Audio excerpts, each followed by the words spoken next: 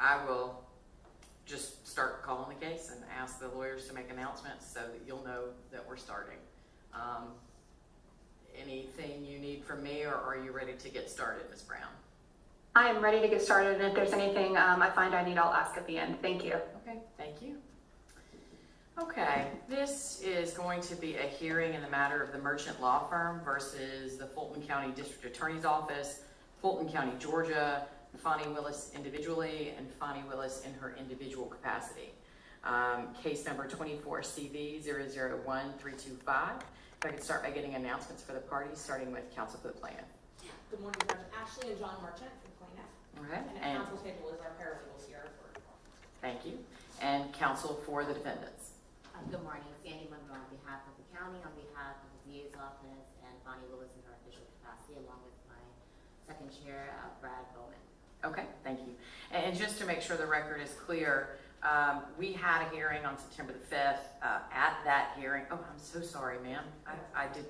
Please make your announcement. Good morning, Your Honor. My name is Andrea Allaby. I serve as legal counsel in the Fulton County District Attorney's Office. I have filed a limited entry of appearance with regard to 5 motions to quash non-parties and a motion to release / quash a 6th party. So Yes. it would require the court's convenience if I could be heard on those. Understood. And tell me how to spell your last name. A-L-A, B as in boy, I, Allaby. Okay, thank you. Just like it sounds. Okay. Okay, so what I was saying, just to sort of get us to where we all are today, we had a hearing on September the 5th where the court ruled verbally on the motions to dismiss. And so just for the record, as I think Ms. Monroe noted in her announcement, the court has verbally announced that Fani Willis in her individual capacity has been dismissed from the suit. I apologize for not having you a written order yet, but I had to stop and turn my attention to some other things. I was also at a conference, and so I expect I'm almost done with that order, and I expect that y'all will have it today or tomorrow, depending on how things go. But just to reiterate that I have already ruled on the motions to dismiss, denying the motion to dismiss as to the district attorney's office, Madam DA in her official capacity, and Fulton County, Georgia, and then granted the motion as to Ms. Willis individually.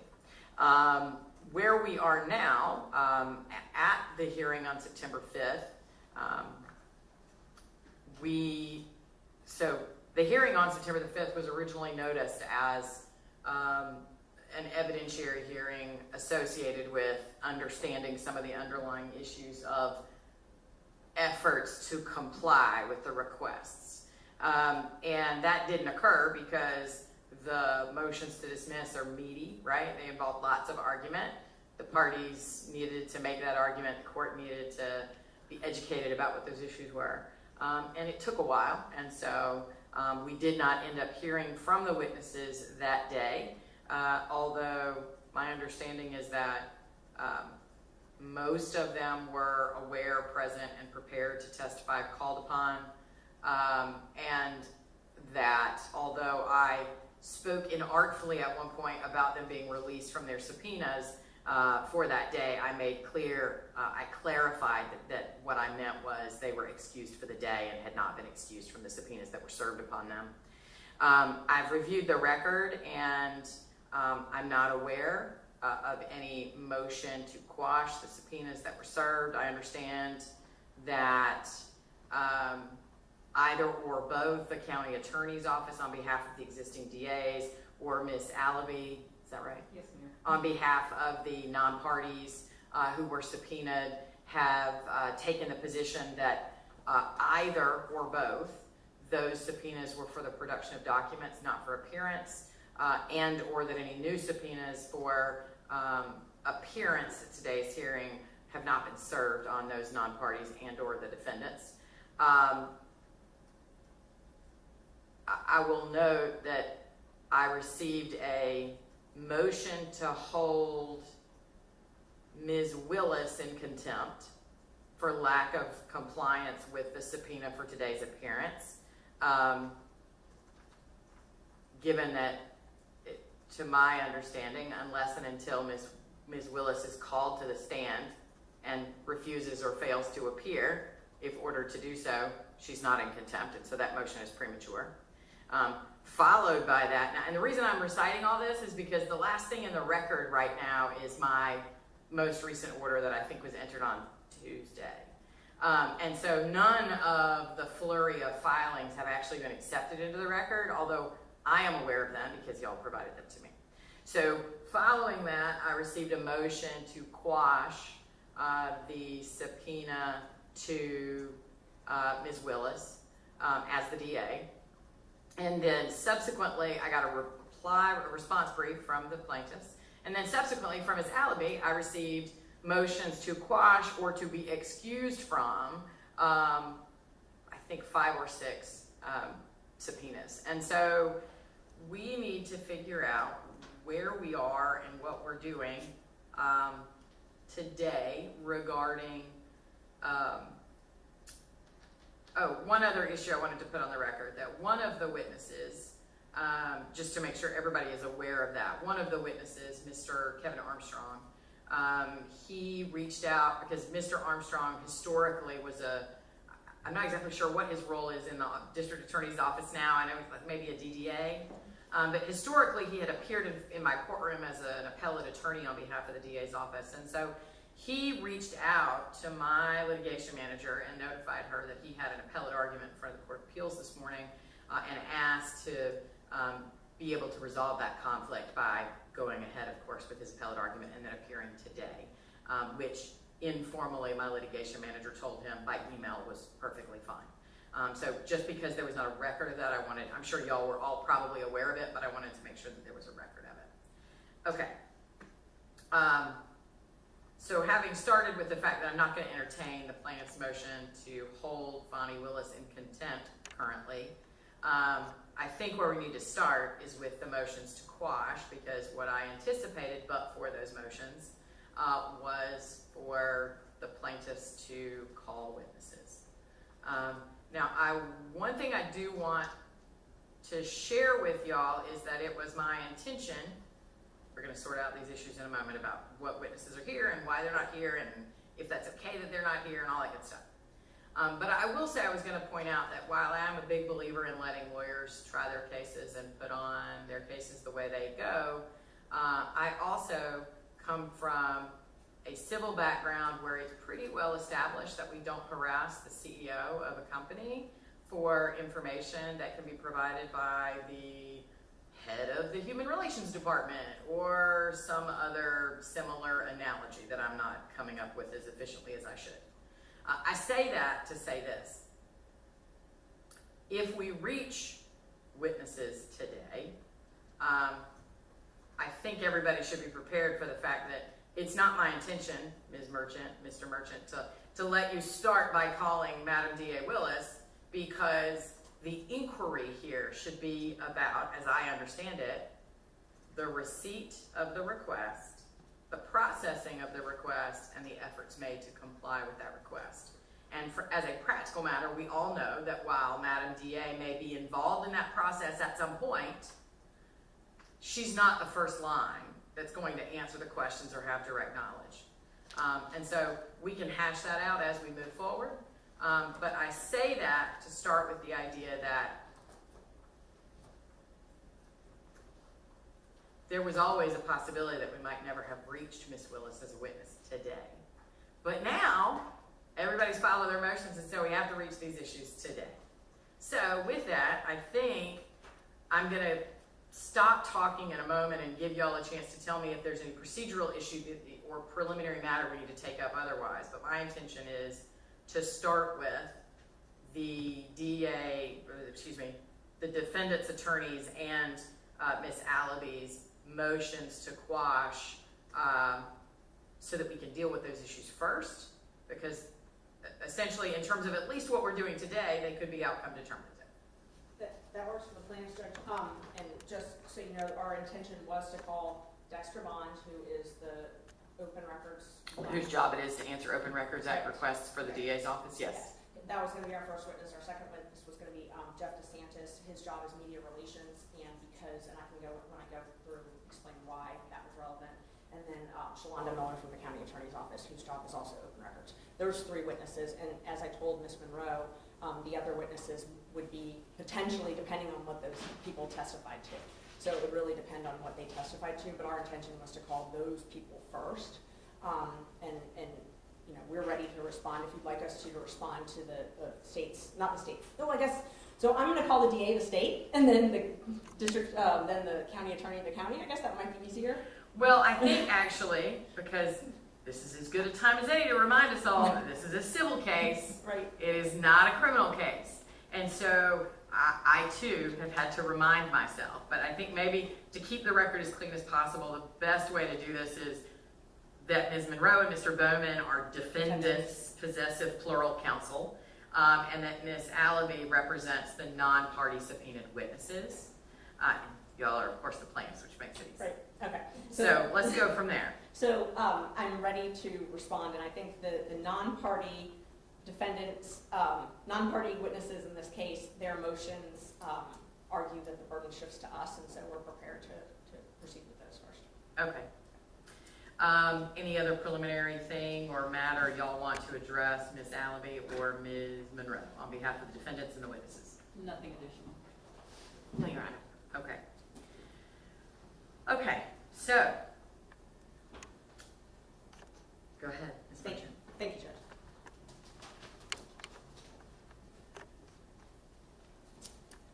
Is it okay if I stand at the podium? Yes, please. Okay, I wasn't sure. There's a lot of equipment, so I just wanted to make sure. Yeah, no, for purposes of the cameras, they're everywhere, so. Okay. Right. And the audio is all linked to the podium, so it works better that way anyway. Go ahead. Great, thank you so much, Judge. Okay, so just to start, the motions to quash that were filed by the district attorney witnesses in this case, their motion argues essentially that it was oppressive and harassing. They state in their motion that we subpoenaed 12 other DA employees. I'm not quite sure where they got that information from because we've never subpoenaed 12 DA employees. They say that repeatedly in their motions. That's wrong. There are 6 DA employees that were subpoenaed, and there were 6 motions that they filed. So I think they know that there were only 6 people because they only filed 6 motions, but I'm not sure. So I just wanted to clarify that because the number seemed to be part of the argument about how oppressive it was. It says 12 separate subpoenas for 12 other DA employees. The separate subpoenas, as the court knows, we sent subpoenas originally for the first hearing date, and that hearing was an evidentiary motion. It was more fashioned about the motion to dismiss, so we focused on one primary issue with our open records request, the critical mention documents, so that we could have that ready for the court. Once we learned that this was going to be a full evidentiary hearing, and this was essentially the final hearing in this case, we knew that we needed additional documents, and these are the same documents that we've been asking for 9 months. So they're not new. None of this is new. None of this is oppressive and new and us sending it to them on the last minute, Judge. These 6, it's 6 separate subpoenas. It's 2 per witness, a witness and a motion and a production of evidence. So it's only 6 people. The non-party in their arguments first said that our first subpoena was compliant with the September 5th subpoena. They're saying that they have produced all responsive documents. Right, and that is supported by the certifications of business records that were filed that are actually in the record from, I think, immediately before that hearing on the 5th, right? Yes, Judge, we filed those into the record as well, and the issue is that's authentication. So that's not the scope of the documents. That's not us being able to ask questions about, are these really everything that you have? And just by way of example, just yesterday, one of those people filed a new certificate that said, oopsie, I found another document, because I sent that document to them. So Ms. English, who was a county employee, when she certified 197 pages and said, I sent all of it, I said, oh well, that's ironic because you didn't send this. So she said there were no documents, and then I had one of the documents, and so they had to recertify it. That is why we need to be able to question the witnesses about that. And that's why that was not, they didn't produce all responsive documents. That's false. They did not. We have documents that are responsive that were not produced, that we have submitted into evidence in this case. So we have a right to question the witnesses about that. But that's fact for the September 5th subpoena. Moving on to the September 19th, the one for today, their motions to quash admit that they received it. They received it by email. They're claiming that it's defective because they haven't picked up the certified mail copy. Well, they could leave that there as long as they want. We are members of the bar. They are county employees. They're tax-funded paid employees that work in this office. Everybody was still under subpoena from the last hearing. This is about documents. Well, let's be specific though, because part of their argument is that the last subpoenas that were served for September 5th, as I understand it, their arguments are twofold. One is that the argument was for the production of documents, not for the appearance of a witness, which this happens pretty routinely. You send somebody a subpoena, and what you need is for them to give you the documents, and once they give you the documents, that you consider their obligation under that subpoena satisfied. I'm not saying that that's the rule, I'm saying that's typically how it's done. So one argument is that it was for the production of documents, not for them to appear as a witness. And number two is, to the extent that it was for the production of documents, which you've already addressed, they complied by saying either here are the documents I have, or I don't have any documents. So start with, because I think it's clear that the newer subpoenas that you sent, at least by representation, were very clearly for appearance to testify at a hearing. So start with addressing the issue of whether or not the prior subpoenas that nobody objected to were in fact sufficient to require their appearance. Well, because, and we addressed this. So the reason they're sufficient is we addressed this at the hearing, and it was all by consent. We asked, and the reason that we asked was because we were afraid that they would try to evade service. And you asked if we were okay with an expedited discovery process. We waived our right to discovery. We waived our right to do depositions in this case. Waived our right to do notices of production. We did that because the county, the defendants, agreed to an expedited hearing, and they agreed that the 19th would work. So we did that in good faith, believing. They said they were not going to file motions to quash. Mr. Bowman at the end said he was not going to engage in that. We asked that. We asked that on purpose. You cleared your calendar. You gave us dates that were available. We all talked about the dates. We all did that in good faith. Had we known at that point, had they told us, hey, what we're really going to do is we're going to agree to this date, and then we're going to hide from your service so that you can't actually subpoena any of these witnesses. That's what we're going to do. Then why would we have agreed to that? You were offering us an expedited hearing date. We were trying to minimize costs and get the documents. We've been trying to get them for 10 months now. We're just trying to get the documents. And so that's why. I mean, the subpoena, it was clear. Everybody in that hearing agreed that the subpoenas were going to continue. You even mentioned to them, are you really going to make them reserve it? That just drives up the cost. Then, Judge, just so you know the history, so that happened at that hearing. Us being extra cautious, emailed Ms. Monroe immediately after that hearing. And I said that I was worried about it, and I asked them specifically if I needed to reserve these subpoenas. And they told me that if they were properly served, we did not have to reserve them. Nobody has said that our original subpoenas were not properly served. They said we did not have to reserve them. She said that by email. Then she backtracked and said, oh wait, actually the DA's office, you have to reserve them. We can't accept service for the DA's office. So this is like a week ago. This is after we've agreed to this expedited hearing. And we emailed them and said, are you going to make us reserve them? Do I need to go get a process server? We already have $1,500 in fees. I have over 100 hours in this case. John has like 70-something hours in this case. We just wanted documents. And it's getting ridiculous. So are we going to have to hire a process server now to go and serve them? I don't think the law, process servers are required for summons, Right. but I think anybody over the age of 18, including even lawyers, can serve Right. a subpoena.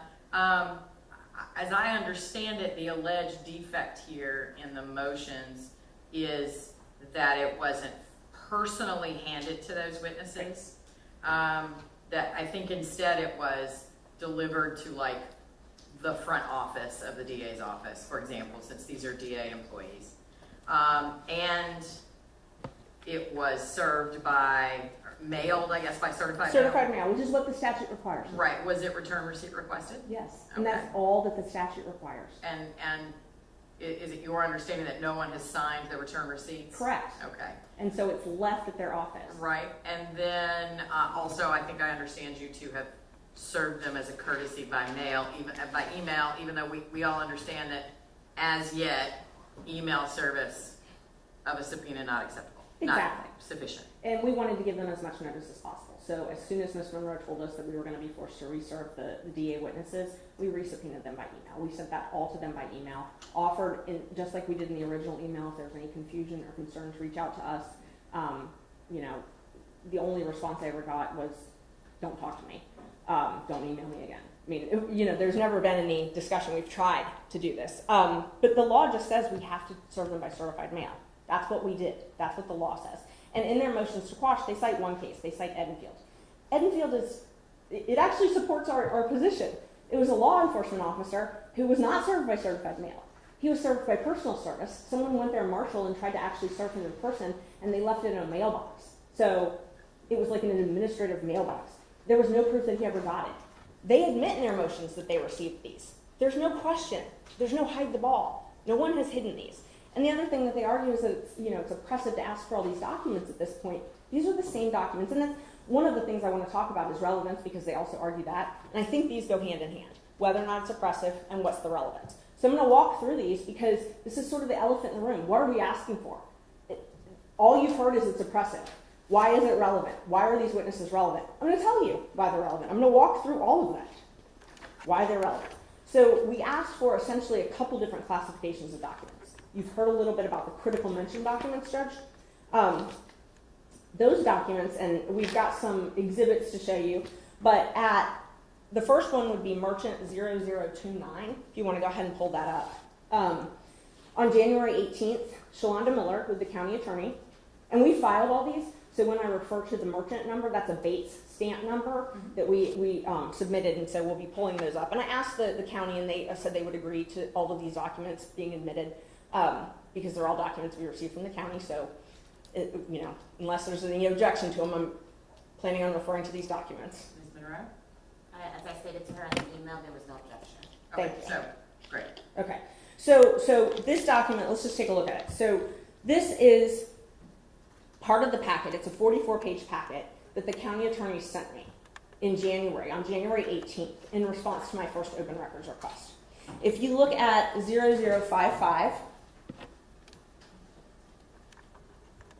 so look at 0055, Judge, and look after Melissa Fritz, where it says Fani Willis, critical mention search. Your Honor, I'm sorry.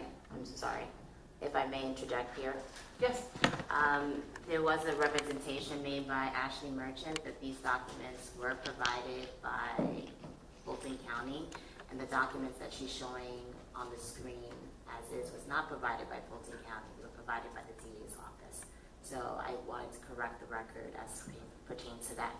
In terms of my objections, I did not object to the business certifications that were submitted by the DA's office and Fulton County, all members who were subpoenaed in this action. But this document that she is referring to, the 44-page document, was not provided by the Fulton County. It was provided by the DA's office.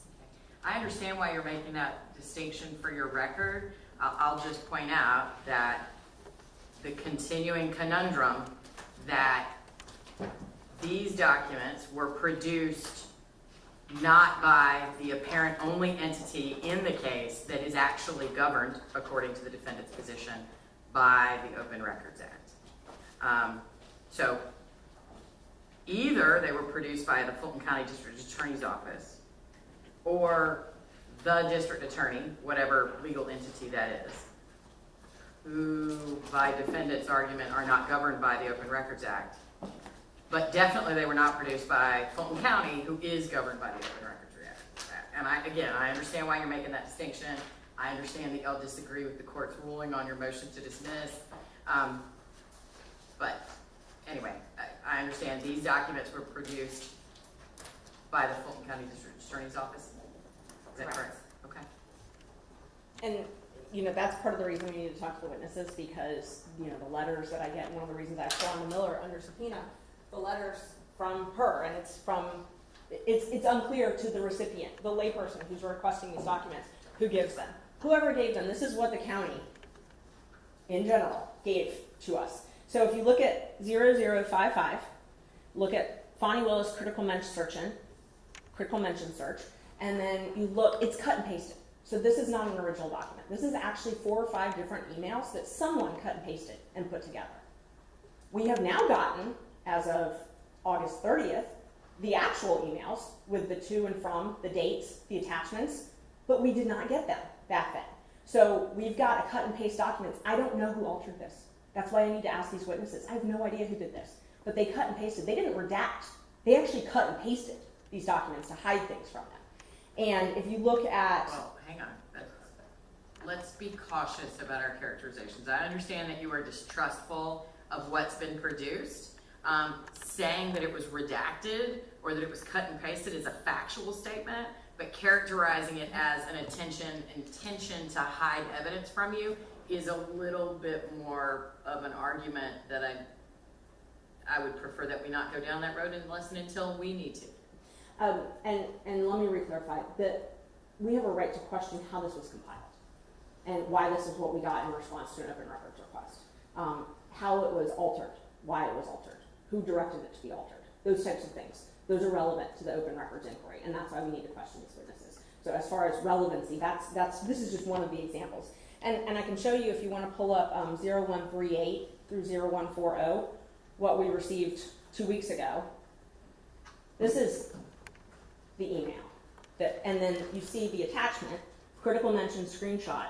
This is what we've been asking for 9 months. Right, but I thought leading up to the September 5th hearing that I had seen some email traffic indicating that that document, whatever that PDF was, had finally been provided to you. On August 30th, yes, Okay. it was. And I actually wanted to clarify that. So since you brought that up, I'd like to take the chance to clarify that, because the state did, I'm gonna mess that up again, I'm sorry. That's fine. The defendants, Ms. Monroe specifically, said that the brief update was that this case had been deeply rooted in the alleged failure to provide documents or attachments, and then she said the attachments were provided 9 months ago. As of yesterday, we learned it was not an issue of providing those attachments. It was whether or not the requester, us, had the ability to view the attachments, and that they argued to the court that there was nothing left to do.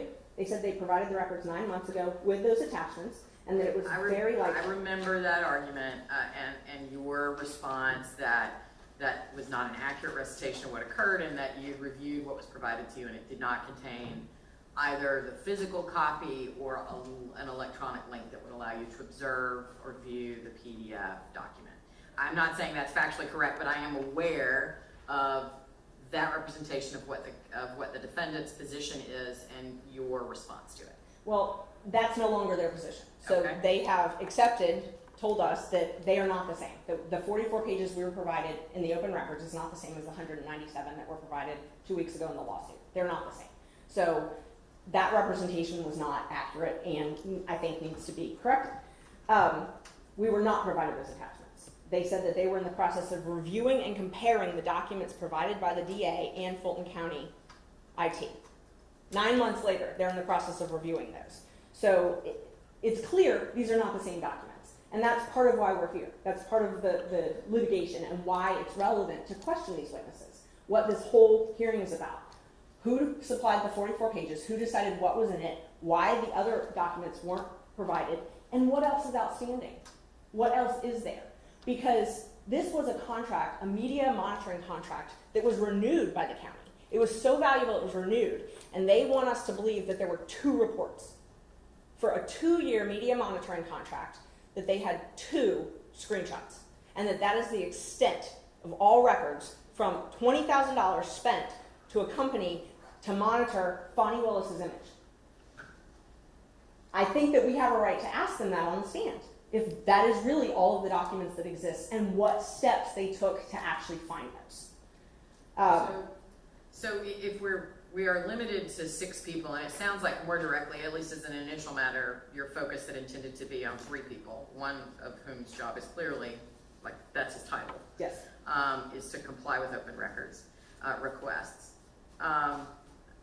Let's assume for a moment that I would agree with you that assuming that the nature of your questioning is narrowly focused on those issues associated with receipt and compliance and effort to respond,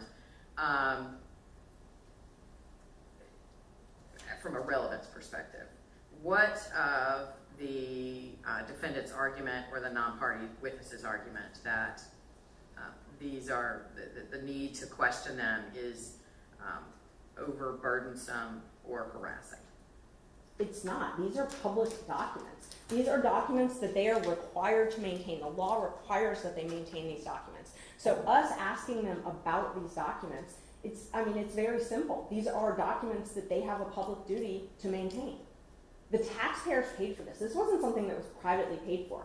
The taxpayers have a right to know what they're spending their money on. And this is just for critical mention. There's other classes of documents that we haven't even gotten to. But this is just for critical mention. These are open records. These are records that we're entitled to. I asked for them, I'm entitled to have them. There's nothing oppressive about asking them under oath, what did you do to find them? How do I know that I actually have all the documents? How do I know you didn't not give me something? Because we actually have proof that they didn't. We have a pattern already, because they gave 44 pages and they were cut and pasted, and then later on they gave us other documents. The documents they gave us on August 30th have some redactions in them. I still don't know what their redactions are. Why? I know what they are because they gave me the redacted information back when they gave me the 44 pages. I don't know why all of a sudden they decided to redact it. But we have a right to ask that. It's not oppressive. These are not difficult questions. It's not deep diving. They are public servants. This is a tax. The money, Fulton County paid for this service. We have a right to know what it is, and they have a duty to maintain it. So that's part of the issue. They have a duty to maintain this, and they have a duty to have these records, give us these records if we want to. I mean, that's the whole point of the open records and open meetings requirement. To be able to peel the layers back and see what's going on. See where taxpayer money's going. If you've got a district attorney that's asking for extra funds, saying I can't process rape kits, I can't do all this other stuff because I don't have any money, we have a right to know where that money goes. It doesn't have to be related to any case. I can just be curious. I'm a taxpayer. So, I mean, I understand your argument. I mean, I think we should all take a step back, though, and be reminded that the Open Records Act doesn't require a showing of relevance. It simply requires a demonstration that the records are public. I don't think there's any dispute that the documents are public records. And the question really, to my understanding, is the extent to which they are maintained in the normal course, and to be produced when requested. And if they weren't, then why? I mean, that to me, I understand what your argument is, but respectfully, I don't need to know why you think those documents are important. What I need to know is, does anybody dispute that those documents are public records that would be subject to the Open Records Act? Which I don't think there's any dispute that there is. And Judge, I agree. I'm arguing relevance because they brought that up in their motion to quash. They said that these items are not relevant, and so I'm trying to explain why they are relevant. Right, and my point in saying I don't think we need to go there is that I don't think that relevance is a relevant inquiry in an Open Records Act litigation, because in a civil case, obviously, there's always a question of is this reasonably calculated to lead to the discovery of admissible evidence? What is the relevance of these documents? Are they material to the issues in the case? Here, the issue that those issues don't have to be reached if the documents are themselves understood to be public records.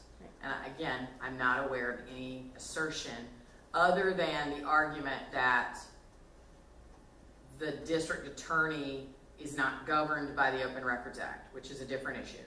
I'm not aware of any formal interposition of an exception that these records would fall under, other than I think maybe I saw some informal communication about perhaps invoking work product or attorney-client privilege, which is one of the exceptions. But I think all of the formal responses and certainly all of the briefing do not assert that any of these records are subject to an exception, or that they are not in and of themselves public records. So I think we can move on from there and simply focus on the extent to which asking these witnesses questions because I think that's where the defendants go mostly, is that asking them questions at all when they've already said on a document, we don't have these records, I've looked and they don't exist, or I don't have them, that itself is the overly burdensome or harassing part. Judge, I should be able to ask them if they've looked, because I don't believe they have looked. And I know my belief doesn't matter, but I've submitted documents that exist in response that they have not provided.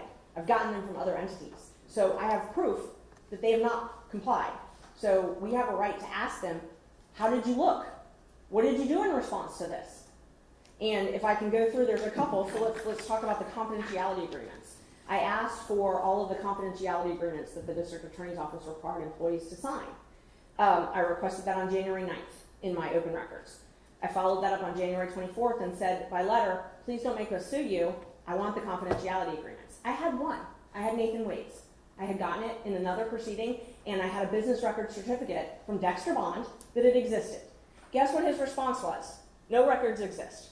Well, so I've got a business record, which I've admitted, and it's in the documents, a business record where he's certifying a confidentiality agreement from Nathan Wade, and then I've got the response in the open records that no responsive documents exist. So I should be able to ask him, why did you tell me no responsive documents exist when you were asked in a other case and you certified that they did?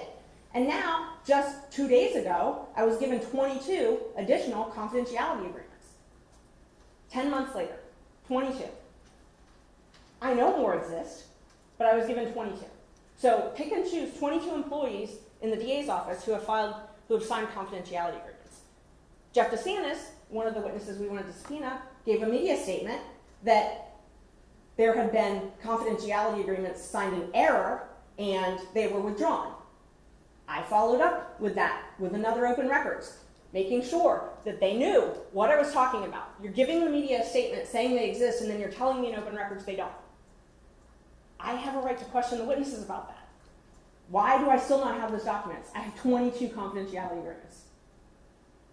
I don't have them all. And I only got those 2 days ago.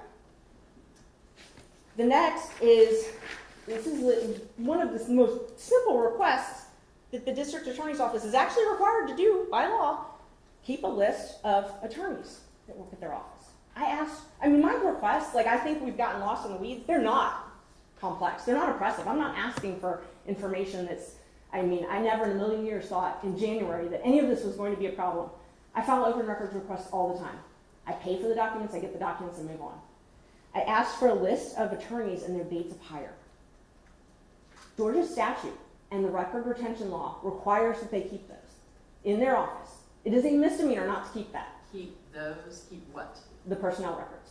Okay, but in fairness to the defendants, and I know that's one of the things they've asserted, if they don't have a list, right, they might have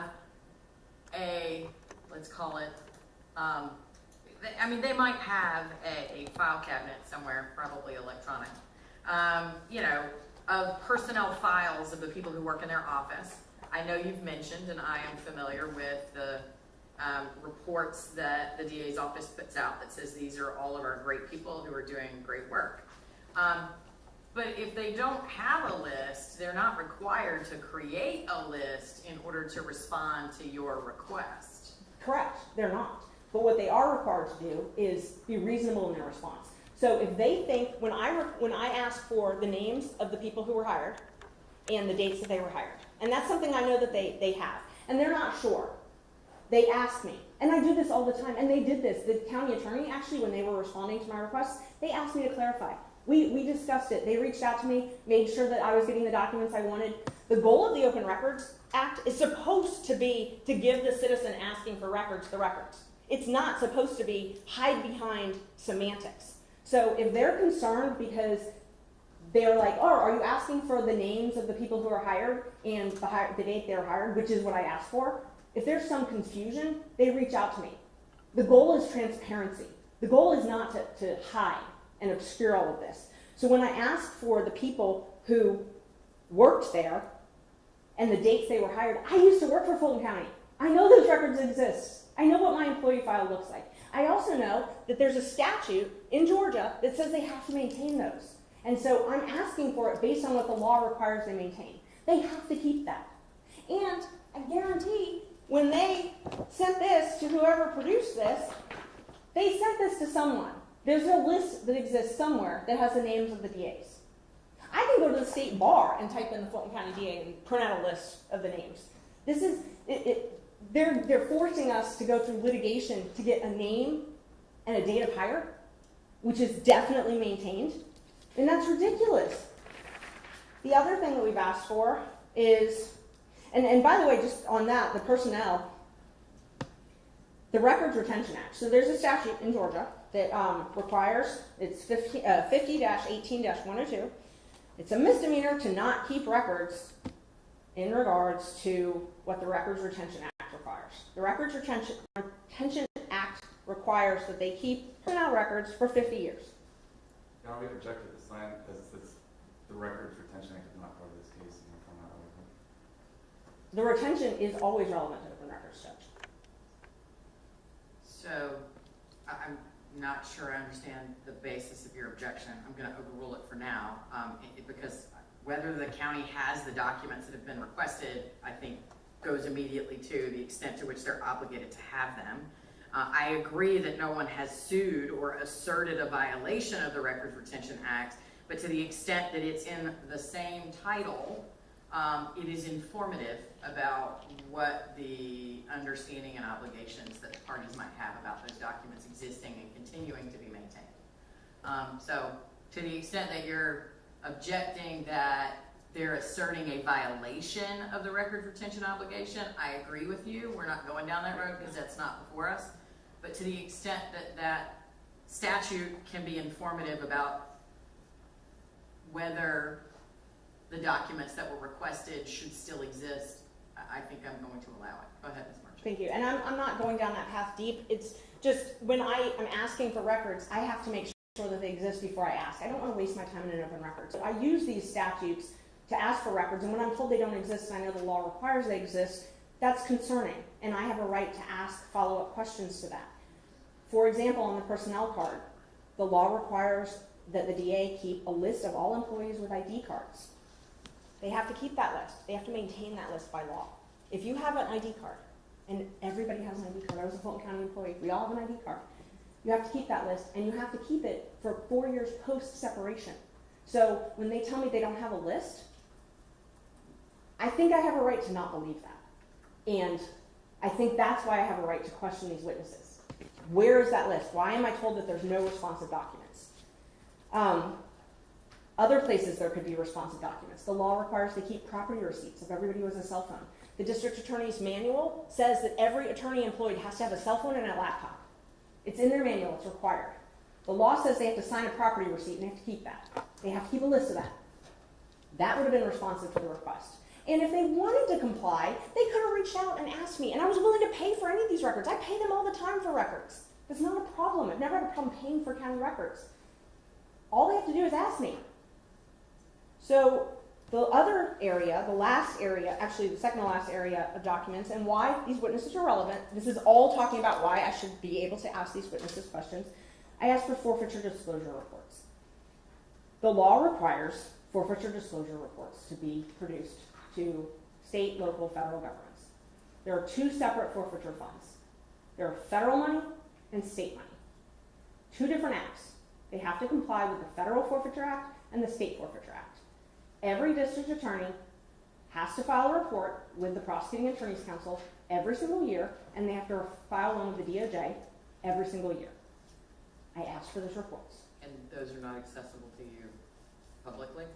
I got them by subpoena for No, let me clarify. No, they're not. They're not publicly maintainable in a database that's accessible to the public other than by requesting them through FOIA from the DOJ or from whatever entity maintains them for the state through an Open Records Act. Is that To a certain extent, okay? let me clarify that because I want to make sure I'm completely accurate in my answer. The Carl Vincent Institute at the University of Georgia maintains some of them. They do not maintain all of them. In this case, the city of the Fulton County actually misspelled the name at the beginning, and so you couldn't find it on there. So when I first actually asked for this, I couldn't find it because, and I had to call them and I ended up getting it through PAC, but I couldn't find them on Carl Vincent because they misspelled it. And so it's a search, and it comes up by the county, and it was in the wrong place. So it's not, but they're not all there. Some of them are there, but not all of them are there. So I asked for the documents from Fulton County. The point is, Hang on.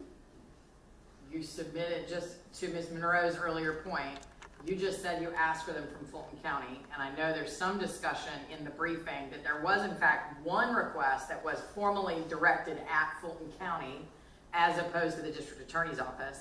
Is that what you're referring to, or are you colloquially referring to Fulton County under the umbrella of you asked for these documents because they belong to an entity in Fulton County? I think the best way for me to say it is I asked through the portal. Okay. I asked through the open records So you portal. submitted a request through the portal for forfeiture disclosure reports for some period of time related to something. Yes. Okay. And what they do, so it's actually changed. When I first asked for these requests, if you go to the DA's office, the landing page on the DA's office takes you to the portal. So back in January, if you go to the DA's office website, it has an open records link. It takes you to the portal, the county attorney portal. When you go to the portal, you submit your open records, okay? But you can start at the DA's office, but it bounces you to the portal. Then you put it in the portal. You can click down if you know the entity. You can click down, I want it from the district attorney, I want it from the county attorney. I'm over-inclusive because I've learned that I'm regularly told we don't have it, so I make sure to ask anybody who might have it. So I put it through that. 2 weeks ago, that open records link was not there anymore. Now it's back. So I don't know, currently, I don't know why it's been changing, but when I submitted the request in January, I'm making representations based on how it existed then.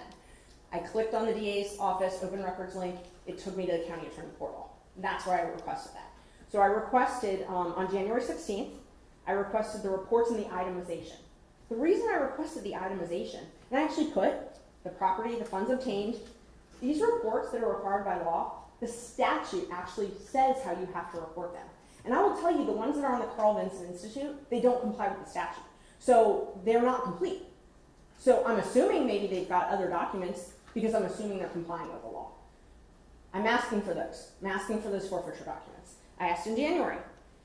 Mr. Bond sent me a letter January 26th that said the records are attached. They were not. Only the equitable sharing, which is the federal summary, was attached. None of the state forfeiture documents, none of the ones that the law requires that they itemize were attached. Kept asking, been asking for 10 months for these documents.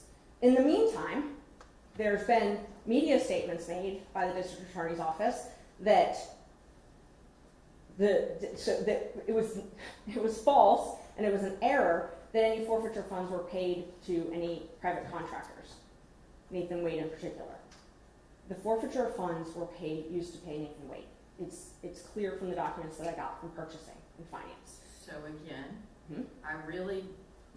I do not want to go down the road of what it is you believe these documents are relevant to, what use you plan to put them to.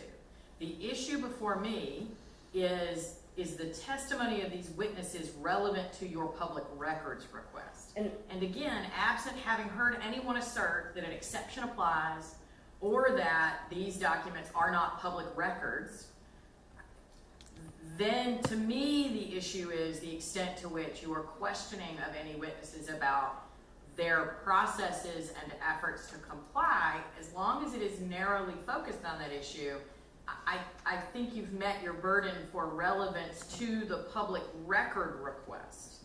Not, because again, what you think they might be useful for or why you want them, my understanding is it's very clear. The reason that a member of the public requests a document has nothing to do with anything.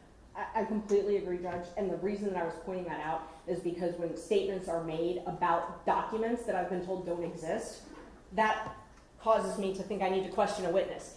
If you're telling the news that a document that I've requested and you tell me doesn't exist, if you're making statements about them, that leads me to believe that they do exist. So that's why I want to question Mr. DeSantis, because he's made statements about documents that I was told don't exist, that I do believe exist. So Okay. that was it. And I'll move on. The last one, though, is the promotional materials. So if these things, they're paid for somehow. And I was very specific about all of these. If you walk into the DA's office, there's big wall hangings, things like that with, rebranding. There's this whole rebranding campaign. I asked for how that was paid for, like rebranding, payment, requests. I tracked the statute. So the statute, and the reason that that's relevant, tracking the statute, is because I know they're required to maintain these. The law says they're required to maintain these. And so because they're required to maintain this, and it's an open record, and I'm told that they don't exist now, I think I should be able to question the witness as to why they don't exist. If they don't really exist, under oath, the law says that they've got to include all the accounts payable, bank statements, all of this stuff, deposit slips, canceled checks. They have a duty to maintain that for 5 years pursuant to statute. So where are all of those documents? And I was again told they don't exist. They have to exist, or else, I mean, they should exist. I guess maybe they couldn't exist. Maybe they didn't pay for them. Maybe these vendors donated this out of the goodness of their heart, whoever printed this. Maybe the taxpayers didn't pay for it. I don't know. But that's why I need to ask the witnesses. And the last thing I'd point out is to relevancy. It goes along with the paycheck, or the accounts payable. I asked how critical mention was paid. I have been asking for 10 months how it was paid. Didn't you finally get, I think in some of the documents I saw From a critical check, mention. like a handwritten check. Yes. I still haven't received that. They still have not even admitted that exists, that account exists. I got that from critical mention. That the reason that that's relevant is because part of what you have to decide is if they have been hiding documents, obscuring, keeping things from us for 10 months. Did I have to file a lawsuit to get that? Did I have to waste all of my time to get that document? I still wouldn't have it from them because I still don't have it from them. They're required to maintain that. They're required to keep canceled checks. I still don't have that from them. I had to file a lawsuit to get it. So it's relevant for you to inquire as to whether or not they've complied with the open records request, for me to ask about that. So I think all of these things, Judge, are why we should be able to question these witnesses. Thank you. Thank you, Ms. Merchant. Who am I going to hear from first? Ms. Alavi or Ms. Monroe? I'm happy to go first, Your Honor. Thank you Okay. so much.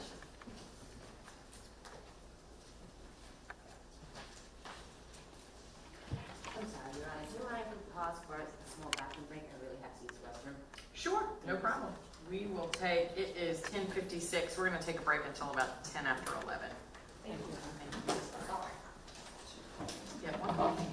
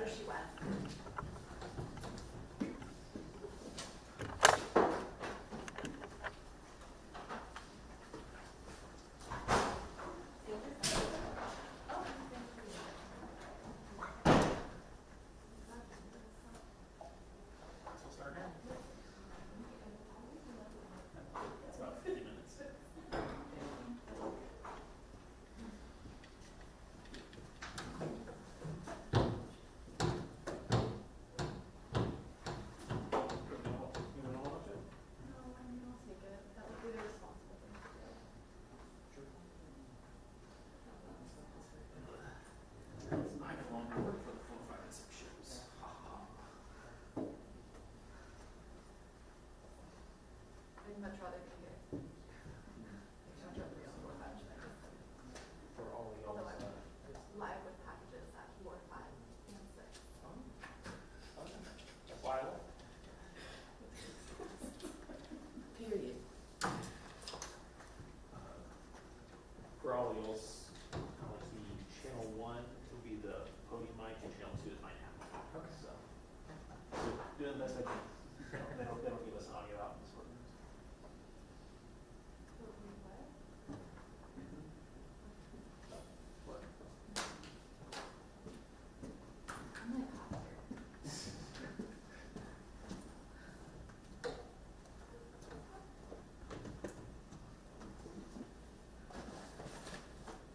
Is it everything on this card? Yeah, you can copy the card. Yeah. I'll clean them off if you need.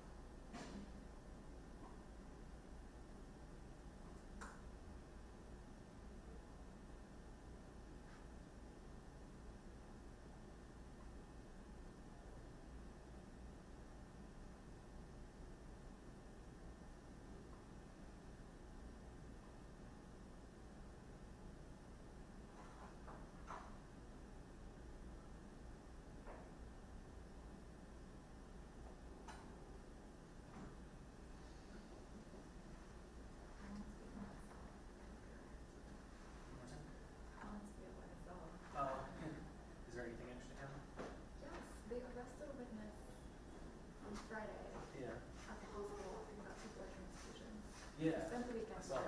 that. Then, And then his attorney then he said was like, he went to yesterday. Grady. So he's been at Grady ever since, but like he's supposed to testify this week. Allegedly he was released from the hospital today, and they might have put him on the stand with medics on standby. Was that the guy that they weren't sure if he was at the hospital or if he was in jail? Yes. Couldn't figure He's it out. technically in custody, but like, There's always something happening with that, and just wanna go down and go.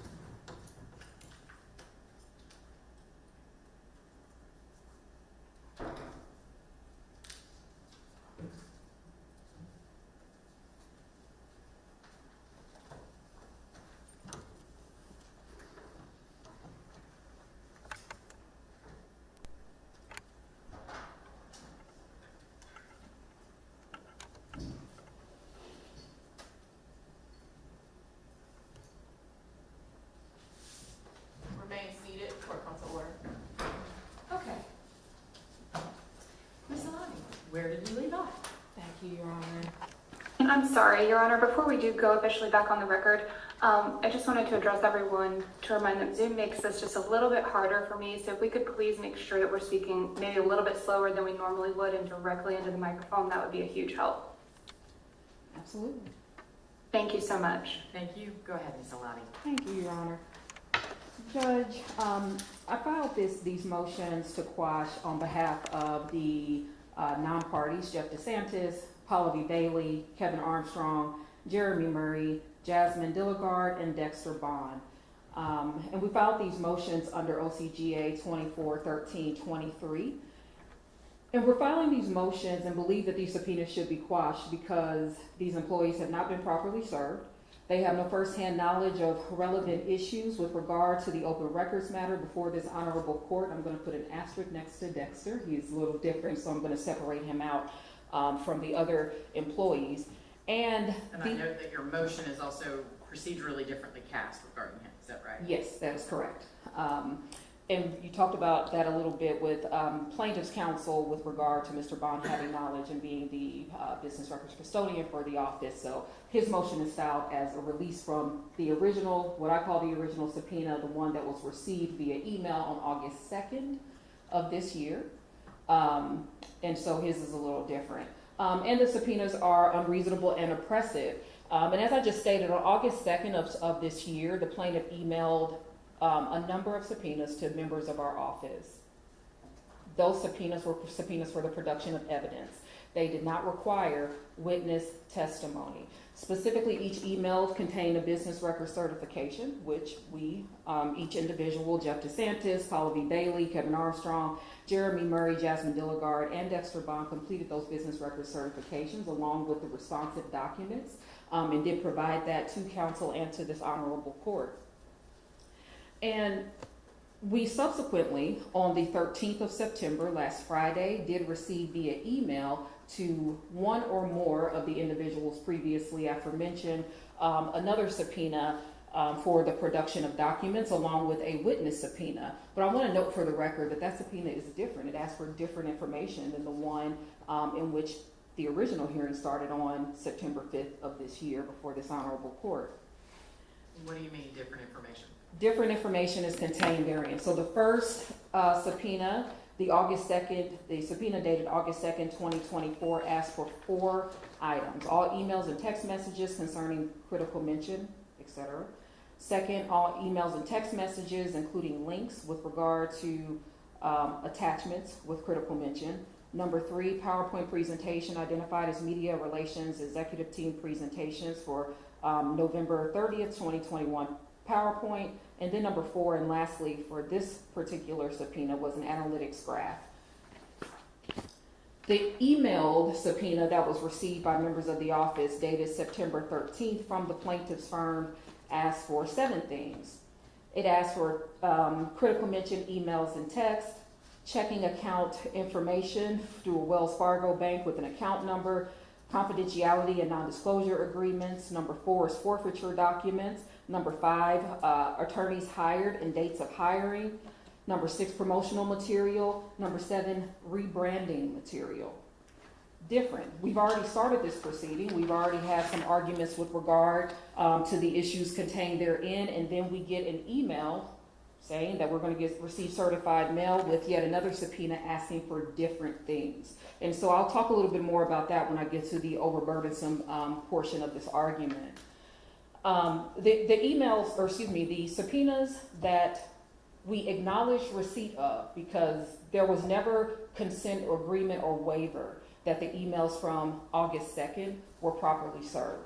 However, District Attorney Fani Willis, members of our office, we always try to ensure that individuals that reach out to our office have the things that they need. Transparency is a touchstone of who we are as prosecutors. We take a special oath to ensure that individuals that come before us or who contact our office are serviced well, that our constituents know that we are there for them, and that we are doing everything that we can to get them the information that they are looking for.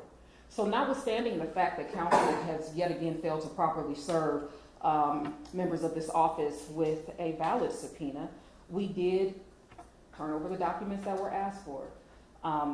My motion does not go into whether or not there was proper service with the August 2nd subpoena, at this point it's inconsequential. She has the information. The information has been provided.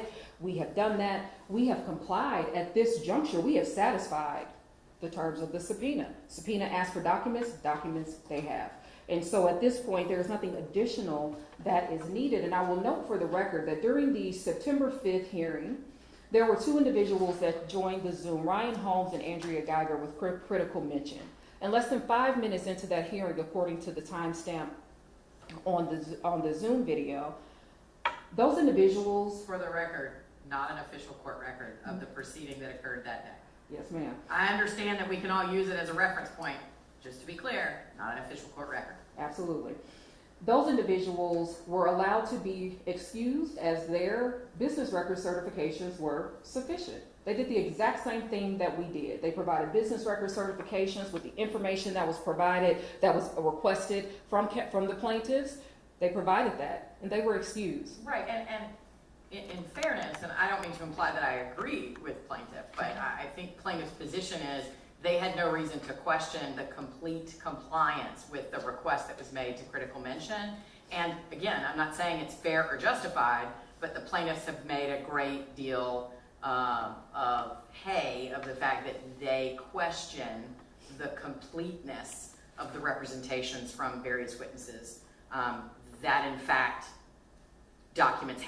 all responsive documents have been produced in response to the Open Records Act. And I recognize that, and I say this in the least flippant way possible, but plaintiff's assertion that there is a belief that she is not receiving all of the information does not make that a fact. It does not make it true. It does not make it. I agree with you, but the plaintiff has to some extent been able to point to independent documents received from other entities, like for example, critical mention, that would seem to indicate that additional documents should exist. Maybe they don't anymore. Maybe they're not in possession of somebody. There might be lots of reasons that they weren't produced in response to the Open Records Act that aren't willful or in bad faith.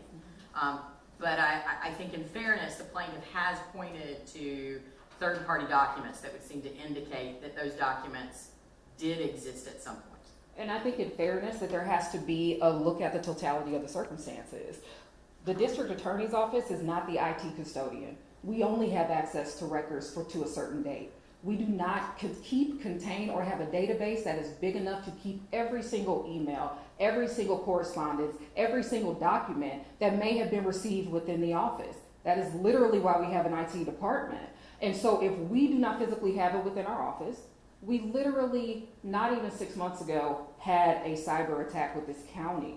And so this assertion that there is a disbelief that there's some nefarious intention, or that we are hiding something, that we are intentionally trying not to give documents or information to the plaintiff or anyone else, is quite frankly just not accurate. So here, look, I'm going to back us all up again, and I continue to do this, and I'm going to do it again, because both sides are doing it. We are here because a member of the public requested from a government agency documents about that government's operations, right? And so the intention behind that request, the purpose that might be intended to use those documents, none of that, to my way of understanding how the Open Records Act is supposed to work, none of that is relevant.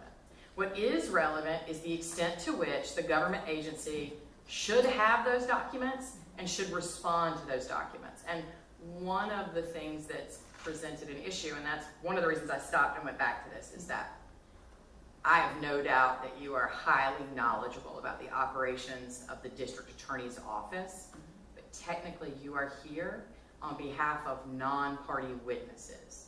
And I think it would help if, when you are talking about the motions to quash, if you talked about the specific witnesses that have been subpoenaed and why they should not be subject to the subpoena. I understand some of those issues that go across all of them, and let Ms. Monroe and Ms. Bowman argue about why Fulton County and the Fulton County District Attorney's Office writ large and or Madam D.A. Willis do or don't have those documents. And do you understand the distinction that I'm trying to make for a moment? I do, but Okay. with one caveat, Your Honor. The law for service of subpoenas literally states that subpoenas are not supposed to be used to harass individuals or to, to use those subpoenas maliciously. And I do think that that is a point that needs to be made, especially during this proceeding, considering that the usage of subpoenas and the way in which they are used has been done with an intention to harass, to oppress, to malign the name, the character of not just the individuals that are contained, these non-parties, but also the district attorney herself. And so I would be remiss not to note that, and that the law does give guidance with regard to how subpoenas are supposed to be used. The individuals Fair enough, Ms. Alabi, but here's the thing. I completely understand why the defendants in this case, given the arguments that Ms. Merchant has made, that I've, again, tried to get us away from, and let's focus on, these are public records, that's all that matters for now.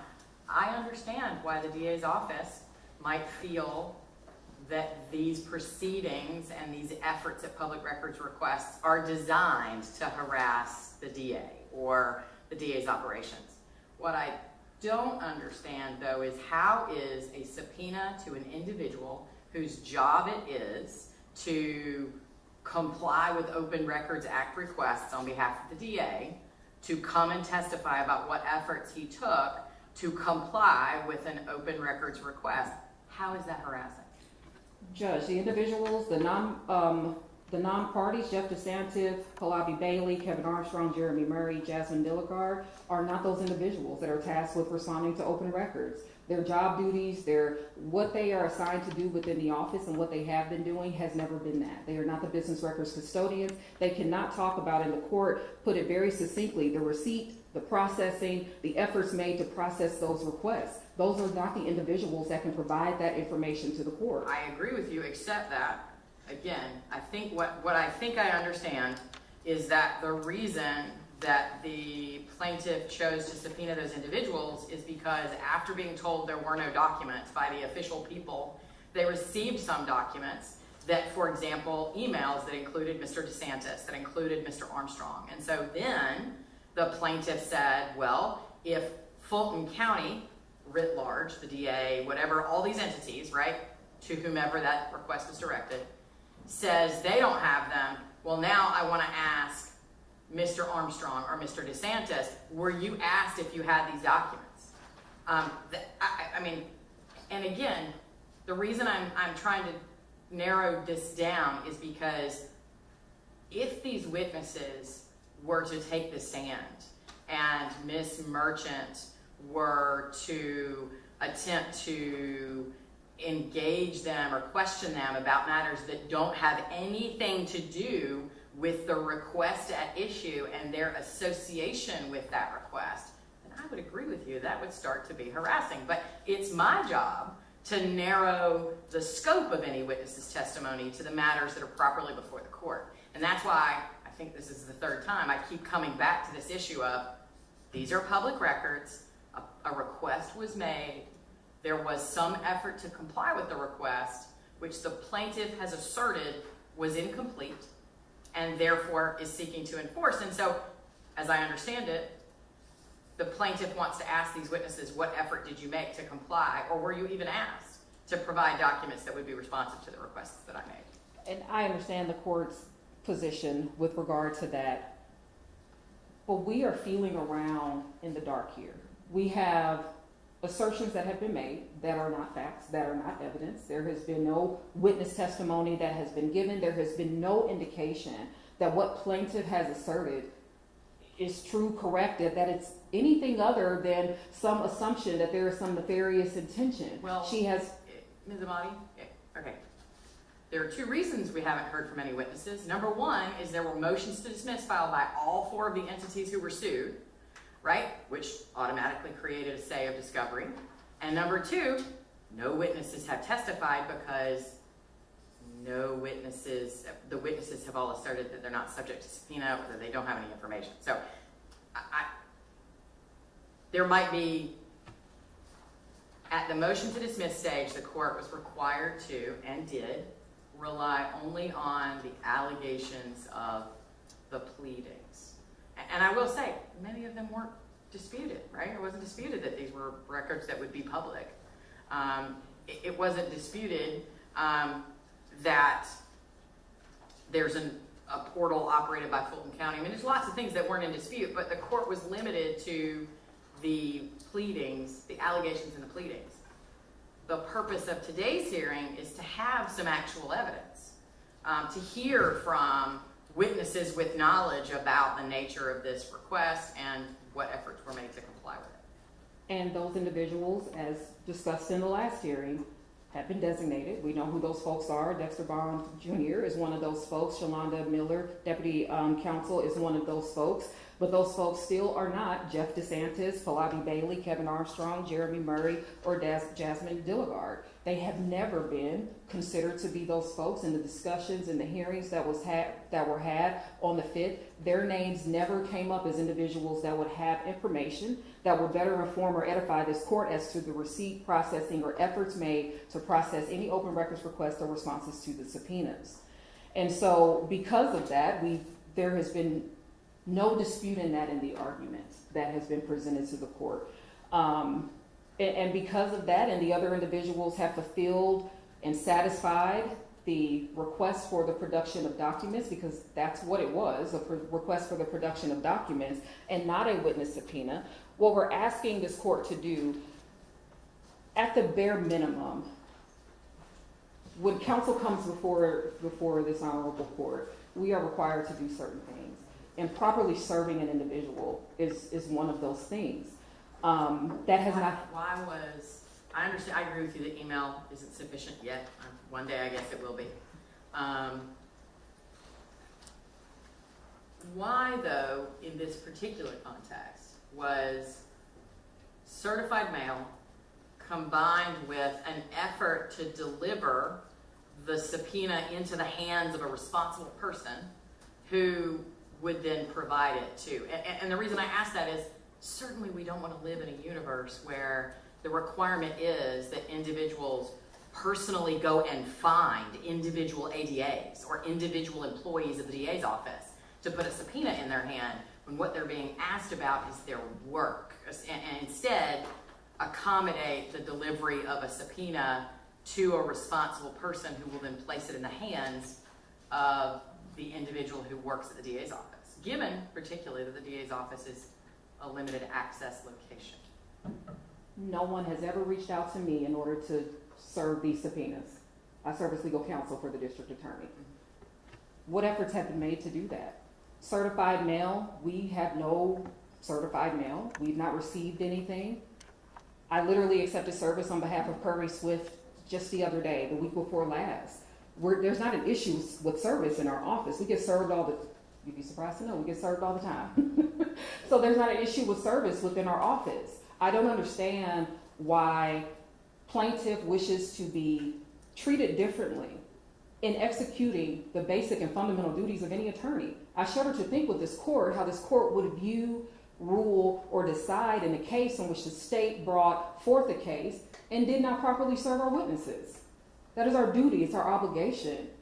Counsel mentioned that we are members of the bar. We sure are. We need to act like it. Serve your witnesses. We do not have service. We do not have anyone who, to my knowledge, who has come to the office. I've not been contacted by the merchants at all in order to receive service. Our chief investigator has not. That has not happened. What about what about Ms.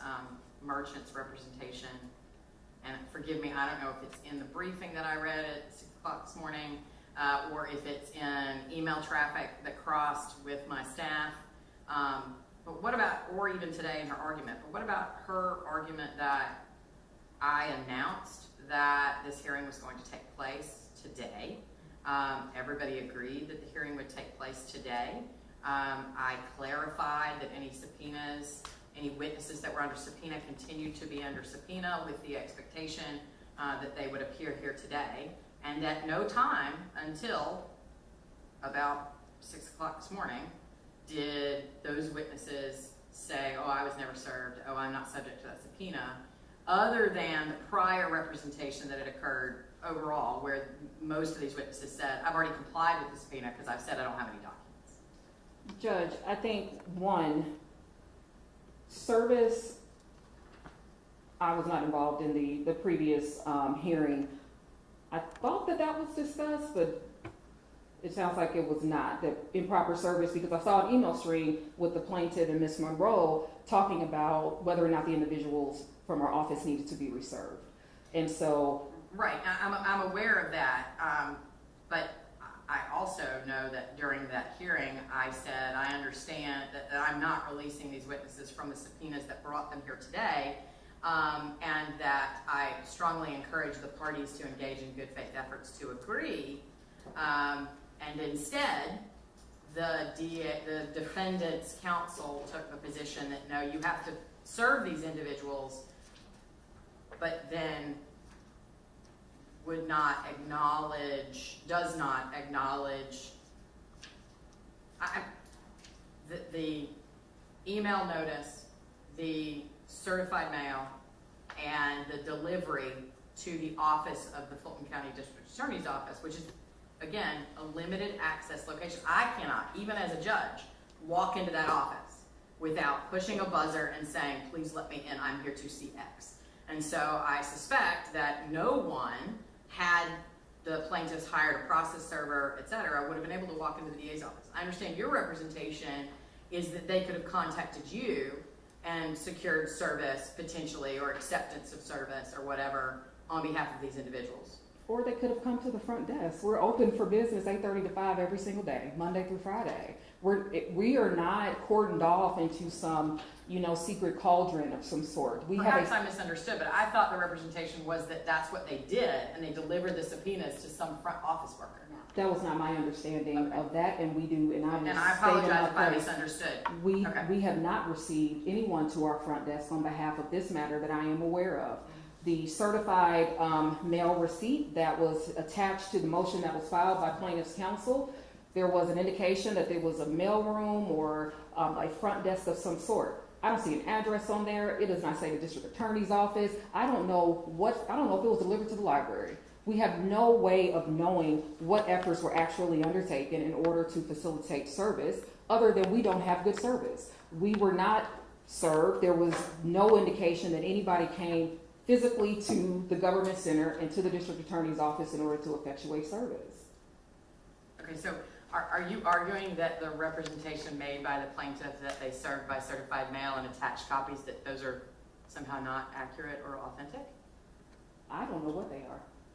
I don't have anything that shows, proves, verifies that whatever counsel is representing made it to our office, actually made it to our office. I don't have that. Okay. And so let me ask you this. So let's say that I disagree with your assertion that the testimony that might be sought from these witnesses is overly burdensome or harassing or not relevant. But I potentially share your concern about a lack of service, right? Yes, ma'am. Given that there's no dispute that these witnesses are aware that they were being requested to appear, right? To my knowledge, there's no dispute that these individuals, given your appearance here today, also given at least one of the witnesses contacting of my office saying, hey, can I please be excused until later in the day? Then why not simply acknowledge service and let's start over again in the morning and actually have the evidentiary hearing that was intended to be had and about which everybody had noticed since September the 5th? I think there's a particular irony in asking that of the state, the non-moving party, when all counsel is not asked to do their jobs, right? We have a duty. We have requirements that we have things that we are required to do as attorneys. And one of those fundamental things are making sure that we have the people there under the proper mechanisms that are outlined in the law in order to be there. There's no requirement on behalf of myself as legal counsel, District Attorney Willis, to waive anything. We do not, that's not a requirement of us. And quite frankly, with all of the vitriol and negative assertions and just the gamesmanship that has been taking place in this case, why would we? We have complied with the Because, subpoenas. as you said a moment ago, almost everybody involved in this case is an attorney who has a professionalism and civility obligation to each other, to the profession, to the court. And again, I fully appreciate and understand that there's lots of gamesmanship, and I don't mean to apply because I know that I don't mean to imply that I don't see some of the gamesmanship coming from the plaintiff side. I understand your concerns. But again, that's why I keep trying to pull us back to, this is a public records request that was served in January, right? Or maybe even before then. Maybe we just got to the point of where's the answer in January. Maybe it was even before then. I don't remember exactly as I sit here. But it's September of 2024. And the plaintiff is taking the position that they still don't have documents they've requested, that the DA's office, whatever we're calling that entity, would have an obligation to produce, that are public records, and there seems to be a lot of delay here, a lot of effort to keep pushing backwards instead of making an effort to simply get to the substantive issue, which is, do these documents exist? And if so, why were they not produced? Or do these documents not exist, which is why they were not produced, and therefore why the plaintiff has no claim, no further issue to pursue. And that's what is frustrating the court, and that's what I think y'all both sides should hear at this point, is that this is supposed to be fairly straightforward, and the gamesmanship about which you complain, I'm concerned is being engaged in by both sides. Because it's not that hard for these witnesses to come and say, I got the request, this is what I did, I gave them what we had. Here's what efforts I did when they said, this isn't enough, or I think you have more. These are the additional efforts I made to locate them. Those are legitimate inquiries. And the idea, when there's no dispute that the DA's office has, when there's no dispute that the defendants and the non-party witnesses who are associated with one or other of the defendant entities have notice of the subpoenas, both from this court stating we were going to have a hearing where I expected witnesses to be called who had previously been identified, to a certified mailing notice, to a courtesy email. And then my question is, well then, okay, why not just acknowledge service, or let's adjourn the hearing, have the merchants walk across the street, give all the subpoenas to the front door window of the DA's office, and is that going to be sufficient? What I'm trying to figure out is, at what point do we get to the merits of this? Because one day we might get to the merits and I might say, you know what? I think the DA did everything they were supposed to do and tried to find all the documents, and they just don't have them, and that's okay, and they didn't do anything wrong. But we'll never get there because everybody keeps throwing up roadblocks to have a conversation about the actual merits of where are these documents and what efforts were made to locate them. I understand the court's position. I do.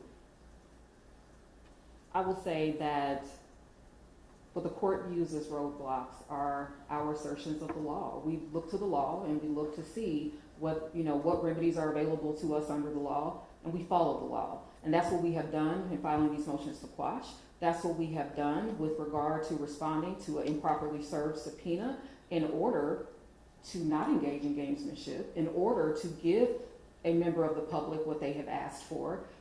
We have communicated with plaintiff's counsel. We have asked for clarification on a number of issues. We have received, yet again, subpoena after subpoena with requesting different information. And we have asserted our legal standings, our legal rights, and we have followed the law and what we are to do when we are presented with these issues. And I don't fault you for asserting those issues at all. I mean, that's your job and you're right? Like you're entitled to say we were not properly served. If I agree with you that service did not properly occur, then that's where we'll deal with that.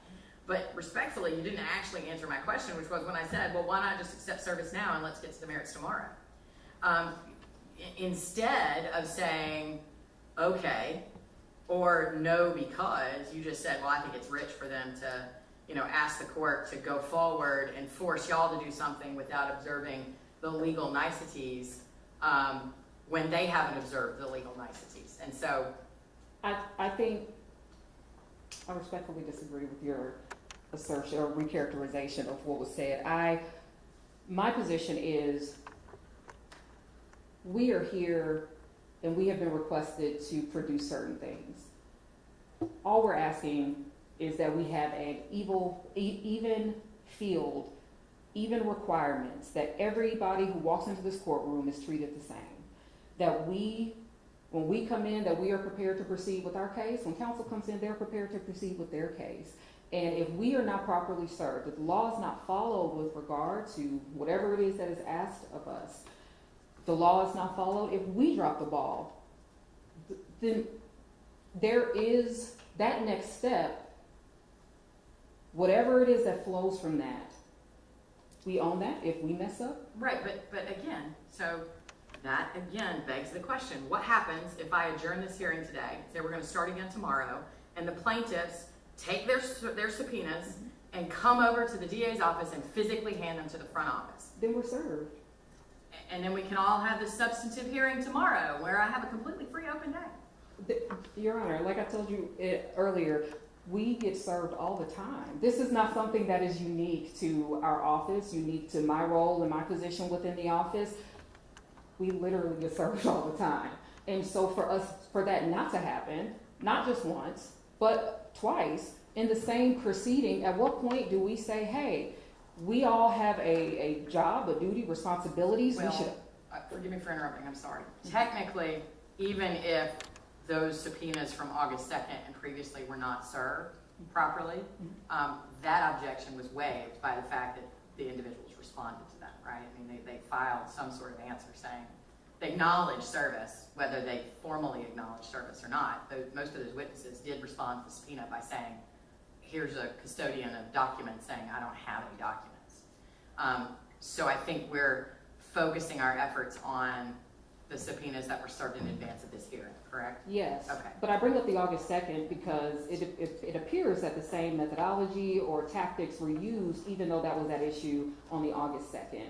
And so instead of there being the extra step to reach out to myself or to reach out to someone else within the office to say, hey, we're trying to make sure that this gets to you guys so that you, one, have it, that you know what the scope is, that we can have those discussions as the court has. Which presumably they did by emailing it to you, but. And let's talk about this email that we received on Friday, at the end of the day on Friday, to produce voluminous, I imagine, because we haven't even had a chance to take a look at these things, produce voluminous documents mid-hearing. We're literally on a pause from a hearing that started on September 5th, and the game changes on us. We get served with, we get emails because it's not even proper service, new subpoena, new information is requested, it is voluminous, and then there's that added, an additional request that we have multiple members of this office come in to testify to something that we have already certified, to something that we have already provided, and we're not even given a sufficient opportunity to respond really to anything other than what we have provided by way of the business record certification. I'm not sure what do you mean you weren't given an opportunity to respond to anything? That's what I'm not, I mean, aren't you doing that now? No, I'm talking about with regard to what's been requested in the September 13th email subpoena. So Ms. Merchant during her presentation did not go into detail about the nature of the documents being requested in the subpoenas, or the areas that the witnesses were being requested to testify about. What she did, the way she framed it, is that the still open public records requests that they made related to critical mention documents, a list of attorneys, forfeiture disclosure reports, and promotional materials or rebranding materials, that those are all open, and to her mind, I understand this, the defendants disagree with that, open records requests that have not been responded to or fully responded to. And so I think to the extent that the subpoenas contain be prepared to testify about X or produce documents regarding X, the idea is that it would be in service of those 4 items, not that it is a new public record request, I think, and maybe I'll hear from the plaintiff differently. Okay. Because what I hear you saying, and that's what I'm trying to understand, is are you arguing that this is a new public record request? Because I'm not sure, I mean, formal Open Records Act public request.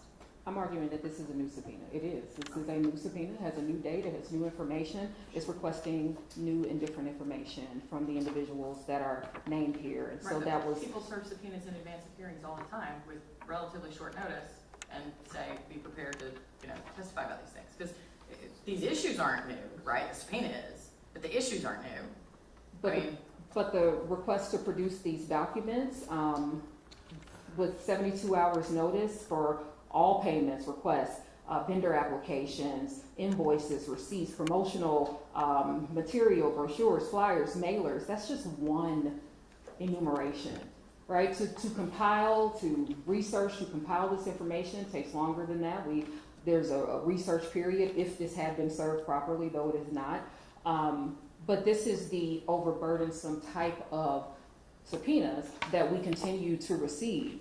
And then to ask that these individuals take time out of their day away from serving the constituents of Fulton County, our victims, our individuals who have been affected by crime, in order to come in here and testify with regard to this.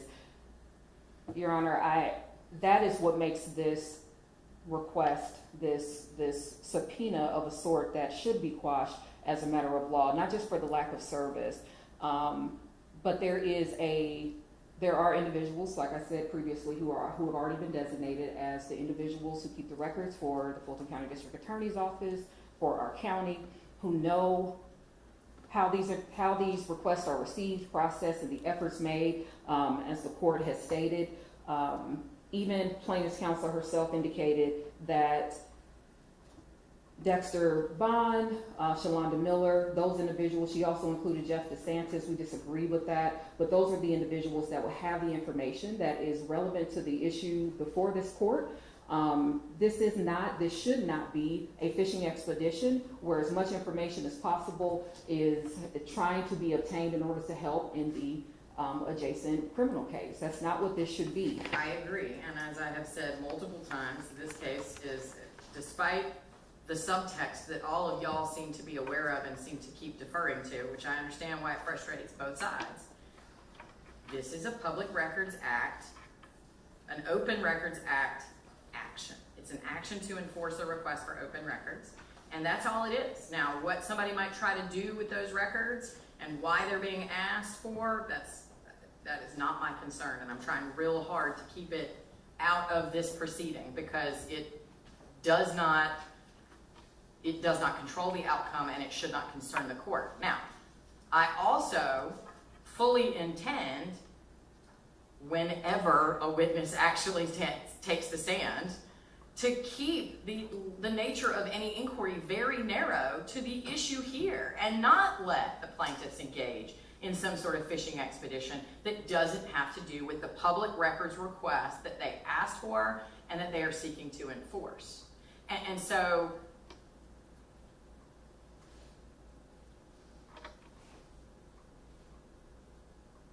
what I'm trying to, let's see, this hearing started at 9, well, I guess we started late because we had to get a court report.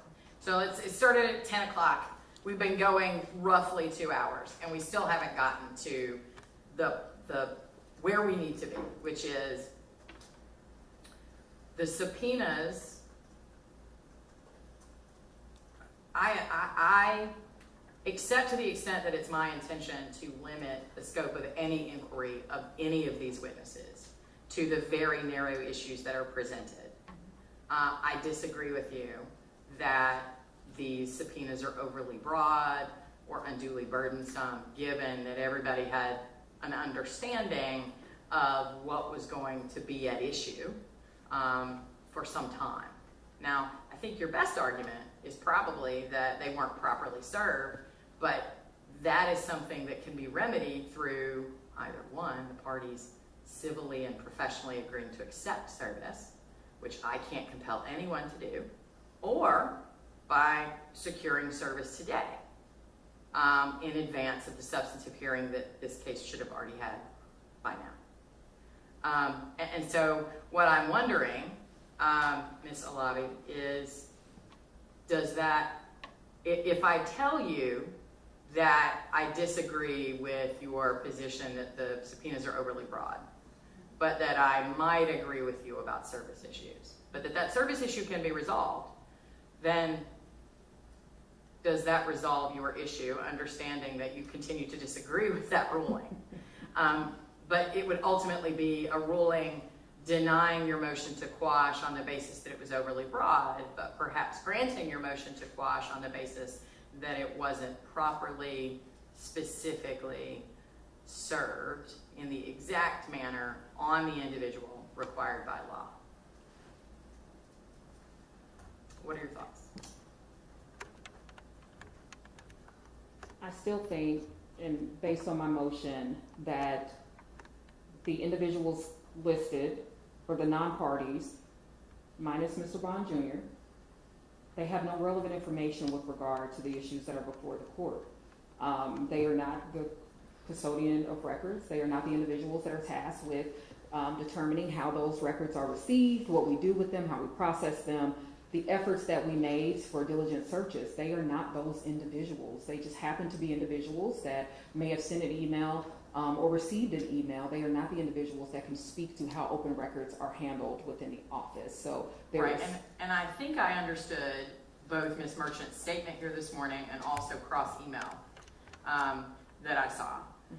That Ms. Merchant, I think at the beginning of this hearing, identified 3 witnesses that she intended to call.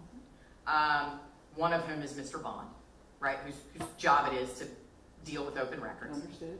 And that I think the discussion in the email communications that the parties copied the court on was that the only reason that they might need to get into the weeds of these other witnesses is if those 3 witnesses say, that document doesn't exist, when they have documentary evidence that an email was sent to somebody.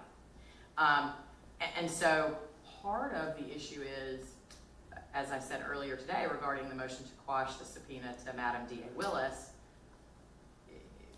the motion for contempt, I should say, is premature because nobody's actually tried to call Fani Willis to testify in this case, in this proceeding. And I wonder if the same is true about those extraneous witnesses, because it may be that their testimony would be cumulative or immaterial to the proceedings, depending on how the testimony of those 3 witnesses that were initially identified by Ms. Merchant. And please forgive me, I know Mr. Bond was one of them, I don't remember the 2, maybe Mr. DeSantis and one other person. Yeah, Ms. Miller. Ms. Miller, thank you.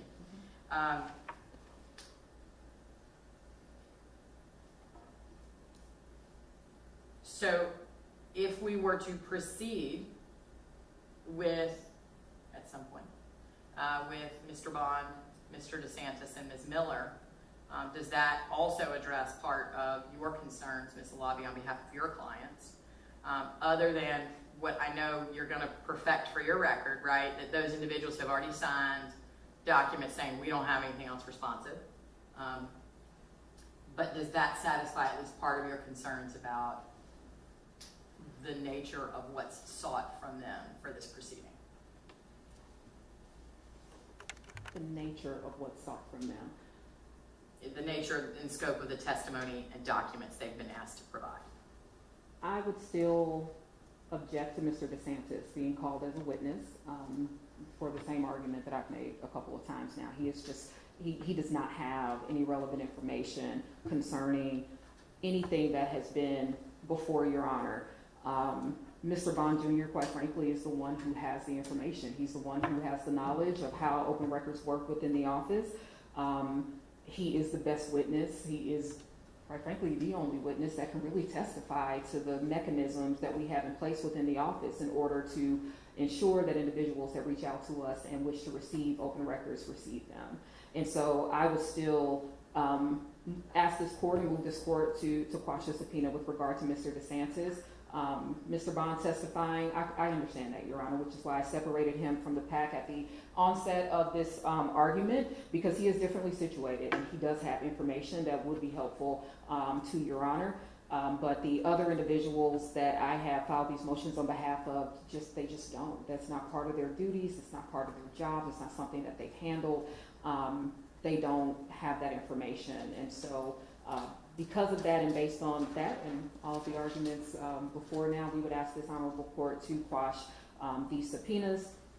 Call Mr. Bond if council wishes to do that and get that testimony, but the other individuals are not the proper parties. Okay, but to be clear, only after he's properly served with a subpoena, correct? He would testify. Okay. Yeah, Thank you, Ms. Levy. thank you, appreciate it. Ms. Monroe?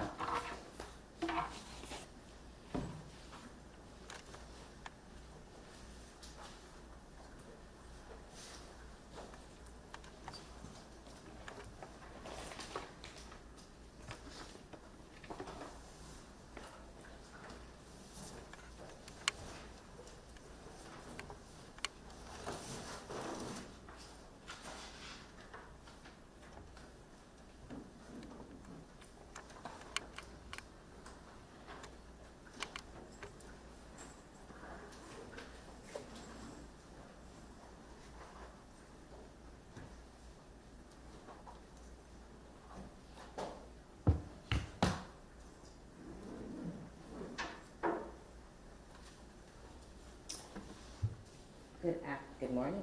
Yeah, good morning. You've got 4 minutes to still be good morning. Okay, so I just don't want to belabor the court with just duplicative arguments. As it pertains to Madam DA, in her official capacity, we filed this motion to quash subsequent to plaintiff's motion for enforcement and contempt. And also to Ms. Fani Willis is not the person with superior knowledge who can speak to the things that I believe is before Your Honor. Well, let me save you the trouble. I agree with you, Yeah. right? I mean, as I said, we are in the civil world. Most of y'all probably spend most of your time in the criminal world, but we're in the civil world, and in the civil world, there's a pretty well-established doctrine that says that we don't ask the CEO for documents until we've gone and asked the people whose job it is to have that information. And in this situation, by extension, the analogy here is that Madam DA is the CEO of this entity, and that there are people like the individuals whose job it is to provide these documents, to comply with these requests, and to talk about how they're maintained and how they go about responding. So save me the trouble there. I agree with you that there's a limited universe in which what particular knowledge Ms. Willis has about the nature of this request becomes relevant, but we're nowhere near that point yet. Right, and so that's where the harassing part comes in. I do believe that these subpoenas were issued not for the information, not to seek information as it pertains to the underlying request, because the underlying open records requests were submitted to the Fulton County District Attorney's Office, not to the DA in her official capacity. The people who can speak to those things, to the process. In fairness, let's be precise.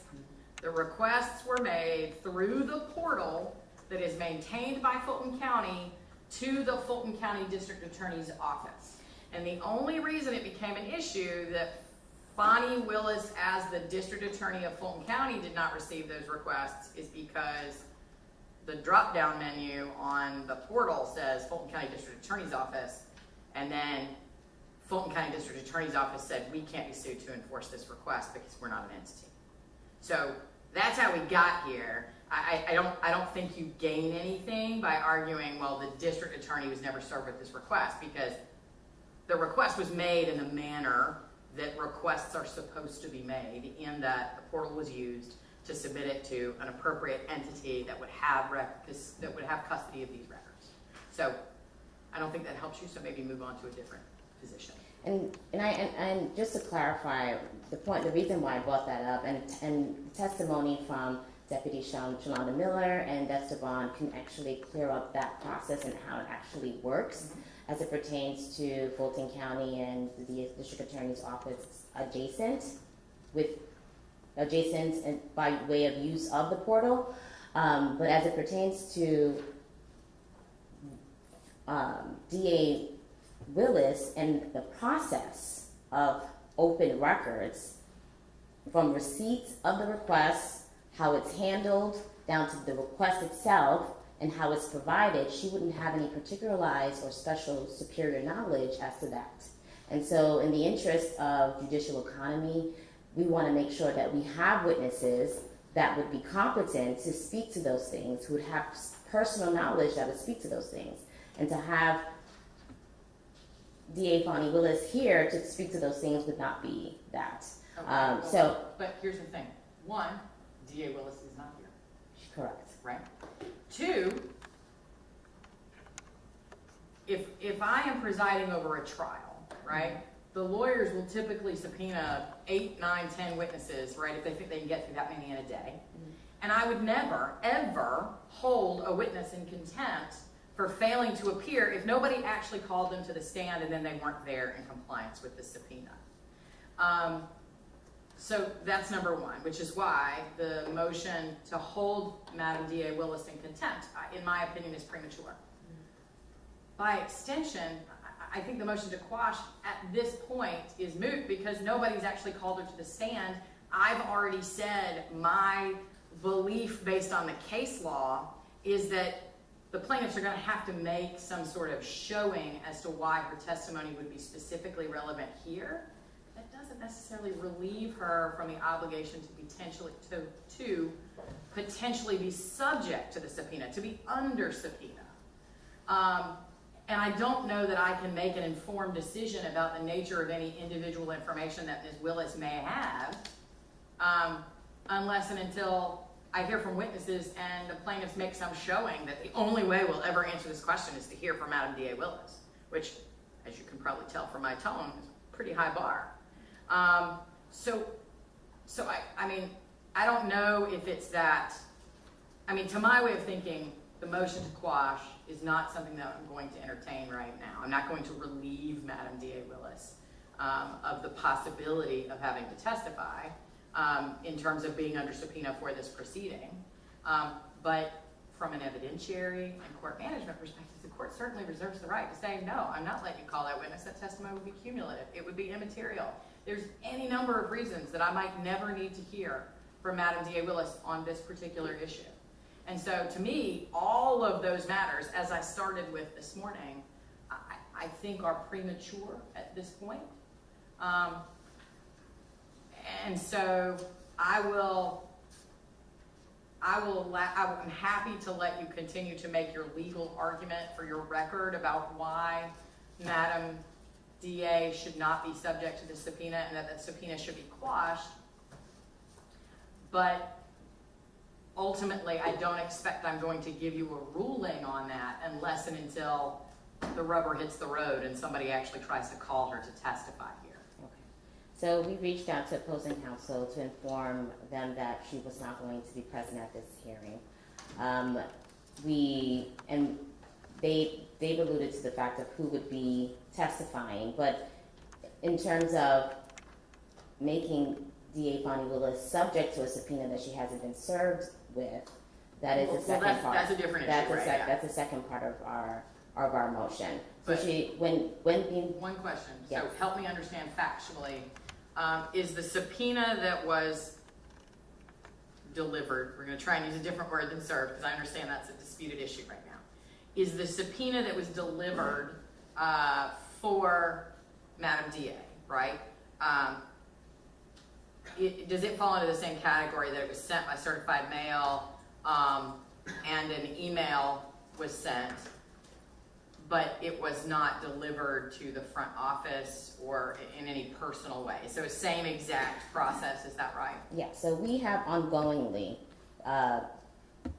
checked with the DA's office to see if service was received by Madam or the office, front desk as they alleged, in their pleadings, and that has not been the case. When I did a checking of the USPS tracking that they provided in their exhibits, I think it's Exhibit G, in their certified return receipt mail receipt, it just says Fani Willis. It doesn't provide an address. And then when I look at the tracking, it says could be at front desk, mailroom. It has all these slashes of all the places that this certified mailing could be. Well, but if certified mail is allowed, right? If certified mail is an acceptable way to serve a subpoena, and it was mailed to the address, right, that someone, I think I understood Ms. Merchant to say that it was return receipt requested. So someone signed the return receipt? That is not my representation, Okay. that if someone signed the receipt. All I know is that in tracking the certified return receipt that the plaintiff alleged was sent, that it was confirmed that it could be delivered at the front desk, mail, which is all different places within Fulton County government. The front Oh. desk and the mail room Being are someone who's subject to getting my mail through Okay, the Fulton it's all County different processes. places. But I guess my question is there really a dispute that the subpoena was mailed to an address at which one could expect eventually Yeah, the DA it's to still receive? something that she has to receive, and she was not in the jurisdiction to receive it. Well, okay. If it was properly mailed to an address that's associated with the DA, where the DA expects to receive mail, if certified mail is sufficient, isn't that sufficient? It's my understanding that it's not just a certified mailing. Once you've done the certified mailing, the person that it's certified mail to would have to accept that certified mailing. You can't just leave it at a front desk of someone's home, leave it at the front desk of someone's office. That person would have to have received personally that certified mailing. I would not be able to accept certified mailing on anybody from my office. That's just not how it works. I think we need to talk about that a little more. I'm not sure that that is accurate. I think that if personal service is required, then personal service is required. If service by mail is allowed, then delivering it to the address where that person or entity is known to receive mail potentially would be complete service. Because otherwise, then really you're just engaging in an extended effort at personal service if the argument is once it gets certified mail delivered to, again, to my analogy of the CEO, the mailroom of the Ford Corporation, right? And the Ford Motor Company, and then it's got to go through 17 hands before it actually gets placed in the hands of the secretary of the CEO. That would defeat the purpose of allowing certified mail of a subpoena, would it not? Well, the thing about a subpoena that it subjects the actual person to do something, the actual person. So absent some sort of express consent from that person who is named in that subpoena is not, that service of that subpoena is not enforceable. The court does provide some direction on this. In the Edenfield versus State case, it says that the lack of personal service invalidates the legal force and effect of a subpoena.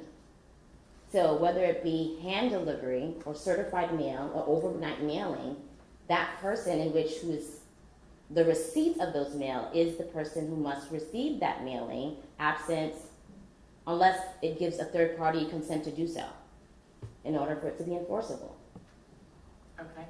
That is my understanding and the interpretation of the statute. So by that logic, let's play it out to its natural conclusion. The DA was not in the state of Georgia on Friday, when I think someone has told me that Friday which was Friday the 13th, how fitting, that Friday the 13th was when these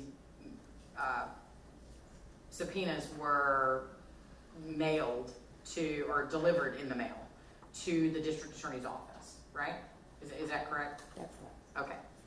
And so by your logic, because Madam D.A. Willis was out of town on Friday, that subpoena could never be served on her because she wasn't here to receive service of a certified mailing to her office where she routinely receives mail. Well, that's assuming that it was sent to her office. And that's correct. If she was not there to receive it in person, and she did not provide express consent for it to be received on her behalf, that is not proper service. Okay. And also too, I failed to mention in the first part of my argument, in terms of the substance of the subpoena.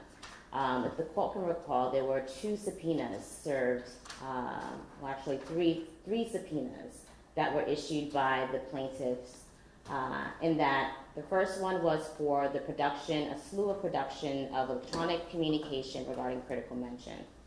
Then we have an alleged witness subpoena, which never took place.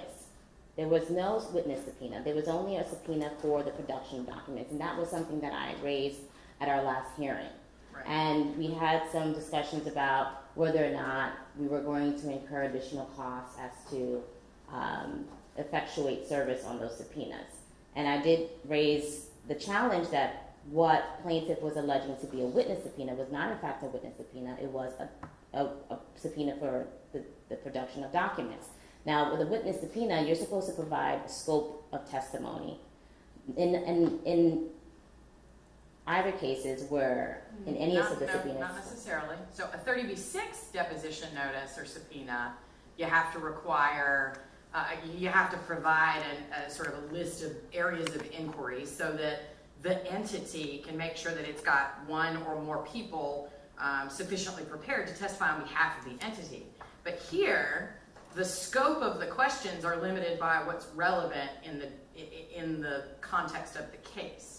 Now, I understand it might have been accompanied by subpoena requests for documents, but the scope of the testimony that might be offered or expected to be offered by any individual under subpoena is, controlled by the scope of the case. Okay, so to that point, which leads me to my next point, you have subpoenas for the request of documents that are not the same as the underlying open records requests. They do not mirror each other at all. Yes, there are key terms such as critical mention, forfeiture reports, analytical reports, but they're not the same exact requests or searchable items. So we're essentially, what plaintiff has done here is opened up a whole new comportment of information that originally she wasn't entitled to. And so now we have a slew of subpoenas to what started out as from 16 individuals to now 11. That's harassing. That is harassing within itself.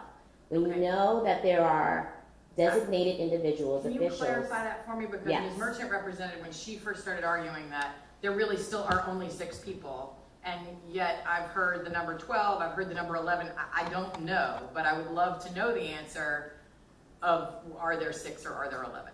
Okay, so from what I can recall, and I believe this is all part of the court's record, but there was a notice of filing of subpoenas. Yes. And I do believe that there were a list of somewhere around 16. Don't Yes, quote and me, and I would have to just double That check is that. part of the record. It is, for my benefit, I'm going to say this. There was a notice of filing subpoenas filed on August the 30th. It's docket number 48 in my record. So, Okay. yes. And there were a number of individuals, all of whom, I don't know if it was that they were provided to plaintiffs and they filed them or if defendants filed them, but it looks like Bond, Willis, DeSantis, Bailey, Dilligard, Armstrong, Kerrigan, Murray, that is the list, but they all filed some sort of response and objection to the subpoenas that were served by them. Yes, Your Honor, I was the one who filed those objections Thank on you. their behalf. Okay. And also those responses, hoping that it would resolve it. However, it became a moving target where, oh no, we're not talking about critical mention documents anymore. We're talking about all these other things: rebranding, promotional materials, list of attorneys in their hiring dates. If you compare, and this, once we get to the hearing, Your Honor, we'll be able to view the open record request individually, precisely as to what was requested and how they were responded to. And also, we can also compare them to the actual subpoenas for production of documents to see what was requested of these individuals, why these individuals were even selected to request these things. I mean, I have a subpoena from Miss English, and she's someone I didn't even file a motion to quash for, because at this point it was just completely out of hand. But I said, you know what, her testimony or getting her here, I do believe is irrelevant as it pertains to the subpoena, all because she missed one email. To have her be subject to a subpoena I've never heard of that type of practice before. But this is how the plaintiffs have decided to practice in this matter, by subjecting all these people to subpoenas who they know that do not have access to that information. Ms. English, who is a member of External Affairs, She does not work for the DA's office. She wouldn't have any information regarding the DA's bank accounts. I have a subpoena in front of me here where she's asking from checking accounts from critical mention, contracts, NDAs from the DA's office. Why would Ms. English have that information? A member from External Affairs.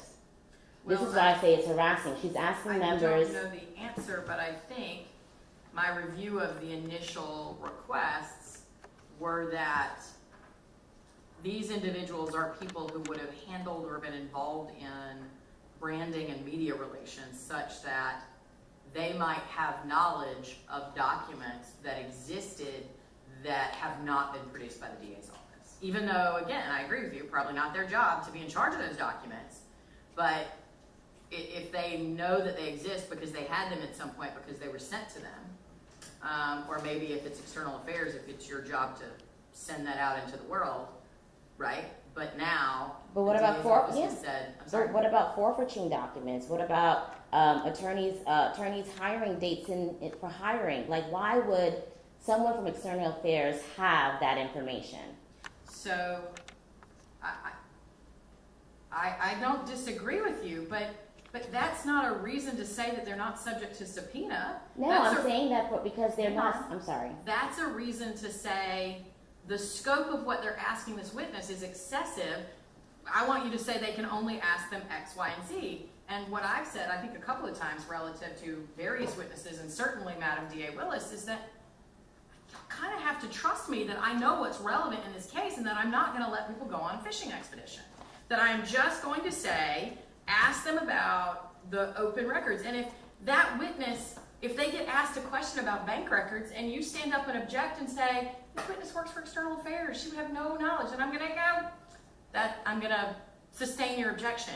I mean, so much of this is subjective about how this evidence is going to come in and about what is relevant to the scope of this hearing, this proceeding, which is, are the records public records? Were they maintained? Were they requested? What efforts were made to provide that? I completely understand the court's position, and I guess because we're so closely tied to this case, we know the ins and outs of it, and we know that if your sole purpose is to obtain information, there's a comportment, there's a posture in which you do so, and the plaintiff has not taken that posture. In fact, they're using this as a platform to create a show. This is not about gaining information. This is purely about harassment. And I'm not shy to express that to the court. And I understand how the court may differ on this point. It's not that I differ. It's that all of you are talking about the fishing expeditions and the harassment and the gamesmanship that I can see on both sides. But what I am telling you is the law does not support that as a basis, right? The questions that a court is to consider on an open records enforcement action is, are the records public? Were they requested? Were they produced? And if they were not produced, why were they not produced? Why the person wants them is not a relevant consideration, even if I think that the only reason the person wants them is for harassing reasons. That's not a relevant consideration. And so I understand your frustration, but again, I think we are wasting each other's time by continuing to talk about the gamesmanship and the harassing nature of this exercise, because I kind of agree with all of you that this is both frustrating and gamesmanship on all sides, and probably going to be used for some harassment or whatever on the back end. But my concern, legally, within the structure of an Open Records Act request is, are the records public? Which doesn't seem to be in dispute. These are public records that would be subject to the Open Records Act. Were they requested? Also doesn't seem to be in dispute. And were they produced? That is in dispute. And if they were not produced, why were they not produced? Also in dispute. And now, if we narrow ourselves to those issues, then it just feels like we can move this case forward to actually consider the substance rather than this, which seems to be, they're trying to harass me, so I'm not going to agree with anything they ask me, and vice versa. They're not agreeing they're putting up roadblocks, so I'm not gonna agree to anything, right? And that is not the way that we all want to conduct ourselves. I understand, Your Honor. Just to close, in terms of, Your Honor, we're not trying to belabor this point any further. We do understand that we have a hearing to get to, and we have individuals here who can testify to the merits of this case in a way that is efficient, in a way that is substantive, and in a way that could bring this case to a speedy close without all the extras. And those two individuals are Dexter Bond and Shalana Miller. We stipulate to the point that that documents weren't provided initially, and as what the hearing will display, it will get into the request, it will get into who received the request, it will get into how the request was processed and how the request was responded to. But I would just ask the court, in the interest of judicial economy, and to make sure that we are actually getting the information that will be helpful to the court to consider, so the court can have an easier job in hearing the case on its actual merits versus the narrative that the plaintiff wants to project to the court. Okay, so thank you, Ms. Monroe. A couple of questions I have for you before you have a seat, and then we will move on. Essentially, same question to, and it may be to Ms. Alabi, I'm not sure, but I think I understood that for the limited purpose of moving this forward, that Mr. Bond would be willing to waive that insistence on formal service and be available to testify today. Did I understand that correctly? Yes, Your Honor, and I would ask this court to reserve ruling on my motions until such time that Mr. Bond does testify, and see if that settles your mind with regard to the other individuals, non-party. And that was my intention. My next question is, what about Ms. Miller? Yes, Your Honor, she's here and She's ready. willing to, Absolutely. We didn't file a motion to quash on her behalf. okay, just want to make sure. Mhm. Okay, thank you. Thank you. Ms. Merchant? Yes, very brief. Since it was your burden, I'm going to give you a chance to reply, but please be brief. I promise. We've been beating this horse for 2.5 hours. I understand. First, Dexter Bond was personally served of this subpoena, so didn't know that was a big dispute. Should have brought that up earlier. We have his return. So he was served. So I'm not really sure why they're arguing he's not served. We have the return. It doesn't matter because his counsel on his behalf has said he will waive service to the extent it was defective in any manner and testify today. And Judge, I always had planned on calling Dexter Bonds first and calling Shalana Miller second, and then calling Jeff DeSantis, and I can enunciate exactly why I believe Mr. DeSantis, and if we get to it, Ms. Willis, would be relevant. The critical mention piece is, there was a private password and a private app. Dexter Bonds was not involved in that at all. Never had it. You can tell from the emails. If you look through the emails, he did not participate in that. He signed the check, but he did not participate in that. And you can see that through some of the email traffic where he's talking to Jeff and he's like, I don't even know what this is. They're asking about critical mention. What are they talking about? Jeff DeSantis is the one that had that account. He can answer the questions about the maintenance of the reports. Dexter Bond, I don't believe can. Maybe he can, but I don't believe he had personal knowledge because the only two DA employees that actually had access to critical mention are Fani Willis and Jeff DeSantis, which is why they were under subpoena. So I think that he is relevant for that reason. I think that will become abundantly clear when Mr. Bond testifies. Bond did not have access to those reports, those types of things. That was not part of his job, so Mr. DeSantis would have that. The other thing is, I just wanted to clarify for the court, the same thing with the reports and the analytics for critical mention. The only people on those reports and on those emails are Fani Willis, Jeff DeSantis, and then a former employee who does not have access anymore, Robin Yerty. And so those are the only two. There's an email specifically, it's at Merchant 0095, June 4th email, where Ms. Willis is emailing Mr. DeSantis and Ms. Bryant, talking about she's waiting on things from critical mention for a book. And they're the only people on that. So I can't ask Mr. Bonds about what stuff they're waiting on from critical mention, what documents exist. Mr. DeSantis is the only one, and Ms. Willis, that I can ask about that. As far as the motion to enforce the subpoena, I understand the court's not happy that we filed that preemptively. The reason that we did, just to clarify, is because recently there was another subpoena issue, and the court's order in that case said to preserve the right to call that witness, you had to move to enforce the subpoena. So out of an abundance of caution, as soon as Ms. Monroe said, Ms. Willis is not showing up, we moved to enforce the subpoena to preserve that right. once they let us know that. As far as, you know, the only other thing that seems to be a theme is that this is oppressive and harassing. These are all the same things I've been asking for since January. They were not, they're not oppressive and harassing. I just keep hearing that term without any explanation as to how they are oppressive and harassing. I'm asking for documents that are public records, taxpayer-funded records, you know, and we've made concessions. We've been asked to make 2 concessions on witnesses. We were asked to release Miss English. I agreed. I said, I don't think I'm going to need her. Can she be on call? And we don't care if she comes by Zoom, because I don't think I'm going to need her. They asked me that. They asked if Mr. Kerrigan could have a substitute because he's at a conference. That's fine. I told them exactly what the testimony would be that I would be questioning so they could prep that witness. We've not been unreasonable. I emailed every single witness that we subpoenaed and said, talk to me. Most of them emailed, if they did email back, just telling me, no thank you. But if there were any questions, I mean, we've tried to be accommodating. So the only request we had, we even were willing to accommodate Ms. Willis to testify by Zoom once we found out she was out of town, and we were told no thank you to that as well. So we're not trying to harass people. We're just trying to find out where these documents are and why we're not being given them, still to this day. So I just hope we can move forward, Judge. Okay. Oh, and Judge, we've got all the subpoenas if we need to reserve them. Ms. Alabi said, I mean, I have copies of them. She's emailed. She can have my originals.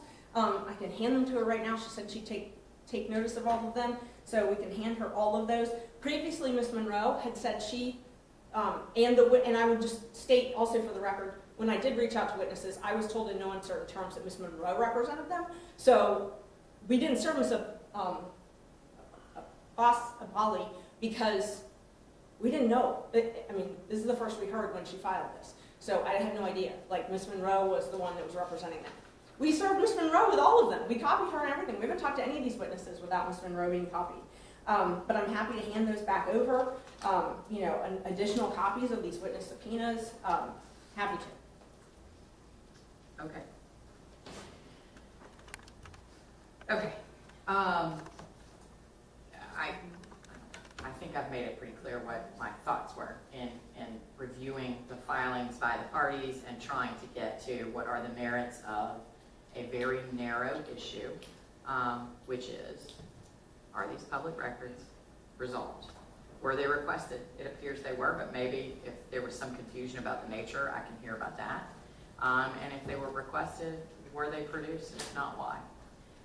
It sounds as if we have agreed that we can try to move forward with Ms. Miller and Mr. Bond regarding the merits of, did they receive requests, how did they get processed, what did they do to comply with the requests, and what did they do to produce.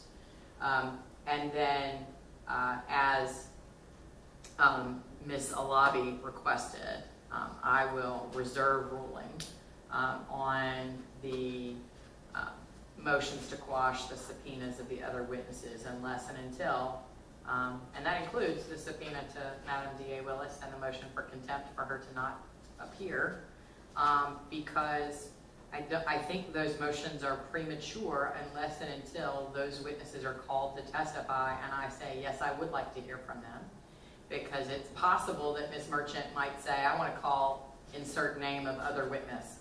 And I say, why do you want to call them? And I then am allowed to say, I don't really think I need to hear from them because I think it would be immaterial or cumulative of testimony I've already heard. And so unless and until she calls a witness that may or may not be under subpoena formally, and I say, yes, I want them to take the stand, I don't think I need to rule on either the sufficiency of the subpoena in terms of its service or the scope of what was requested in the subpoena, unless until that issue is presented to me. So I will accept your invitation, Ms. Alabi, to preserve or to reserve ruling on those motions to quash until such time as I have to, until I think they're right. So it is 12:30. We've been going since this morning. What I'd like to do is take about a 45-minute break so we can all refresh ourselves and clear our minds and maybe get some food so we don't fall over from hunger, and then get started at 1:15 with actual substantive testimony and hearing. Okay? Thank you. Anything else I need to address before we adjourn for 45 minutes? No, Your Honor. Thank you, Your Honor. Thank you.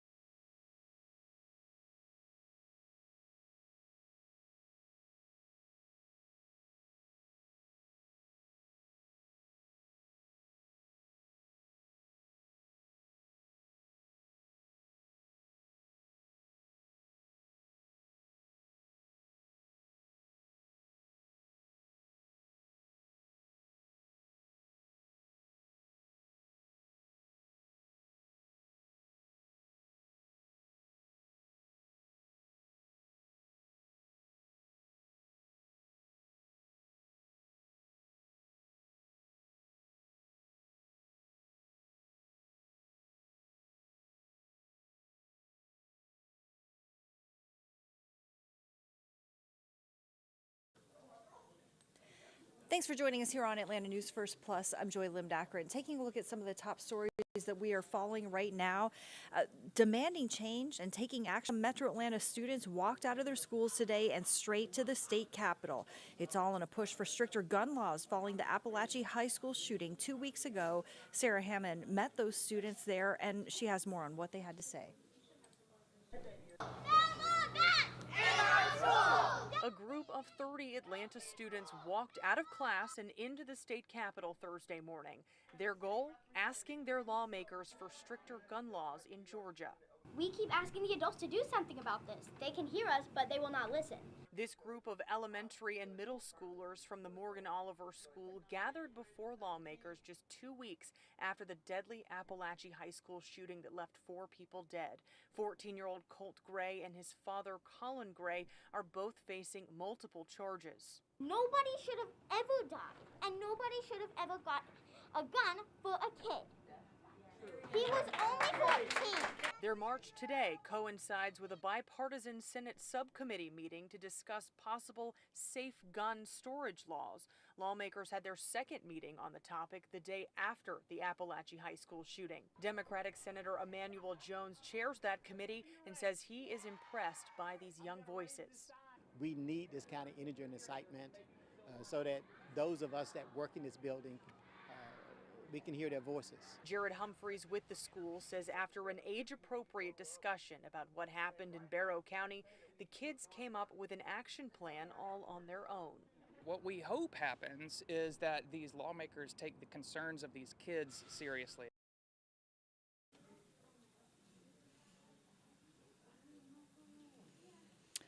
And the Appalachia School shooting suspect, as well as his father and their lawyers, have just been ordered not to contact one of the victims. We obtained a new restraining order, which details the victim has clearly expressed no contact from any of the accused or their counsel as the case unfolds.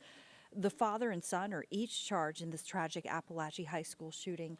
The 14-year-old faces 4 counts of felony murder. His father, Colin Gray, charged with involuntary manslaughter, second-degree murder, and cruelty to children. Investigators say he allowed his son to access the gun used in that shooting.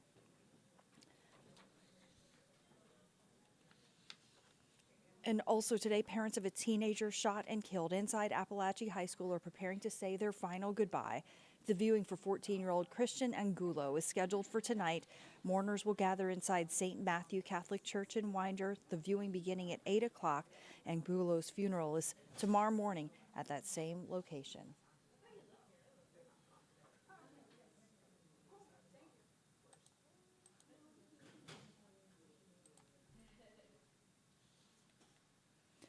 Two Metro elementary schools facing closure and happening tonight. Parents are planning to pack a Fulton County School Board meeting to voice their opposition. Atlanta News First Don Shipman is with the First Alert Breaking News Tracker at the South Learning Center in Union City, where a lot of parents are planning to show up tonight. Right now, 351 students attend Park Lane Elementary, a modest-looking school nestled in East Point's River Park neighborhood. But on trend nationally, the district projects enrollment at the elementary school to continue to drop in the coming years, falling well below Fulton County's benchmark of 450 students. All 4 of Sabrina Clark's children attended Park Lane. It's going to be very inconvenient for the parents in the neighborhood. It's not just parents who worry. An East Point property investor who didn't want to go on camera wants to know what the county plans to do with the vacant building if the board votes in favor of closure. So why not think about a new way? The mayor of East Point is concerned as well. She noted the importance of a school like Park Lane, which specializes in helping children with disabilities.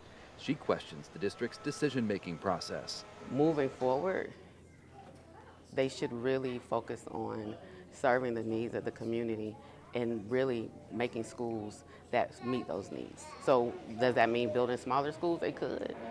Why is it that there's only one model? The community will get an opportunity to voice their opposition to the potential closure at tonight's Fulton County School Board meeting. Parents say they will be there. Now they have to worry about, changing bus routes or whatever in order to get them to the closest school, wherever, they're going to reroute them or whatever school they're going to join in.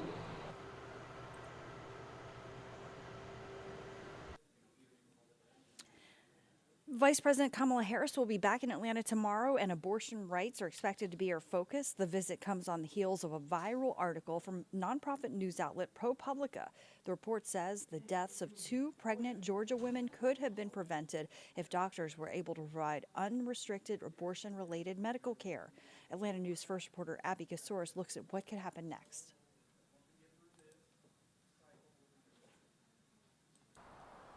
ProPublica reports that the state agency tasked with reviewing maternal deaths found that the deaths of at least 2 Georgia women were preventable.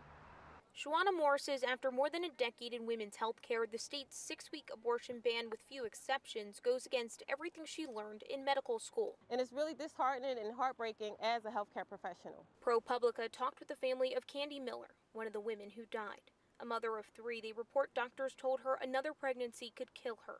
She ordered abortion pills online, but there were complications. She needed a procedure to clear tissue from her uterus and stave off sepsis. She was bedridden and in extreme pain before she died.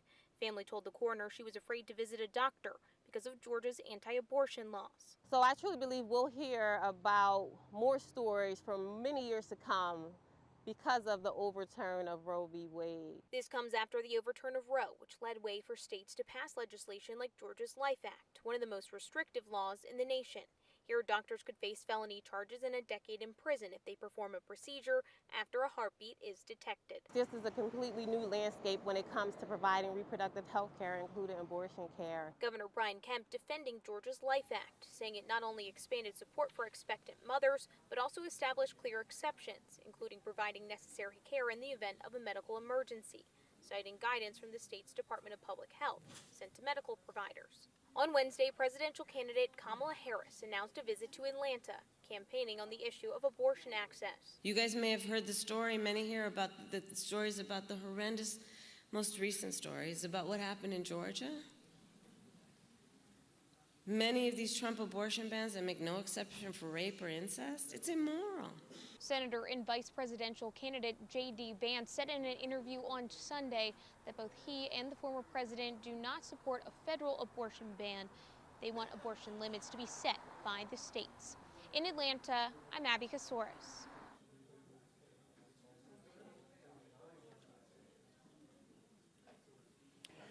Returning to DeKalb County, where the school district employees are saying they haven't gotten their paychecks on time or in full. The district's latest letter to employees states pending payroll issues will be resolved by September 30th, which includes back pay for what's owed and checks that were actually never received. And Atlanta News First spoke with a district employee, and it has a lot more.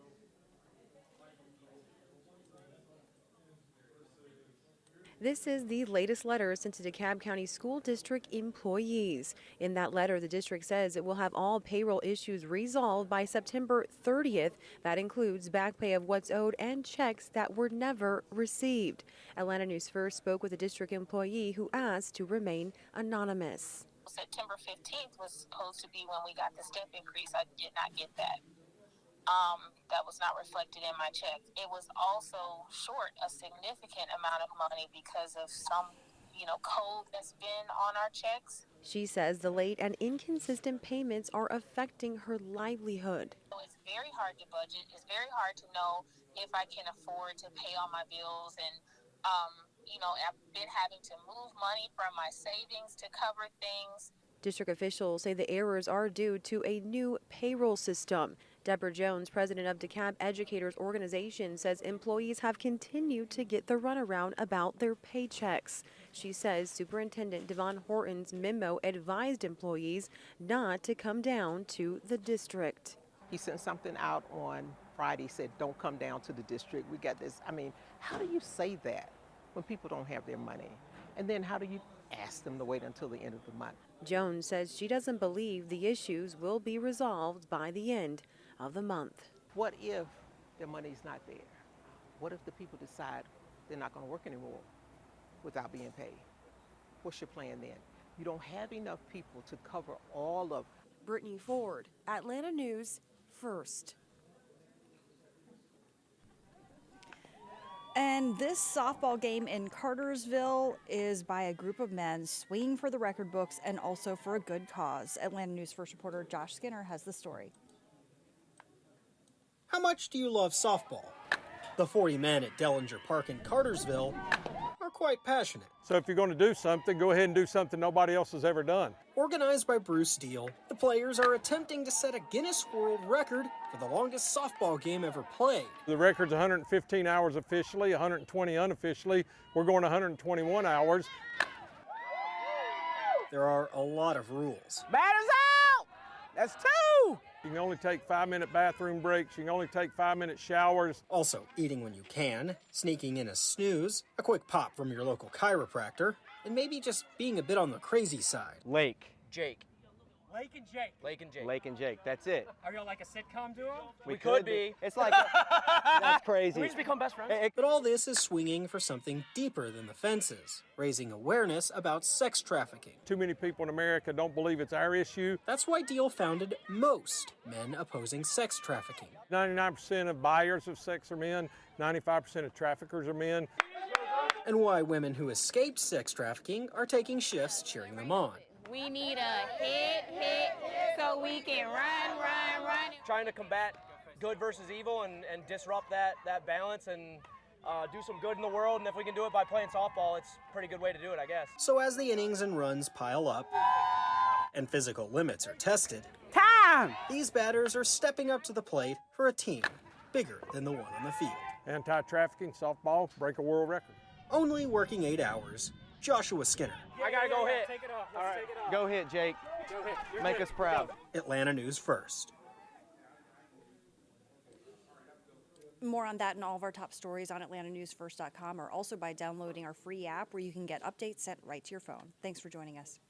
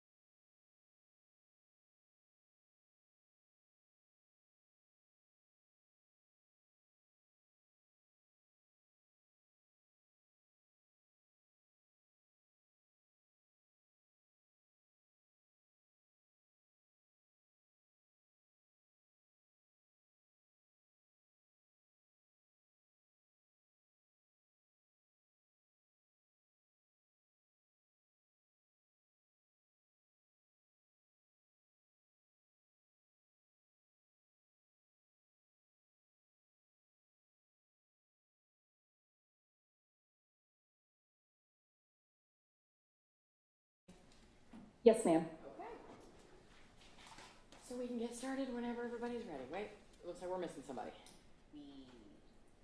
No, we're not missing anybody, but I did want to make a note that the court reporter would have to leave by 4 p.m. Is that going to be an issue? I think we'll probably have to decide at 4 p.m. But if we're going to lose our court reporter and we for some reason still need to go on, then as I've mentioned, we will just continue the hearing into the morning and we'll reconvene in the morning. Okay. And I'm actually cleared until 5 now. Sorry about that. Okay. Okay.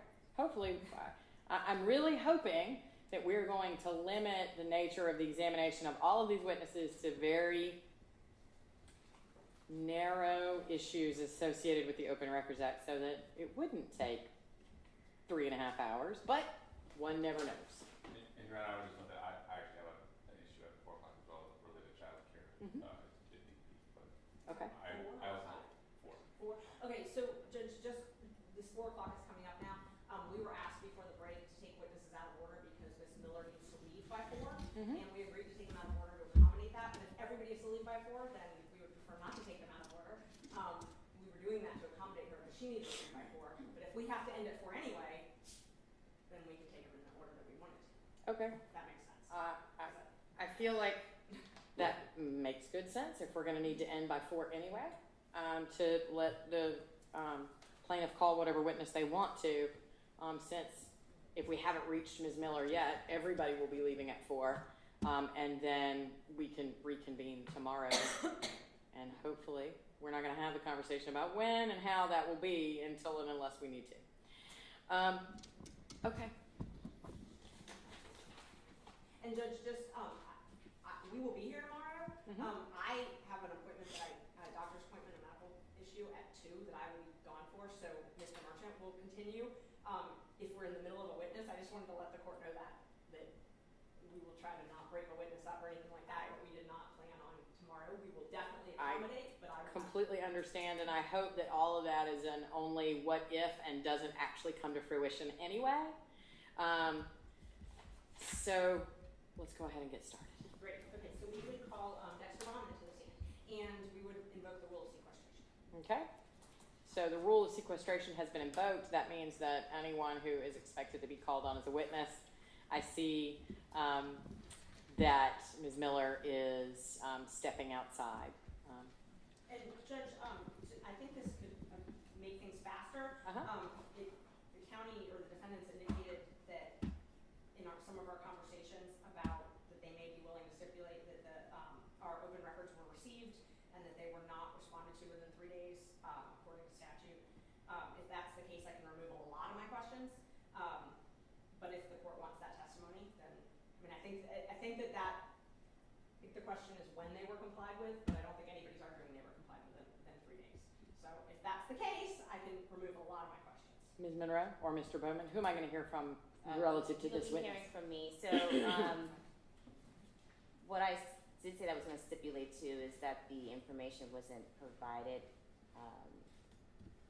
initially, but as far as the 3-day window, I would have to double check because there are several requests before Your Honor, so I'd have to double check which ones in fact were not responded to within 3 days. So I can't make that confirmation. If I just have like 2 minutes to check my notes to see which ones were actually complied. I think that is time well spent because that 2 minutes might save us 30 minutes. So if you will take a moment to do that, that would be much appreciated, Ms. Monroe. Thank you. And regarding as a moment ago, I was talking about the rule of sequestration. Just right now, it looks like we're only going to be having Mr. Bond and Ms. Miller as an initial matter, but I just always ask, y'all know who your witnesses are and what they look like way better than I do. So if somebody wanders in, please keep an eye out. Also, that applies, I'm sure I don't need to say this, but it bears repeating to anybody that might be watching on the Zoom or on the live stream. If you anticipate that you might be called as a witness in this matter, you should not be observing these proceedings. Thank you.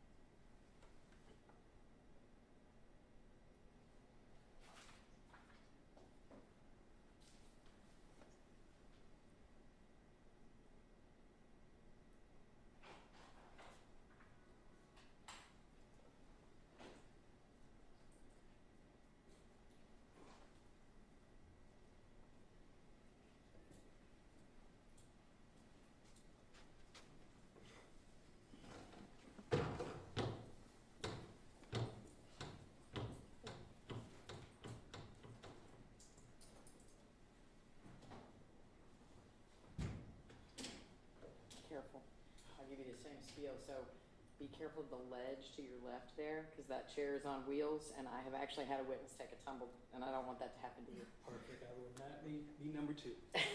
I appreciate it. Thank you, Your Honor.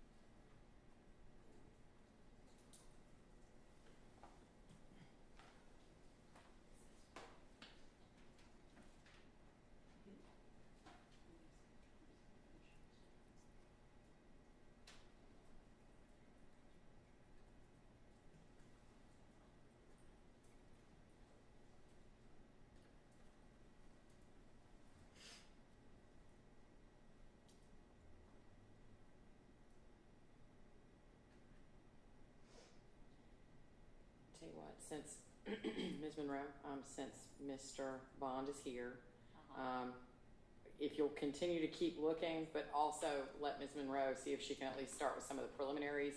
And it may be that even he, I'm sorry, Ms. Merchant, it may be even that Mr. Bond can confirm what you're trying to confirm. I appreciate the effort, but just in the interest of time. Yeah, of course.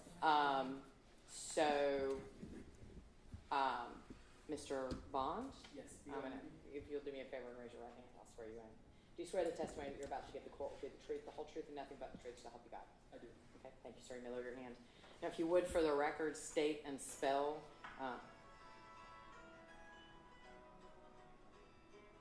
There's musical accompaniment. It is I thought I was surprised all of us were. I thought it was the document too. I'm like, That's never happened before. okay. fancy. Okay. Right? Yeah. Oh my gosh. Okay, so I think you already, or I was asking you to please state and spell your name for the record, and then I will deliver it over to Ms. Merchant to begin her questioning.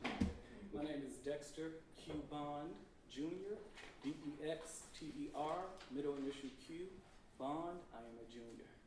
Great, thank you so much, Mr. Bond. Can you tell us what your job title is? I am the Deputy of Operations for the Office of Fulton County District Attorney's Office.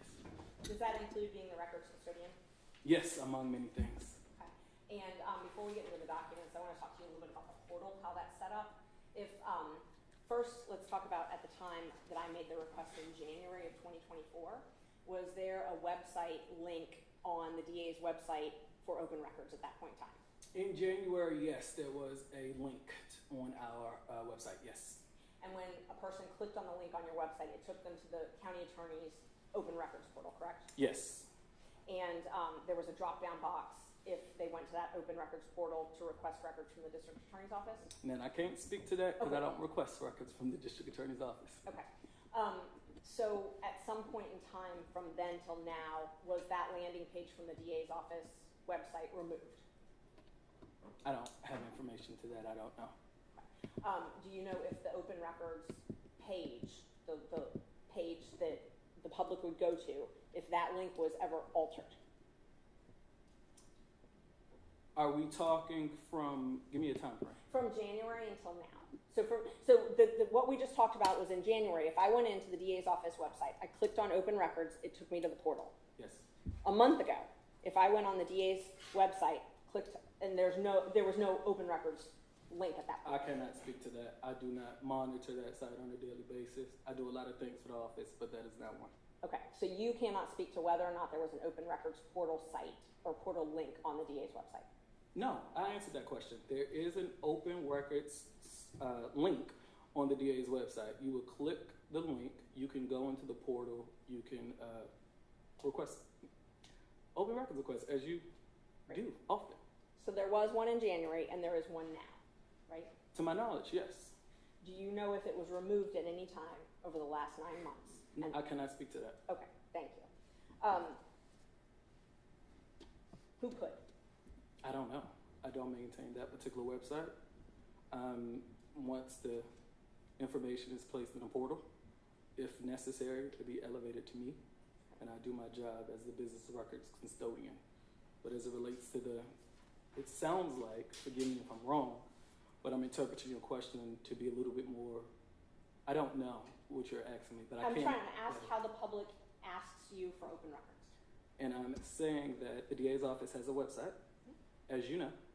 The DA office has a link that you can use. The DA's has once you click that link, it goes to a portal, which you have used several times. And once you go into the portal, you can put in your request. That's what I'm saying.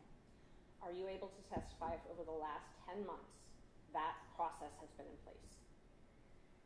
I'm going to object just based on the fact that the availability of the link in the portal is not an issue in this case, and it's not an issue pertinent to whether the records were provided timely. Ms. Merchant, is there a reason, is what you're really trying to get to that for the entirety of the last 10 months, Mr. Bond or someone else would be tasked with and subject to complying with open records? Or are you really trying to ask if there's an actual portal button on that website for the whole last 10 months? I'm trying to figure out if they've had, so once I made my request in January, I had to make follow-up requests and it went away. And I wasn't able to continue to make those follow-up requests, which is part of when we continue to make those requests. Okay. Forgive me, I'm going to reframe your question and you make sure that I'm not reframing it appropriately, right? Your time frame at issue is from January to the present. Yes. And you are asking me at any time, did that particular process deviate? Yes. The answer is yes. Okay. May I explain? Please. Because of the cyber attack. I do know, if I'm familiar, that you received the open records request saying that, hey, we are under a cyber attack, this will require a delay, and I do know that this portal is not maintained by my particular office, right? I think you and I can agree with that they made some modifications. So if your question is, look at 10 months, did something change from the routine? The answer is yes. The reason why is because it was a cyber attack. I'm just going to interject very briefly. You're like me, you're naturally a fast talker. And for the benefit of the court reporter, she's already asked us once to slow down. So if you'll try to be real conscious about speaking slowly so she can take it down, okay? Yes, Sean. Thank you, sir. Go ahead, Ms. Merchant. And I just want to make sure I understand. So it changed because of the cyber attack. So that portal link was at some point disabled or not available? So you asked me, did something change? I reframed the question to make sure that we were on the same page, right? I told you, yes, something did change. I gave you an answer as to why that did change, and that was as it relates to the cyber attack. Again, the framing of your question was from January to the present for the last 10 months, right? Mm-hmm. And enter in your question, you asked me something about the last 10 days. So forgive me 10 months, I'm sorry. You said 10 months, but you also said 10 days. I asked you a follow-up as it relates to the framing, right? I've answered that question from January to the present. I have told you that the reason why that has changed is because of the cyber attack. I've also told you that I do not maintain that website on a daily basis. My question was, how has it changed? You said it's changed. My question is, how has it changed? I cannot answer that question. What I can say is that from 2021 to the present, the DA's office has had access that allow constituents like yourself to request open records. That link is displayed on our website. Once you click that link, you can go into the county's portal. I've also told you that I do not monitor that website on a daily basis. So if you're asking me how, I cannot answer that question. But if you telling me, look at the last 10 months, if it has changed, I am telling you a cyber attack has required a lot of things, including open records, to change. Do you monitor the open records portal? Do I monitor it on a daily basis? No. Do you monitor it at all? Yes. How often do you monitor it? On an as-needed basis. As needed. Yes. How do requests come to you? You go to the link, you put in, it goes into the portal. Sorry, and just to save time, I'm not asking how I do it, I'm asking how they come to you. Once a staff member on my staff, a designated staff member for open records requests, receive the open records. If it's standard, like the many of you have supplied, we can go ahead and give you a responsive record, right? If it's not standard and it requires an elevation of some sort, then it is elevated to me by a staff member. elevated to you? by Elevated to me by Okay. a staff member. So the first sort of triage is the staff member reviews it, determines if they can just answer it quickly. I would say that, yes. And then if it's something that's more elevated, can you describe what something more elevated would be? I'll do it the opposite way if I can. If you're looking for an invoice, a particular invoice, and that invoice has been commonly requested, my staff knows that this is a particular invoice. And for efficiency purposes, we'll get that responsive document to you as quickly as possible. And then if you're talking about something that is exempt or possibly exempt, that's an example of something that's going to be elevated. And not in this particular case, but in some cases, my exemptions include open and active investigations. So in those particular cases, that'll be elevated. Were my requests elevated? You have to be more specific. You know, you gave me about 40. Were any of my requests elevated? Yes, ma'am. Were any of my requests not elevated? You can narrow it down. I'm going to say yes because 40 was not presented to me. I know that you are a frequent open records requester. I know that we have responded to open records requests. I am familiar that you, I would say dozens, and I would not say that all dozens have been presented to me. Those have been closed out based on my monitoring. So I am comfortable saying that all have not been elevated to me. And you said I did 40 open records requests? I said dozens, maybe 40. I feel comfortable saying dozens. I know. They're maintained on the open records portal, right? Yes, I'm pretty sure they are. So maybe 40, maybe 30, but I know it's a lot.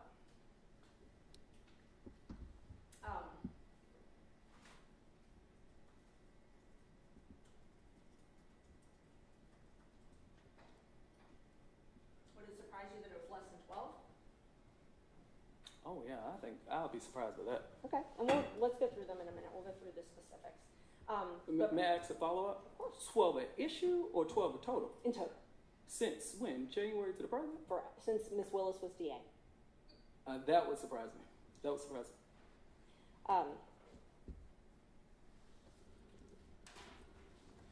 You all have a employee manual that you use at your office, right? Yes. Okay, and that governs, it also talks about open records requests. I believe so, yes. And if you want to look, we've got, these have been admitted previously. This is Merchant 0602. I believe the county attorney supplied this, I'm assuming, from your office. Does that look like, you can look at it on your screen, part of the employee handbook that's given to new hires that Ms. Willis created or updated? Mr. Bond's eyes may be better than mine, but you might need to make it bigger because Okay. my screen's pretty small and I'm struggling. Yeah, it's hard to read. So that's okay. Thank you. Thanks. Does that look like the section regarding open records compliance?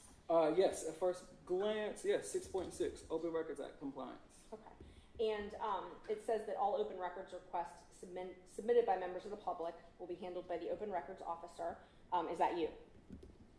It will be handled through the portal, so no, not necessary. It will be handled under my leadership. Okay. And so handled under your leadership, but through the portal. It also says that DA employees should consider all communications that occur on county email, cell phones, and other county-owned technology to be considered open to a FOIA request. Subject to no exemptions, yes. So I think that's consistent with the Open Record Act. I would agree with you. Okay, so subject to no exemptions, county email and cell phone communications would be something that you would provide in open records. General rule, but I think you and I can agree certain things exception. I work with 385 staff members. Of those 385, about 150 or so are attorneys, and we know that there's exemptions. So anything that they're working on as it relates to attorney work product or confidentiality work product are exempt. So yes, this is the general rule, but I don't want the general rule to be mistaken as the norm. Right, I understand. Definitely, there's statutory exemptions. Okay. You and I are on the same page. The statute's the And statute. to be clear, the employee handbook, while it is helpful guidance, doesn't change what the statutory obligation is one way or the other. So No, and the reason I'm asking him is the process in their office. You're trying to understand this process. And if I can clarify, I think the second sentence is certainly important, right? I know that our employees, again, I alluded to the size of the office, 385 approximately. We want to make sure that staff members who receive open records requests know what to do with it. So I think that was the angle. Okay, so the employees receive this and they are told that they need to forward it to legal counsel of the district attorney when they get something. At the time of that writing, yes, legal counsel. Okay, this is the current handbook though, right? I'll represent it's the one that your office provided earlier this week through Ms. Monroe. I would say yes. Okay. If your representation is correct, I would take that as this is the current one. And legal counsel, right now it's Ms. Abbasi, I don't want to say her name wrong. Alabi. Ms. Alabi is legal counsel now. It was Mr. Armstrong before, correct? Yes, he was at one point. Okay. So according to this, Mr. Armstrong or Ms. Alabi would be copied on all open records requests received by employees? So, no, let me deviate.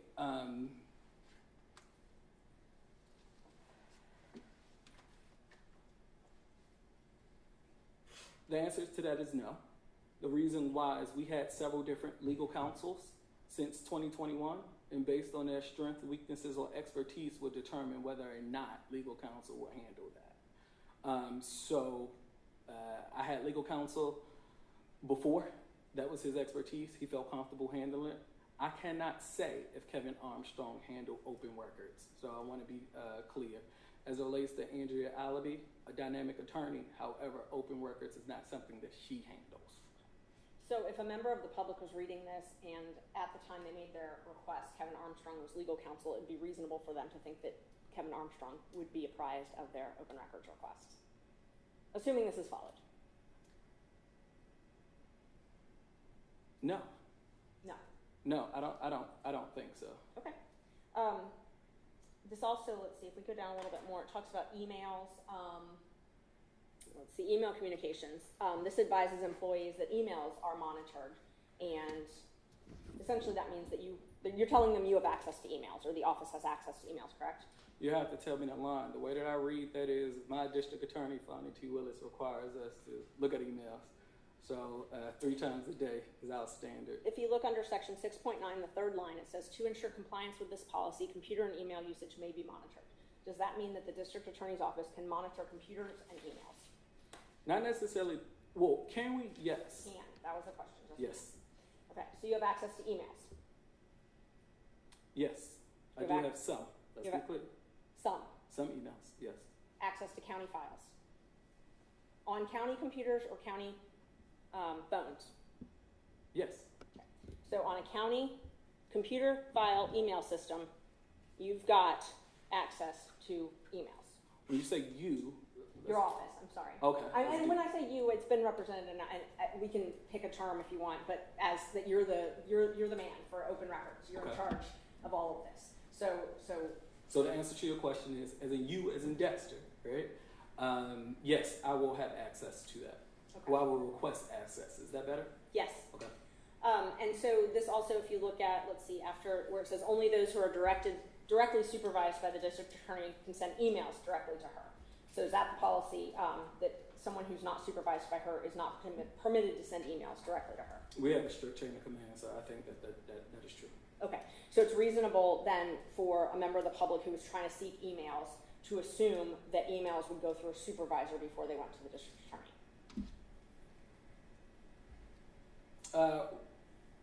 That would be a general practice, I think so. As an open records custodian, part of your job is to be familiar with the rules with record retention, right?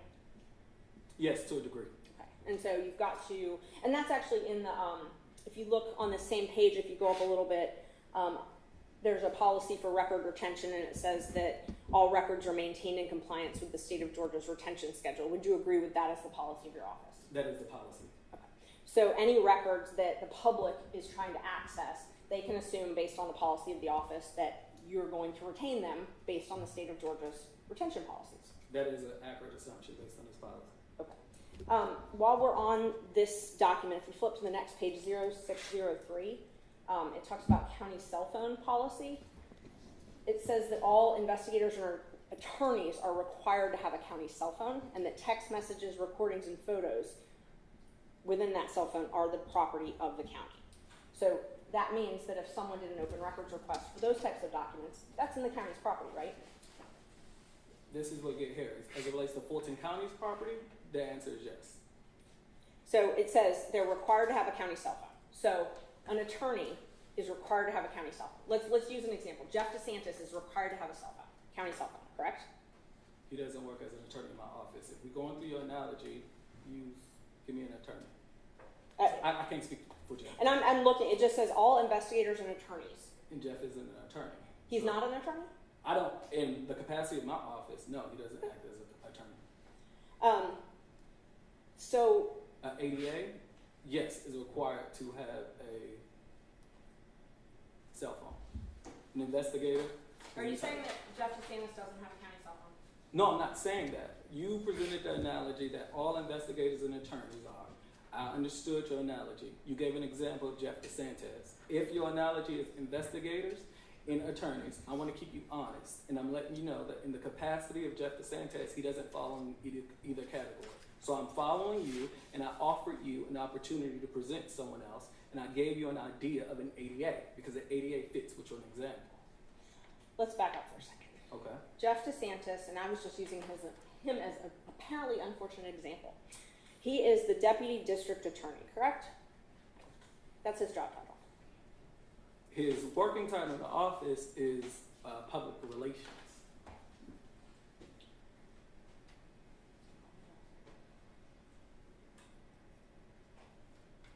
May I personally minister? Sure. Thanks. Showing you a printout of the district attorney's website. Can you take a look at that and see if that refreshes your memory as to what Jeff DeSantis' official title is within your office? Deputy district attorney. Thank you. Overseeing the media relations unit. Thank you. So the policy that we're looking at, county cell phone, says all investigators and attorneys are required to have a county cell phone. You're saying that not all attorneys and investigators are required to have a county cell phone. Is that accurate? That's not what I'm saying. You gave me an example of Jeff DeSantis. I could not speak specifically as it relates to Jeff DeSantis. I'm not arguing whether or not this policy exists. All investigators and attorneys are required to have a cell phone. Okay. That is correct. Okay, so all unnamed attorney has a cell phone. According to this policy, if that unnamed attorney on their county cell phone is messaging on an app on their county cell phone, and they're recording things, and they're taking photos, screenshots from an app, that's subject to the open records request. If there's no exceptions, yes. If there's no exceptions, thank you. Okay, let's move on to one of the requests that I want to talk about, and I have a couple different identifiers if you need them, but it's the critical mention media monitoring. Do you know if Jeff DeSantis has a county cell phone? No, I do not know that. You do not know that. Okay. Who would know that? I'm assuming him. Anyone else? I don't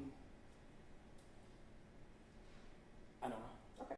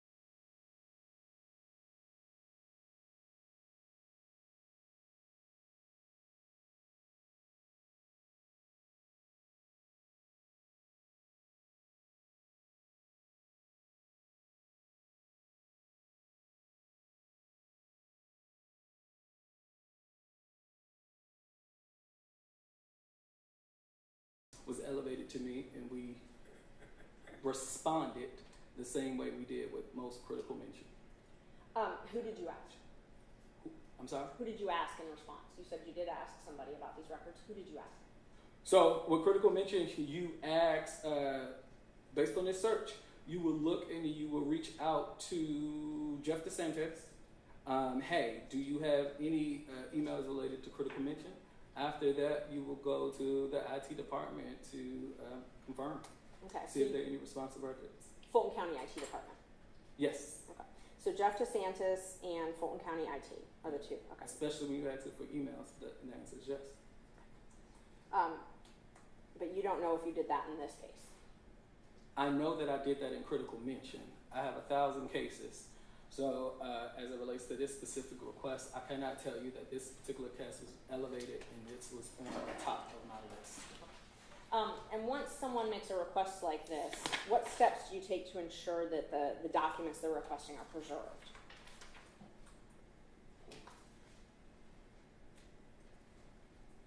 Repeat that? When someone makes a records request like this, as an example, what steps do you take as the records custodian to ensure that the documents they're requesting are preserved? They are placed in a portal. Once the portal is sent to you, I think that you have access to that, and I think that that is something that the portal does and make sure that it is reserved. And I can have a copy if I needed to go back to those specific documents. So as it relates to you, this is when you and I are going to make sure we're not splitting the baby. But as it relates to the portal, they are reserved. Okay. And we'll use this as an example and sort of walk through the request. So once you get a request like this, whether it's elevated or not, what are the steps your office takes to make sure that the documents I'm requesting aren't destroyed? Typically, once documents that you're requested are placed in a portal, the portal, right, will maintain those particular documents, right? You have an email version, electronic file of those versions, so that's in the portal. So So, and maybe I wasn't clear. So you're telling me how you maintain the documents you give me. What I'm asking you is when I ask for critical mention documents here, okay, and you get this request and you give me some of them, how do you make sure that they're all maintained? So, where do you all maintain them? I'm going to answer your question, but I'm going to make an assumption if I may, okay? I made a comment and I said that there was 40 open records requests. You looked and it appeared, assumption, emphasis on assumption that you was going to go see how many open records requests you had. Right, it's all there. Yeah. So the answer to your question is it's in the portal, it's all there. No, that's why I didn't know if you understood my question. My question is not. I just repeated you. Hang on, don't talk over each other because the court reporter can't take it down. My apologies. That's okay. Ask your question and then you are free to respond in any way you wish. I'm not asking how you preserve what you tell me you have. What I'm asking is how you preserve the documents inside of your office that I request. Not the ones you give me, but the ones I've asked for. If you ask for 5 invoices, right? I'll take those 5 invoices. Those 5 invoices is given to a staff member to provide to you. So the original copy of those invoices maintain wherever they are, right? You have a copy that's filed electronically, right? It is given into the portal. So if I understand your question correctly, 5 invoices. The 5 of those invoices are sent to someone on my staff. A copy of those invoices are uploaded to the portal. Those 5 invoices, the original copies, wherever you came from, continue to stay there. Did I answer your question? Yes. Okay. So the originals continue to remain wherever they originally were. It depends on the particular document. If you, in my example, I gave you invoices. Right. We do know that invoices are electronic, right? Well, I like to think that most invoices are electronic. So in those particular invoices, wherever they are on my particular file, they stay. A copy is employed to my staff member and then uploaded to the portal. And let's go through some specific things that you gave me, and then we can sort of go back to that question because it might help. Okay. If you look, let's see, if you can pull up Merchant 0029, on January 18th, there was, let's see, received this packet that we talked about of emails uploaded to the portal. What you're looking at is the beginning of that packet, and it was 44 pages. That was in response to my original request discussing critical mention. You said you did not produce this document, correct? No, I don't believe so. Did you assist in retrieving these documents? For these particular documents, no. These documents appear to be responsive to your open records request. It appears to be delivered to you on January 18th, and it appears to be responsive to your request. You can look at 0055. If you go down a little on this one, see where it's after Melissa Fritz, it says Fani Willis critical mention search. It's a different font, and then PR value for the week, and then there's a couple other things. This, and we now know, because we have the actual emails, we now know this is 4 or 5 different emails that were pieced together. Did you participate in the cutting and pasting of these documents into one? Objection, Your I Honor. don't. Objection, Your Honor. Presumes that he cut and paste documents, and that was never established by his testimony. So we're objecting to that. Okay, well, for now, I'm going to sustain your objection to the characterization of the cutting and pasting, but you can certainly ask him if he participated in the creation or generation of this document that was produced to you, however it came to exist. So your objection is sustained to that extent, Ms. Monroe. And Judge, I thought that was Mr. Bowman's witness. I might be mistaken, but I prefer not to tag team. Well, I do agree. I apologize. Who is going to be examining this witness? I would. Oh, okay. Well, then fair enough. I didn't know that was a thing. Well, I mean, Mr. generally, Bowman had objected, so. Yeah, generally speaking, you know, whoever's going to be examining the witness is the one who should be controlling the objections. And I think Ms. Merchant's expressed concern was she thought Mr. Bowman was going to question this witness, which would make your objection problematic. But since you're going to be examining the witness, it's fine. That's fine. I'll frame for the Your Honor. Usually I just ask that you whisper in your partner's ear so they can then say the thing that you want them to say. And I showed Mr. Bowman the documents because he had made the first objection, so I just was assuming that was the path, but I will shift. Okay, so this document, however it was created, did you assist in the creation of this page? No, I think you and I agree that the first request was straightforward. I don't think that this was elevated to me. And on January 18th, no, it was not elevated to me. Who compiled the document in the form that we see it in here today? A member of my staff. That's an assumption. A member of my staff. Okay, so you're assuming, but you don't know who compiled this? Specifically, yes. On January 18th, yes. This is a designated employee, yes. You're positive it's a designated employee? Well, okay. Yes, I'm positive I know who that is. Who is it? Erica Willingham. Erica Willingham. So Erica Willingham is who we would need to ask, not you as the records custodian, about how this document was created.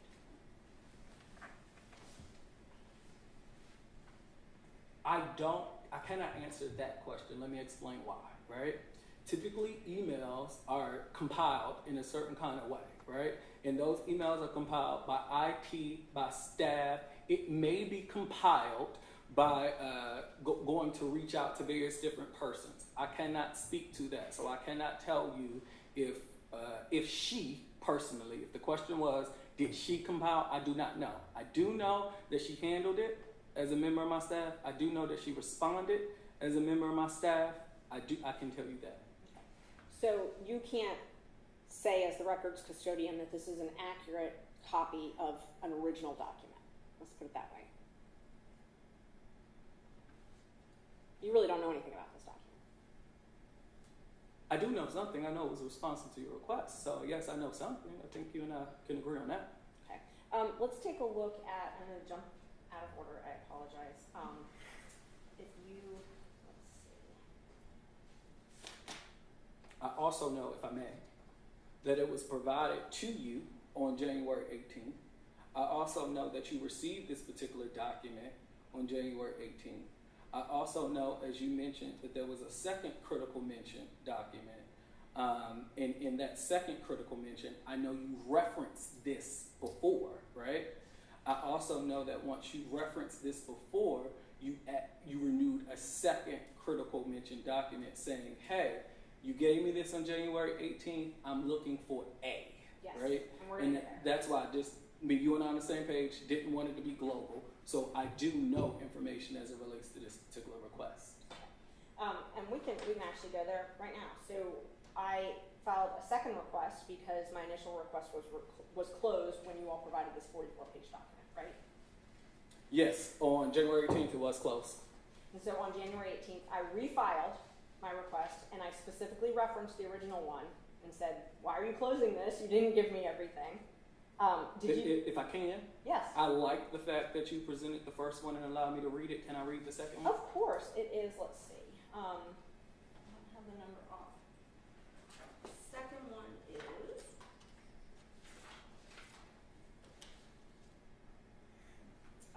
Merchant 0011. Might take a minute. Oh, doesn't take a minute. There we go.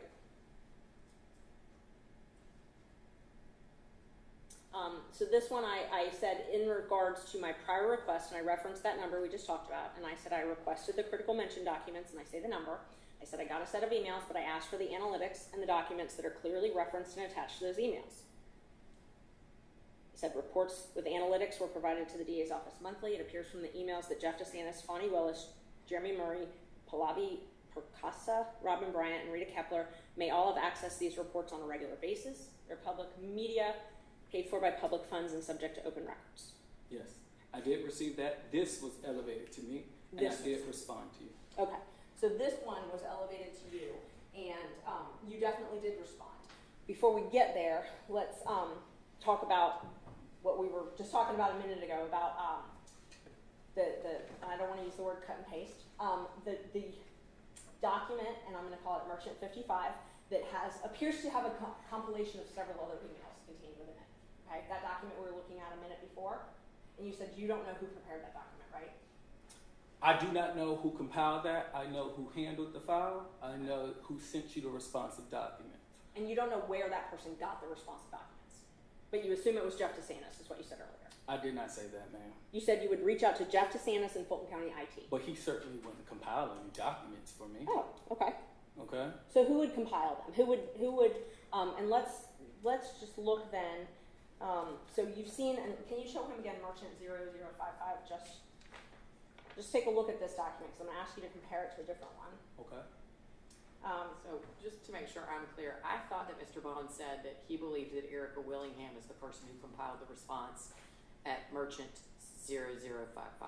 I thought he said that she did, but that she would reach out to Jeff DeSantis and the county. First, he said he didn't know who provided it. He said that they would reach out to Jeff DeSantis and Fulton County IT. Well, and then that's later, actually why I'm asking for clarification, to make sure we're all having the same conversation, because I understood you to be asking him about who compiled the document that was provided to you, not who obtained the information that was then determined to be responsive and compiled into a document that was provided to you. What I understood Mr. Bond to be saying was, this type of request, I would have reached out to DeSantis and maybe County IT, and then it was compiled by this particular employee and provided to you. Okay. And I'm not sure. That's the ultimate question. So let me try and be a little more clear then. This document, number 55, okay? It looks as though it's a compilation of other emails, okay? If you look after Melissa Fritz's name, it says Fani Willis critical mention search, and then PR value for last week, and then there's that middle section that we're talking about, that middle section right here. There's no header to, from, or dates here. There's no header to, from, dates here. There's no header to, from, dates there. That, they all look like different emails, right? I would agree with you. Okay, so not using the word cut and paste, someone took these parts and put them all in one page. Objection, Your Honor. Is that a question? Is a statement? I mean, if it's a question to the... Well, he's an adverse witness, so she can cross-examine if she wants to, number one. Number two, I mean, the reason I said we were not going to call it a cut and paste is that assumes facts that are not yet in evidence. Now, you can ask questions about assumptions that you're drawing from the appearance of the document, but that's why I've said we're not going to call it a cut and paste. Now, I think the witness has called it a compilation, so why don't we call it that for a while until we decide that it's something else. So this appears to be a compilation of several different emails into one. I agree. Compilation, yes. Okay. And if, go ahead. No, that's okay. Continue. We're here to learn from you. Tell us. What were you going to say? No, I'm agreeing with you. That does appear to be a compilation of emails. Okay. And can you pull up merchant 0167?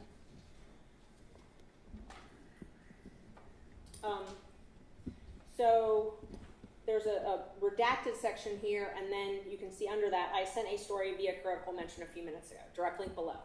Okay? So this, and this were removed from that email. It just starts with, I sent a story via critical mention. All of that is not in that compilation document, right? As it relates to the headers. As it relates to the, I'm sorry? This. Yes. It does not appear to be so. So this was all removed, and the document just starts right there. I cannot tell you if it was removed. I think my testimony, Your Honor, is that this particular request came in January 8th, right? We responded on January 9th. On January 18th, we responded to the documents, right? Once we responded to the documents, you accepted it. What I need you to hear is we closed that particular file. It was not elevated to me. Your second one was elevated to me. Let's call that critical mention 2, if I may. That critical mention 2 referenced the first critical mention, right? In that critical mention 2 that you just displayed to me, it had only one specific item. I am looking for analytical graphs. I responded to that request. So as it relates to anything that from the first time I gave it to you, it was responsive because this is me as the business record custodian. Once I received the second critical mention reference that referred to the first, you and I can agree that the first had, let's just say, 5 things. You only made mention of one thing in the second one. I assumed 1, 2, 3, 4 was resolved, that is closed, and I responded on January 26th to the remaining issue. So as it relates to compilation, I want to be very clear. It was sent to you. It was responsive to your request. I moved on. You referenced it. Once you referenced it, it was elevated to me. The elevation was one specific item.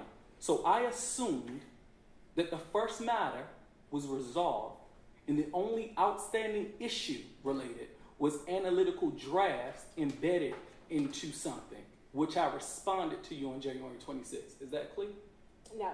Okay. And so let me break it up because there was a lot, so I tried to take notes. First, you said I accepted it. So on January, whatever the date was, 18th, I accepted it. When you said I accepted it, you sent me a document and I accessed it, and it was immediately closed. So you're saying that's an acceptance of the open records response? I am saying that we sent you the open records response that's responsive to your request. Yes. All right. I am also saying that you opened up another open records request. In your second open records request, that's why it's very important we do not refer to this as globally. You make reference to the first. Yes. You said here in court that the first one was very detailed, in which I agreed. Okay? I let you know that I did not have anything to do with that. You gave responsive records. Once you respond to me in reference to the first one, and there is one thing outside, I am a reasonable person, that's the word that you use, will assume that the first is over. It's done. It's complete. So I am assuming, reasonable or not, that you accepted the open records request because you said, here's a second one. I did this, I'm referencing that, and here's a small section. So you assumed I accepted it, and It was hold delivered. Hold on. Is that better? Delivered. It was sent to you on January 18th. Yes. Y'all, there is no reason to argue about the semantics of what we're talking about. It is not in dispute that on the whatever day it is that the Open Records Act portal sent you a batch of documents, and then I don't think it's in dispute that that request was closed, and then you followed up on it, which the county or the Fulton County, whatever we're going to call it, treated as a new request that referenced a prior request. We don't have to argue about whether it was accepted or received or acknowledged or whatever. The facts are what happened. Let's move on. So you said that it was that was responsive to my request, but it didn't completely respond. It only partially responded to my request, the first one. The 44 pages weren't all that you had. Objection, Your Honor. Is that a question or a statement? It's a question. The 44 Okay, pages. hang on. When there's an objection, let me deal with it. We're just going to put a question mark on the end of Ms. Merchant's statements because technically that's what they are, but they are allowable cross-examination questions. So. Right, but I want to put the witness in the best position to answer the question. So if it's not posed in the form of a question, I think that's the onus is on her to pose it in the form of a question as opposed to a statement. I think that right now I'm gonna, unless I believe that it's being deliberately confusing, which so far it is not, I'm going to allow Ms. Merchant to question the witness. And I'm gonna overrule your objection for now. Go ahead. Thank you. You have to repeat your question, I'm sorry. The 44 pages that you sent me on January 18th, you said that they were responsive to my request, but they were not complete. There were additional documents. Now we have 197 pages. So the 44 were only partially responsive. Is that correct? Okay, I have an issue with your question, so let me break that down, okay? As it relates to you, I have testified that on January 18th, a member of my staff responded to you and provided you responsive documents, okay? So you as in Dexter Bond did not give you anything, okay, on January 18th. The responsive request for your records that sought 5 things were given to you on January 18th. The answer is yes. On the next day, as you just testified, a new open request was open. You made reference to the first request, right? Of that, again, the first request was 5 things. You only asked about 1 thing. The first one was never elevated to me, okay? The second one I responded to on January 26th. Okay. So my question, didn't answer my question. The 44 pages that you provided, your office provided on January 18th, that is not all the documents that were responsive to the original request. It was only partially what was responsive. Correct.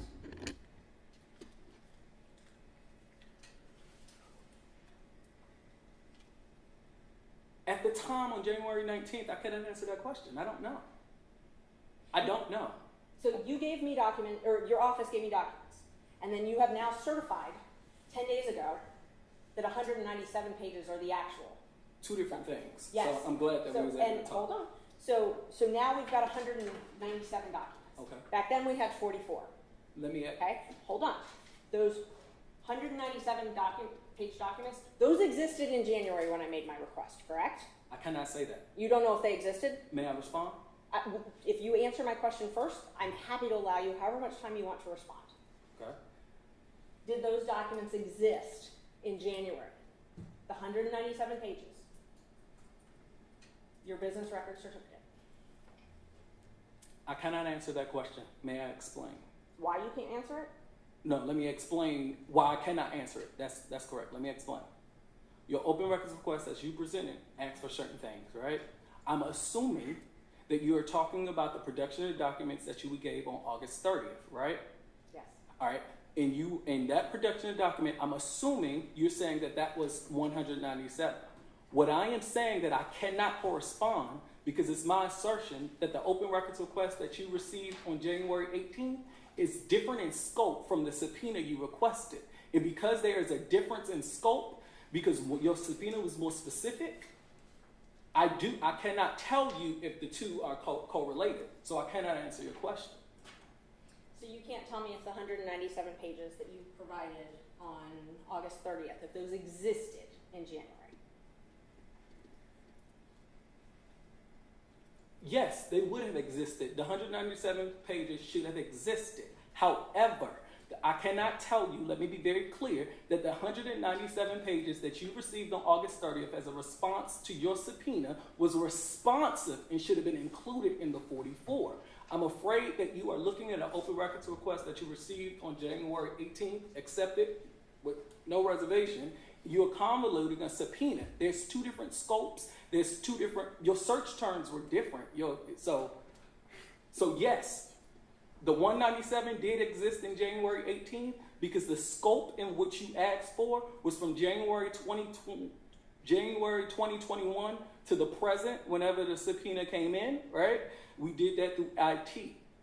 Those documents you could certify. I cannot tell you if those 197 were responsive to the 44 because your open records requests and your subpoena are different. Your subpoena is more specific. Okay, so my open records, my first one said that I was seeking a copy of any and all correspondence to or from critical mention, copies of contracts, payments, analytics, and reports, okay? So correspondence, that's emails. One. Correspondence is emails. And I gave you emails.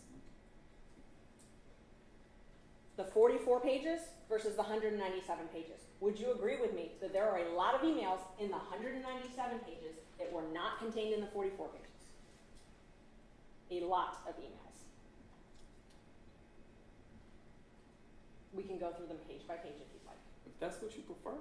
It is not. It is Okay. definitely not. What I am telling you, and I need to be very clear, that your subpoena that produced 197 pages, right? It required, look at this particular email to and from, right? As it relates to these particular search terms. So your subpoena was filled out and given to the Fulton County IT department, and those 197 pages were given, researched, and provided. Let's look back at your open records request. There were no search terms. If I am not mistaken, and you may have to bring it up to reflect my memory, you just wanted something about to and from the vendor or something like that. They are two different things, two different scope. So if you're making an inference of 44 versus 197, I cannot buy into that inference because I see logically why 197 and 44 could be different. And I'm trying to break it down simply so that we can just get through one item at a time.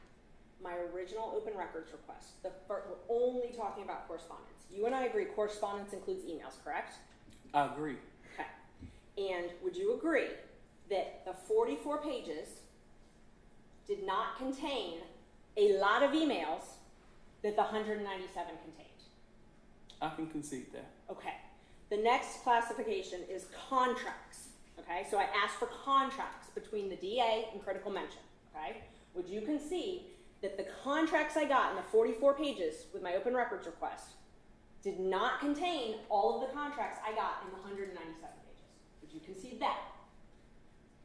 No, I cannot concede that. You have to show me that. Okay, that's not a problem. You Which have one? to show me that. So we'll break it down even further. In the 44 pages, the original request, you only gave me a contract for the first year of critical mention, correct? Show me. Okay, let's see. Okay, the 44 pages start at, just so everyone knows, they start at merchant 0027. And that one may take a few more minutes to get up because we didn't have that one queued. Oh yeah, 0027. There it is. And if you want a hard copy of the documents, I can give you that as well. Okay, in response to that, if you go through the next couple of pages, is it easy to pull up the next couple of pages? Yeah, let me give you the exact page.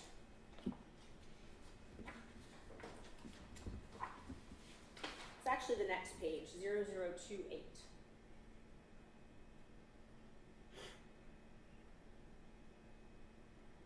And I didn't have that one queued up, but we'll have it in a minute, sorry.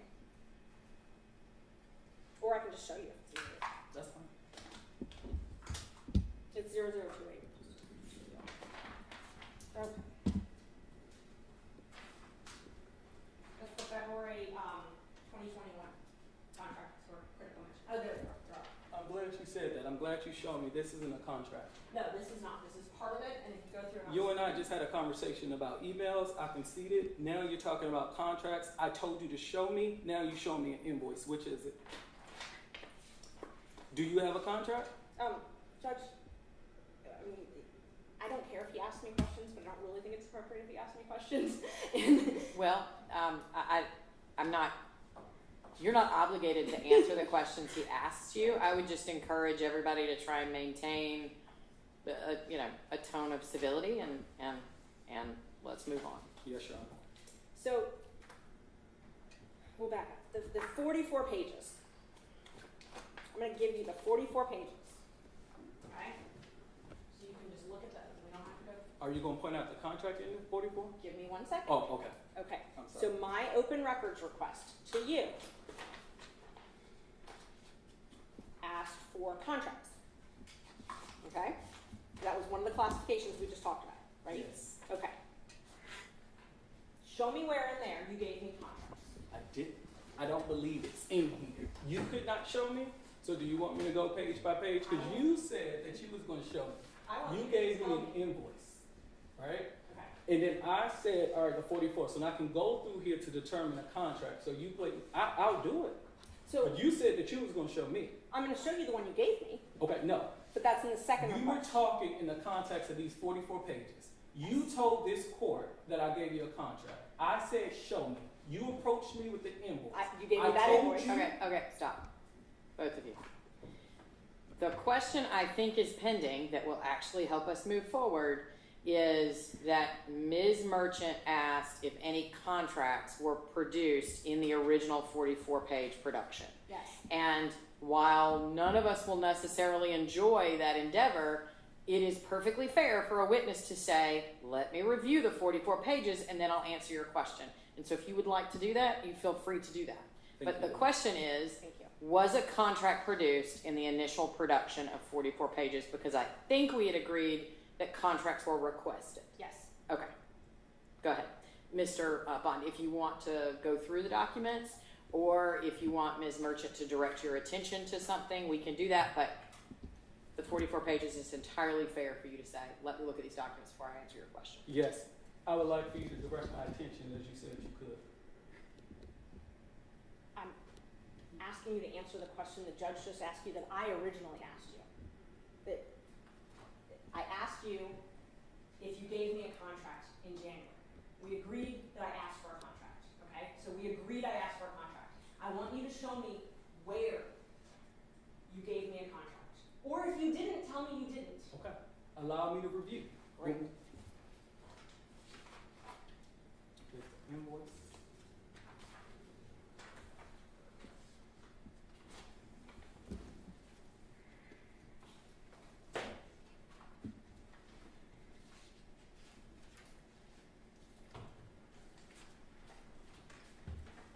Based on what you presented to me, assuming that there are 44 pages here, no, a contract is not in this. Okay. In the 197-page document that has your sworn certificate on it, did you provide me with a contract? May you direct me to that contract? I'll give you the whole 197 pages. It's your sworn business record certificate that you swore to the court was accurate and complete. Give me a moment to reorganize. Let's see.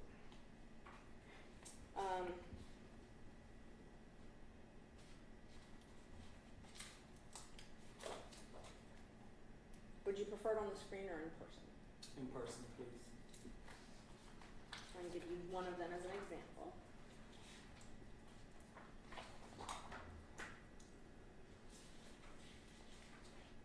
May I approach, Judge?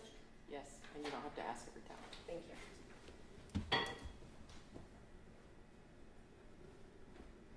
Call the renewal of court to that. Miss Merchant, I'm sorry, I can't hear you when you step away from the podium very well. Sorry, thank you for reminding me of that.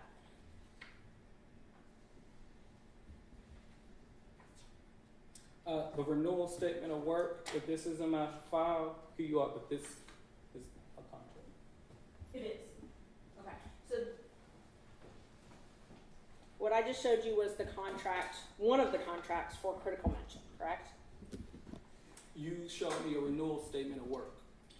And that was not provided in January of 2024, correct? It does not appear to be so. Okay. I'm going to show you another. I'm sorry. And if I can, before I know you're about to move on. I'm not. We agree, right, that there were some emails, right? We also, as it relates to the contract, you said that you that there was some documents in that particular file that you have in the 197, okay? You also can agree, I hope, that on the second open records request, you brought forth, that was elevated to me, hey, Dexter Bond, I'm only missing with the analytical. So you and I can agree that any contract or anything was not in your any open records request. We can agree to that? No, we cannot. Can you pull up Merchant 0055, please?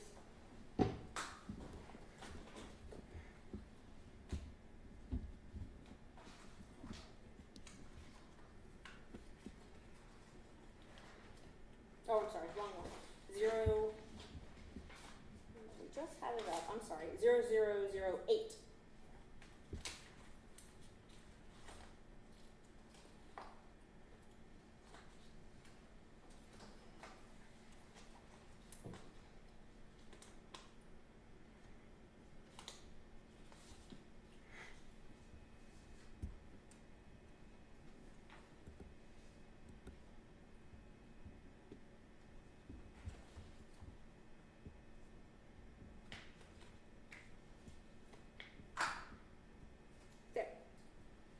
I am seeking a copy of any and all, including copies of all contracts. That is my original request. Yes, but you and I, you received this on January 18th. Yes. On January 19th, you said, you referenced this same open records request, right? And you said, I am only looking for, I received your request, you acknowledge receipt. I am looking for the analytics inside that. I'm not talking about that yet, and we're going to be here all day if we go and talk off track. The first open records request, this one, first one, I asked for contracts, okay? I just showed you a contract that you gave me on August 30th. That contract was not provided in response to this open records request. Not a follow-up, in response to this open records request, correct? The answer is yes. That contract was not provided in January 18th. And here's a contract for critical mention for 2021 to 2022. Can you take a look at that? Yes. That contract was provided August 30th, but was not provided in response to my open records request, correct? This statement of work appears to be provided in August 30th.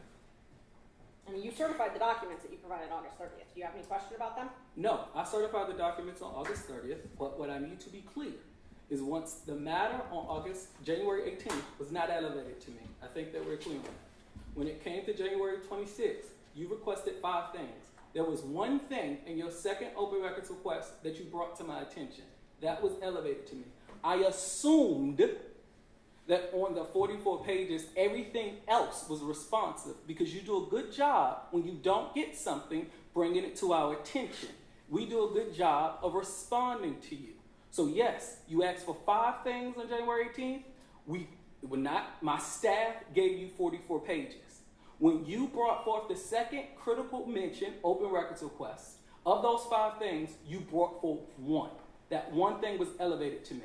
So we make mistakes. If I did not give you a contract on January 18th, I would have loved, as I often hear from you, to get, hey, you're missing this, just like you did on the critical mention analytics graph.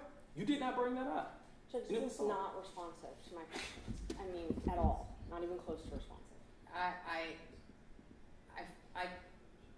I generally try to let the witness answer the way that the witness wants to answer. I will, however, say that I think we are getting bogged down in what previously did or didn't happen based on people's characterizations and understandings rather than, and I think one thing that would help, Ms. Merchant, is if you would ask short, clear, direct, factually based, and not argumentative questions. And then Mr. Bond will do his best to give short, concise, factually based responses that are not argumentative. Because I understand that both of you have a position that you wish to vindicate about what you did or what you think did or did not happen here, but we need to set that aside. Go ahead, Ms. Merchant. Just asking you about my first request. We're on to the third category, payments. I asked for payments. How critical mention was paid, correct? You asked for contracts in or payments. Contracts in or payments on January 18th. this open records response, did you give me payments for critical mention? I gave you 44 documents that I believe was completely responsive to your request. Mr. Bond, you did not give me a copy of the payments for critical mention. And when I reviewed the 44, I did not see a payment. And you also did not give me any analytics, correct? In response to this one, just this one. On January 18th, no, I do not believe. When you say analytics, I don't even know what you're talking about. Are you talking about the graphs that's embedded in the critical mention? I don't know what you mean by analytics. Let me make sure I'm clear. The critical mention analytics reports. The same analytics reports that you asked for in the second critical mention request? Only asking you about the first one. So no. The No. answer is no. Okay. Not Did in you January give 18th. me any of the critical mention reports in response to this request? The answer is no. Okay. So the 5 categories, correspondence emails, contracts, payments, analytics, and reports, you did not give me any of those 5. I gave you 44 pages. So now we'll move to the second request. So when I got those 44 pages and was not happy with the response, I filed a follow-up open records request. Would you agree with that? Hang on, Ms. Merchant, to my point about argumentative, right?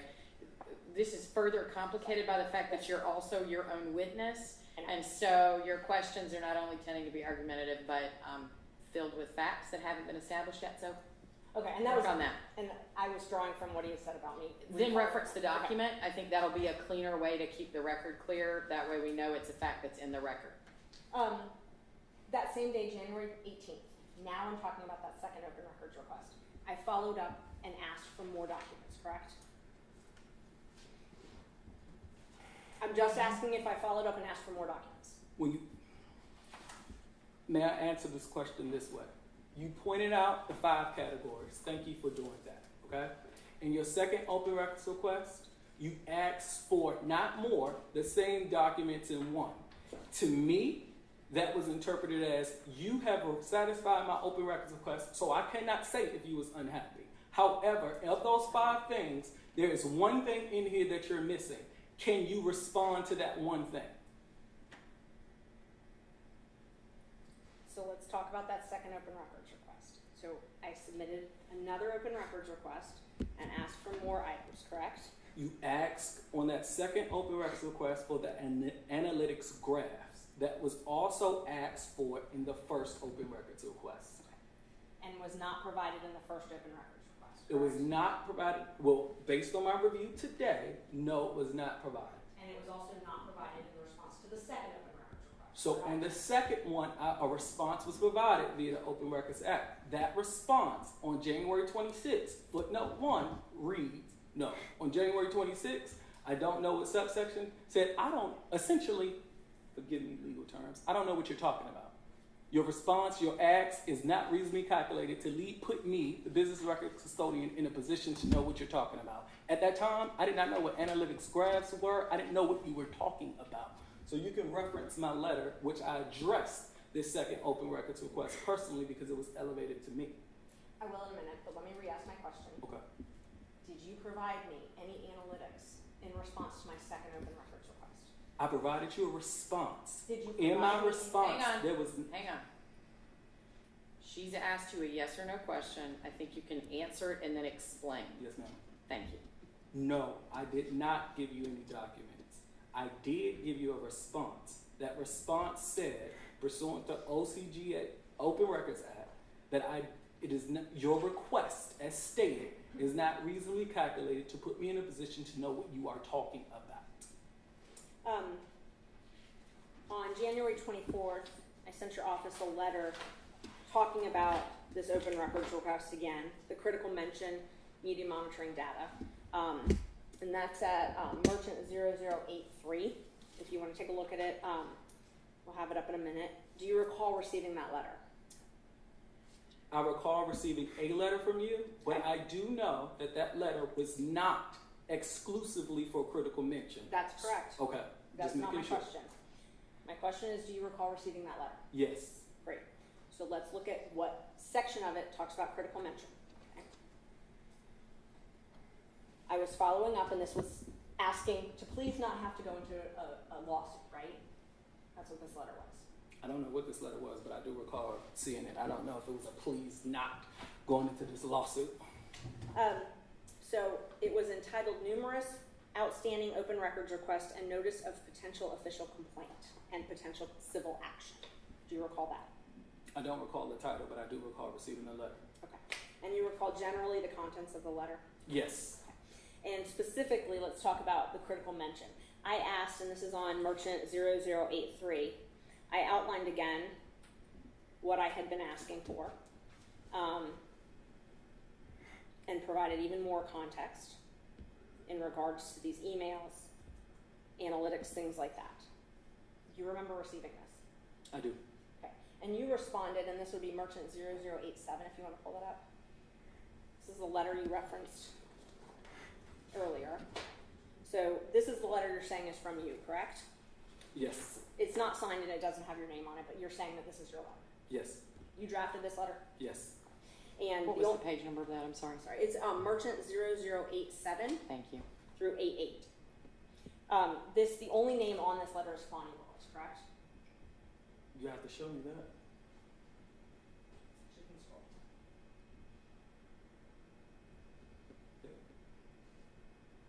Is the only name on this letter Fani Willis? Are you referring to the letterhead? I'm referring to who someone who received this letter would think it came from. Okay, well, I'm going to stop you there because that calls for speculation. But if you could go to the bottom of the document, maybe we could see who signed it. Thank you. And we just talked about nobody signed it. On the next page, 88, you know that you did not sign it, correct? I will have to see the second page. You can pull up the next page. It's 88. Here, I believe it was the Open Records Unit or Division or Open Records, Sincerely Open Records. Okay. So did I sign it? No. But did I draft it? Yes. Is it from my team? Yes. Looking at these two pages, the only name from your office, someone reading this would see is Fani Willis, correct? You would see the only name in her letterhead. Yes. It's any correspondence, I believe, that comes from the portal, any letter is going to have her letterhead on it. My question is just, that's the only name that's on that document. I feel like the document is what the document is. Let's move on. Okay, thank you. This is your response that you were talking about, and just in regards to critical mention, well, actually not just in regards, let me back up for a second. This letter, you said, despite consistent communication that I was implying that you were still in violation of the open records, and you disagreed with my disingenuous implication. Because it was. Yes, I made sure that I let you know that you are disingenuous, and any implication that I violated the Open Records Act was as such. That was my word choice. Okay. So the first request, the 5 things I asked for, you didn't give me any of those 5 things, and we've established that. When you say you, your office. My office gave you responsive documents on January 18th. Right. Some responsive documents, but the 5 categories, and we agreed to that. The 5 categories, you said, no, you didn't give me the contracts. No, you didn't give me When the you say payments. you, my staff gave you responsive documents, okay? We have already said that certain things get elevated to me. You received the records. When you did a second open records request for critical mention of those 5 things, as we have said, you have addressed one. That one thing was brought to my attention, and I handled that one thing. So my assumption, okay, to be clear for the record, was that the first open records request, you received everything. I did not know what was in the 44. You did not make, when you brought it up the second time, you did not make mention, right, of anything outside of those 5 things. You only made mention of one. So I dealt with that one thing. Okay, so let's go down, look at, if you can make it a little bit bigger, where he's referencing the actual numbers. So the open, yes, there we go. If you look at number 4, those 2 request number, the ones that end in 101924 and 011824, those are the 2 critical mention open records. You cite both of those, correct? All I'm asking is if you're citing those. 10924 or 44, yes, I'm citing 2. Okay. 2 open records requests. And we can agree those are the 2, we've already gone through the numbers for the record, those are the 2 open records in regards to critical mention, correct? Yes. Okay. And you said in regards to those records, you cannot produce the records we seek, correct? I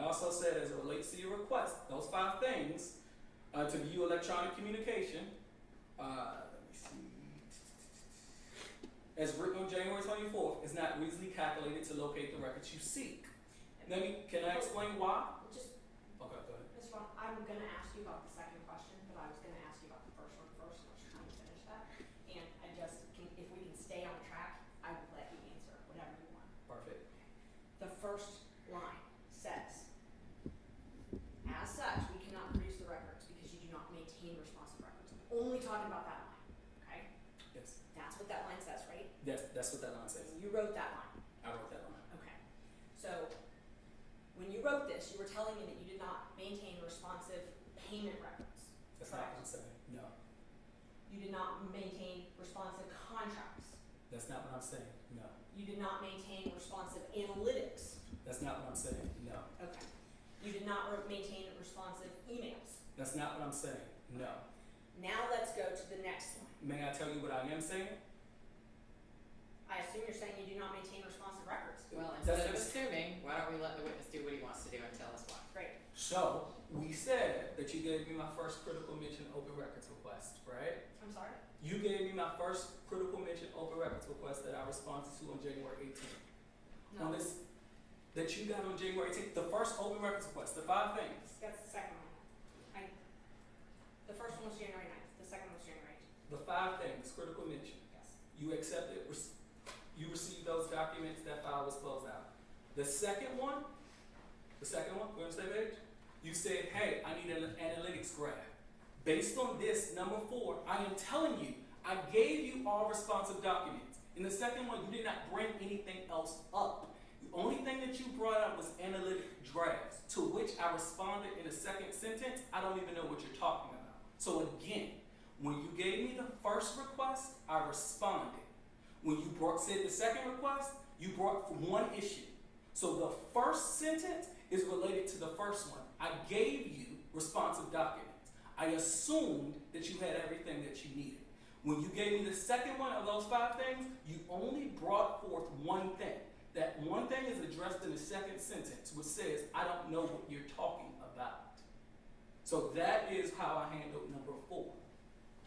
We've agreed.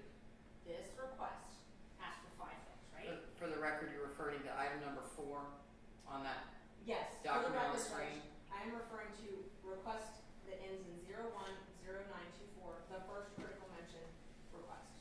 That request, I asked for 5 things, correct? Yes.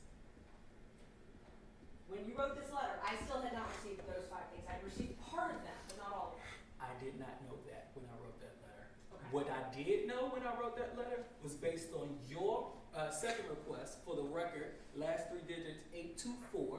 You made mention of the first one, which only talked about analytics graphs. So I assumed the first one was complete. You had everything that you needed. The first one being last 3 digits, 924, done.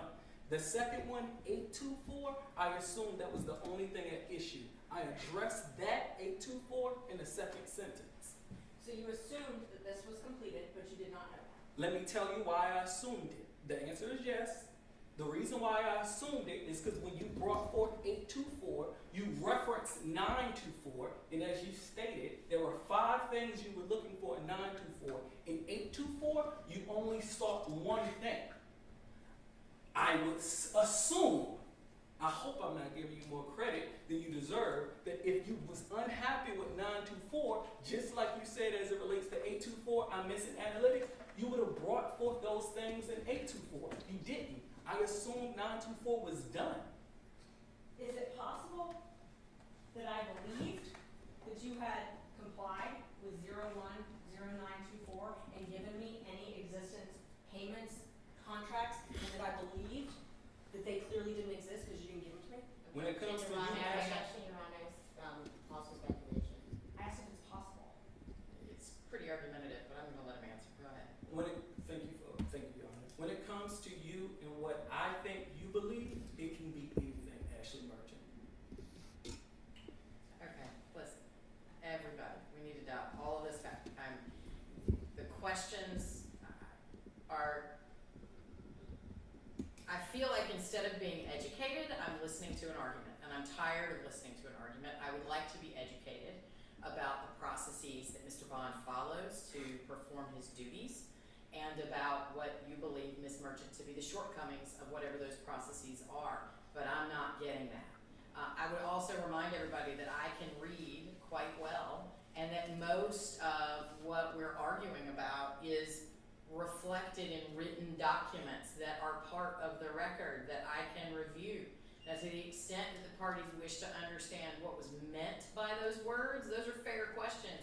But half of our time has been spent getting people to agree that the document says this, or that the document says that. And I feel like if we would try to take off our,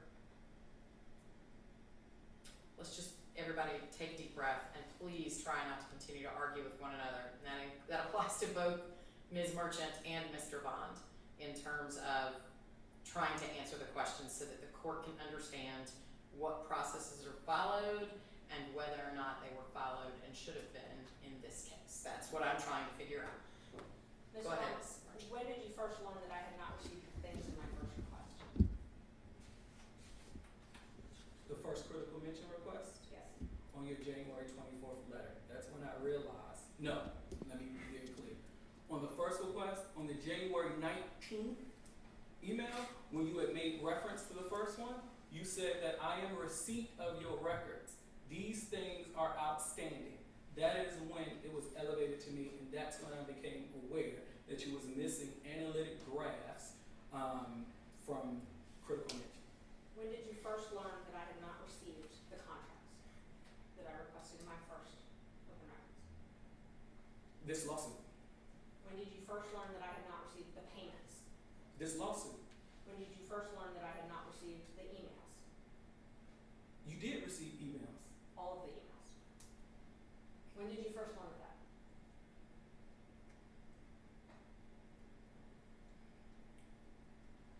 This lawsuit.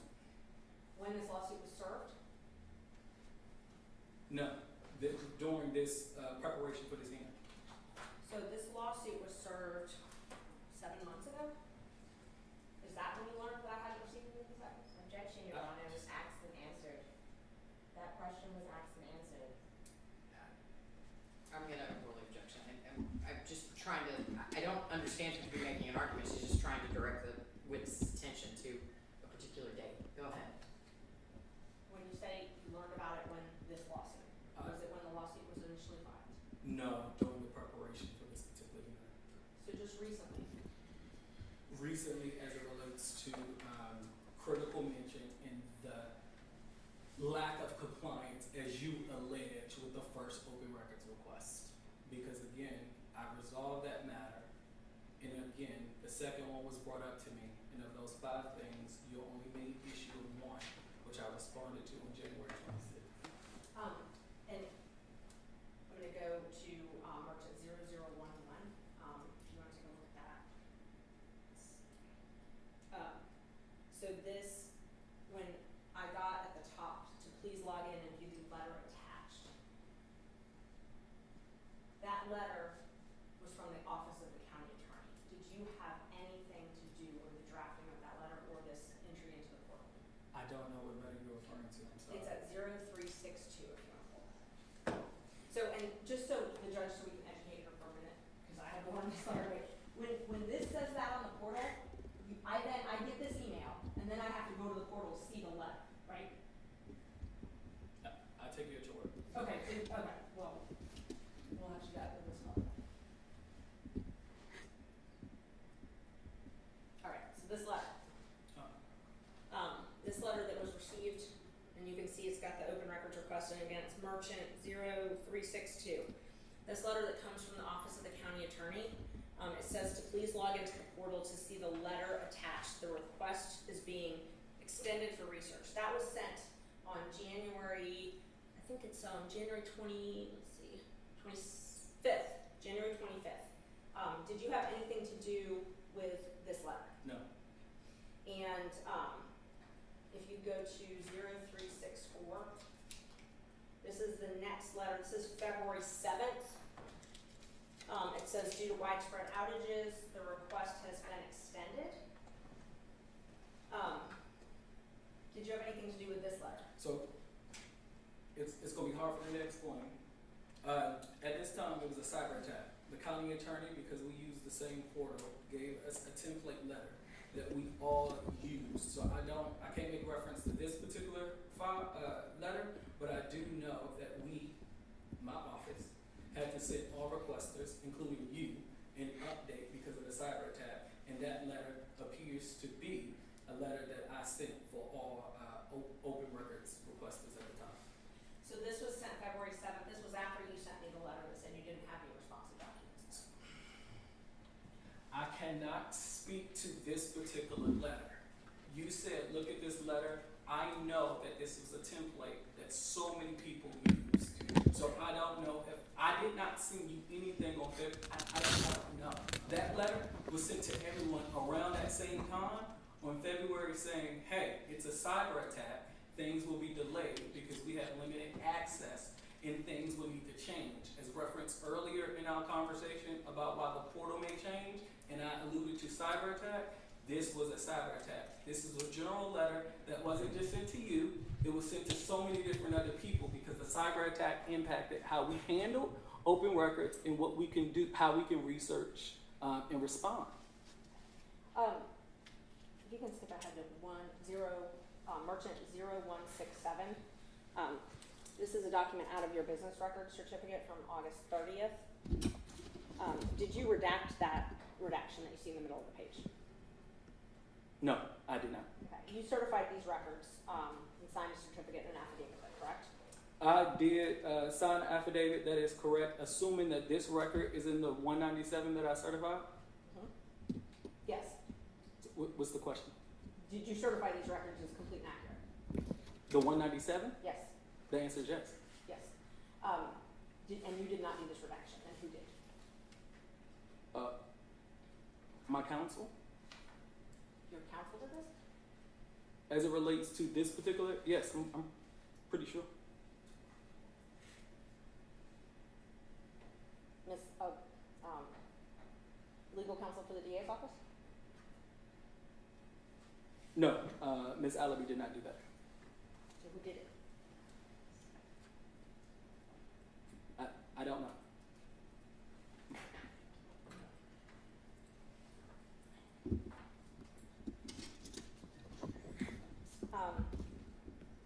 Let me clarify, because I'm not sure the line of questioning.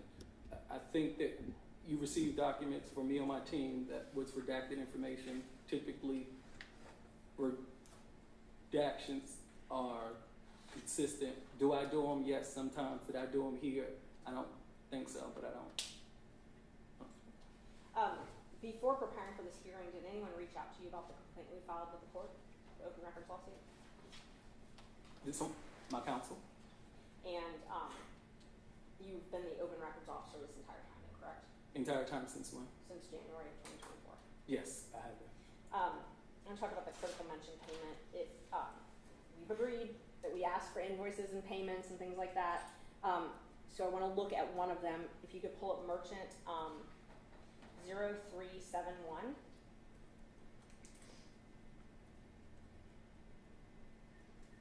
Does this appear to be a payment voucher for the for critical mention service to be paid in 2021? Fulton border. I'm gonna say yes. It's not the vouchers that I typically look at, but this does look like a payment voucher. You need to look at the next two pages. See if that looks more familiar. Oh, yeah, there we go. Okay. That looks familiar. Mm-hmm. Okay. And so this just for the record, that was a yes. Yes, I'm Thanks. so sorry. So this document, for the record, thank you, Judge, is merchant 0372. This would be a payment for critical mention, correct? This will be a payment voucher for critical mention, telling the county to, or informing the county that this particular payment is good to go. Okay. And can you pull up merchant 0290? Do you recognize this document? I have been presented to this document. Yes, yes, yes. You've been presented this document. Do you recognize it? Yes, I'm sorry. Okay. Did you sign this document? Yes, that looks like my signature. And this is the check from Fani Willis, DA of Fulton County. It appears to be so, yes. Okay. And you've never provided me this document, correct? If it's not in my 44 pages, the answer is no. And Who maintains this checking account, this bank account? Who maintains the records? Who maintained? Is it a DA's office checking account? Fani Willis, DA of Fulton County. Who maintains this? You signed it. Who maintains this document, these documents, this record? I do. No. And so you're the one that maintains checking account statements and this payment receipt, canceled checks. The count, I'm not sure I'm understanding the question. When you It's say, your checkbook. Is that, you said what? is it your check, like who retains it? Who has the checkbook? The office.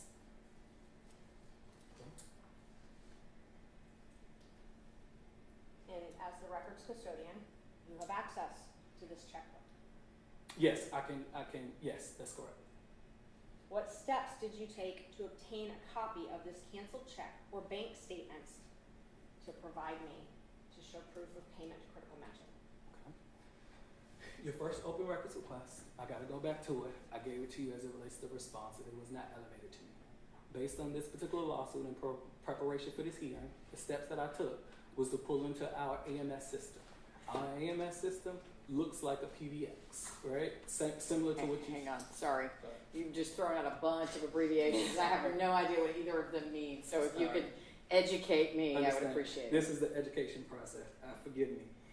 So, standard protocol. If you're looking for payment of vouchers, I would not go to a particular check, right? I will go to, in my AMS system, my financial records, our purchasing department, to say critical mention has a vendor code. Let's say for the purposes of this conversation, vendor code 123. I will go into AMS, I will look and say vendor code 123, how much payment has been calculated. So it would look as if it's the original PBX.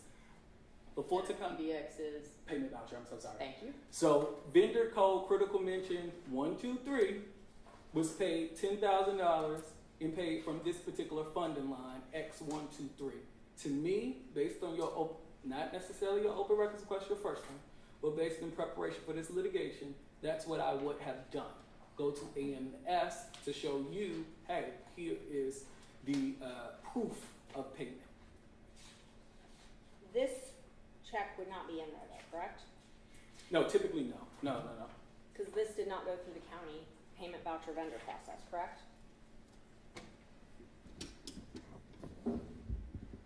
I cannot say that. So my question again was, what steps did you take to obtain a copy of this check? I did not take any steps to do this check. As I understand the subpoena at issue, right, preparation for litigation, you wanted payments and or proof of payment. My proof of payment would not have been this form. Instead, I'm trying to explain, my proof of payment was to go into a financial system to show critical mention vendor code 12345 was paid $10,000 and dispersed from the county on this particular date. That's typically my process. Well, you didn't provide us that. We've never been provided whatever this process is you're talking about, that proof. So you've never provided us that though, but you're saying that that exists?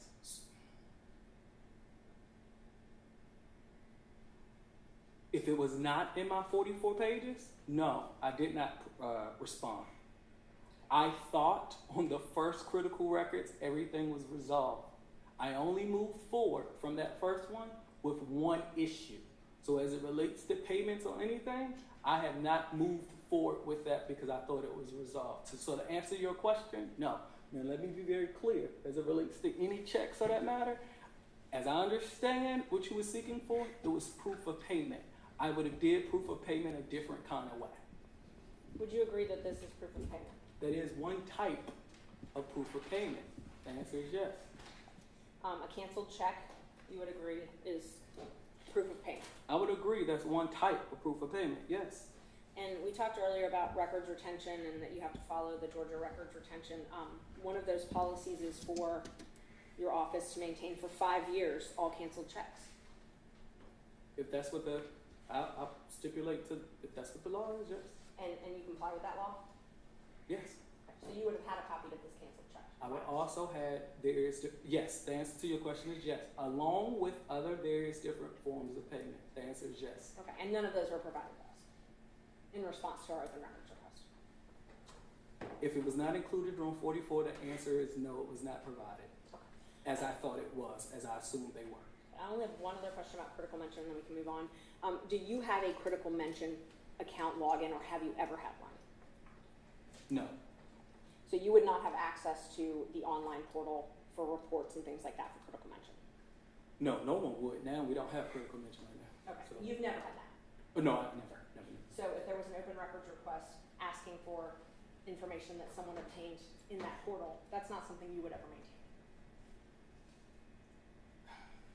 So, I cannot say that. Critical mention is something that, just like LexisNexis or something like that, I don't use my username and password often, but if there's a record, I have several different databases as the business record custodian. If I have access to it, I can pull. So But you didn't have access to it, right? I can get access. I think you and I discussed as it relates to the employment manual, right? And then you made reference, and you did very well, saying, hey, every investigators and attorneys, they have phones and text messages. So you brought that up. Then I said, hey, yeah, if they have it, I can have access to it, right? So the answer to your question is yes. If there's a system as the business records custodian and pursuant to the employee manual that you introduced to this court, yes, I can have access to it. So if someone had the critical mention software or app on their computer or their phone, and they were running reports, you would be able to access that information and provide that in response to an open records request? Not to your open records request. Because on January 1st, 2024, or whenever you requested this analytics, one, I did not know what you were talking about, right? And then two, the critical mention did not exist. So no one on my staff right now can go into critical mention and provide any data because critical mention does not, we do not have critical mention. So no, I could not provide you at the time the open records received responsive documents that you see, nor could anybody else in my office.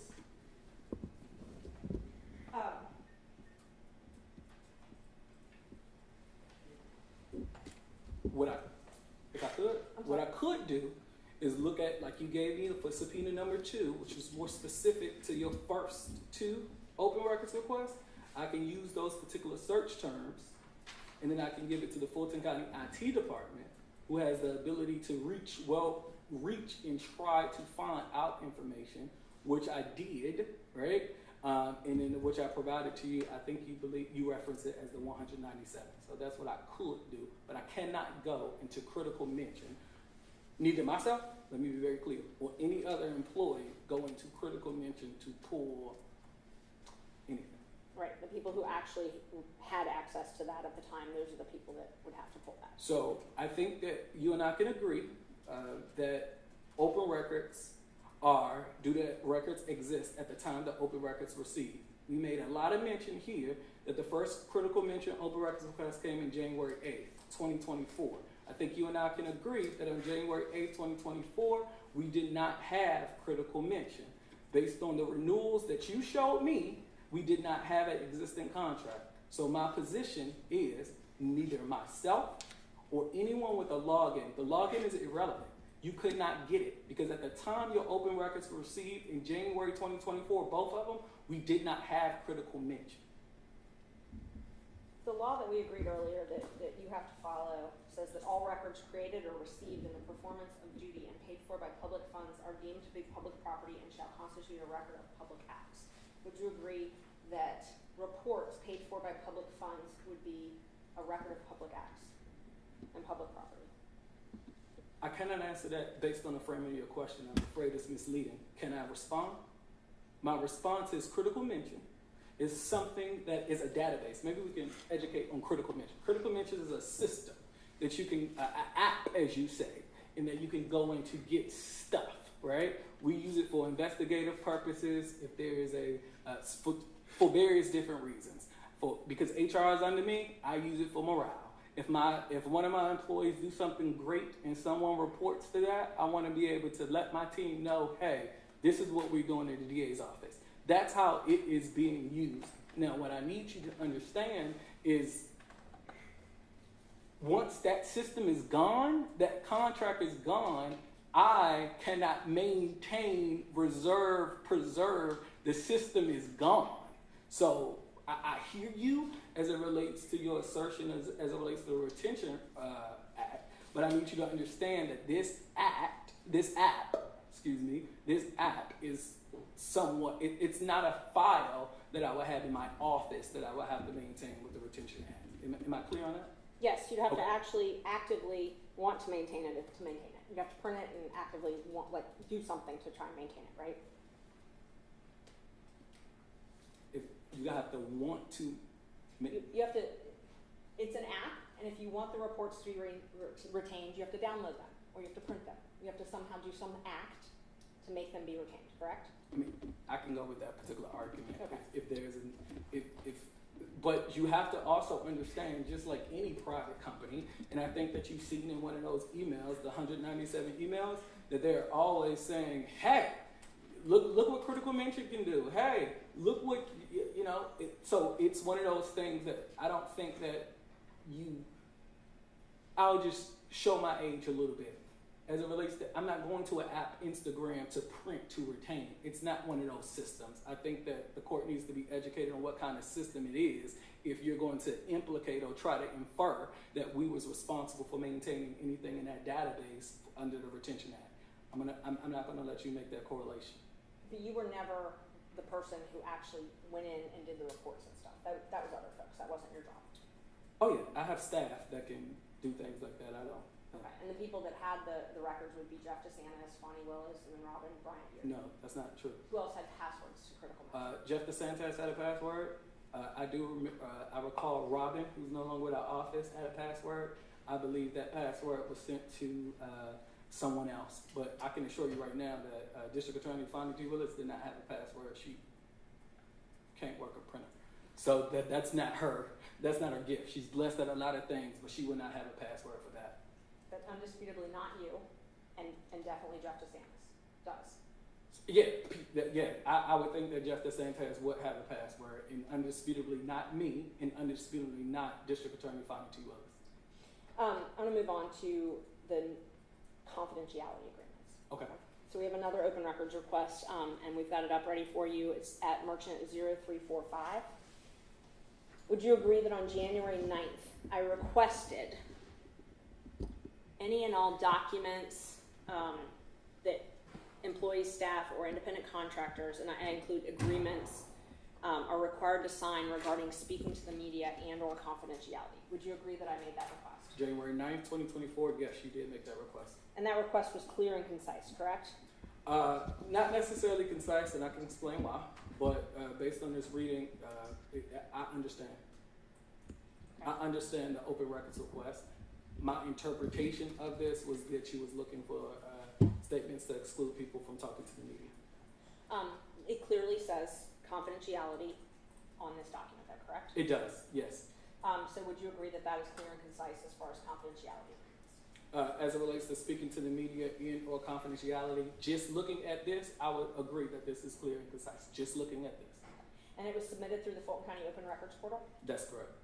And it was received, it shows it was received the same day, January 9th. That's the return with the tracking number, so that's proof that it was received, correct? That is proof that it was received by our office and we acknowledged it via the Open Records Act, yes. Okay. And then on January 18th, it looks like I got a response that said to please allow for 10 business days for a response, correct? That's pretty standard, yes. Okay. So would you agree that within the 3 days of my filing this open records request, I did not get anything that said whether responsive records exist, correct? Based on this, you got an acknowledgement of we received it and you got an R, so I don't know. Outside of this, I would have to agree with you that you did not receive whether or not responsive records exist in that 3 days time, so I would agree with you. Okay. And I didn't get anything that says when they will be made available or whether they will be made available, correct? If you can scroll down, I can tell you exactly what you did receive. Oh, no, go back up to the request. Yeah, that's it.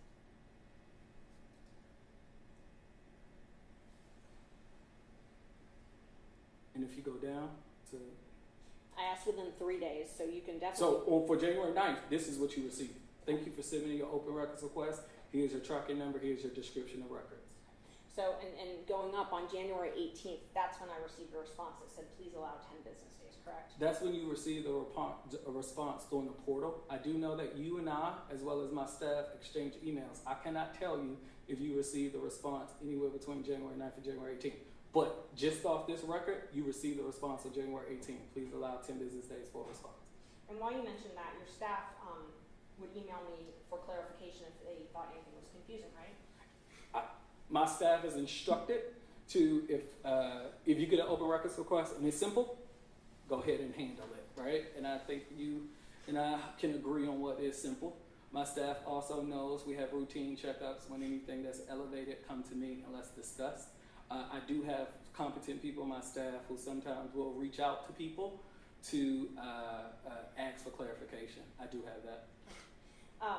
And so the letter that was attached, if you can go down to the next page, it's Merchant 0346. That's the letter that I received in response, correct?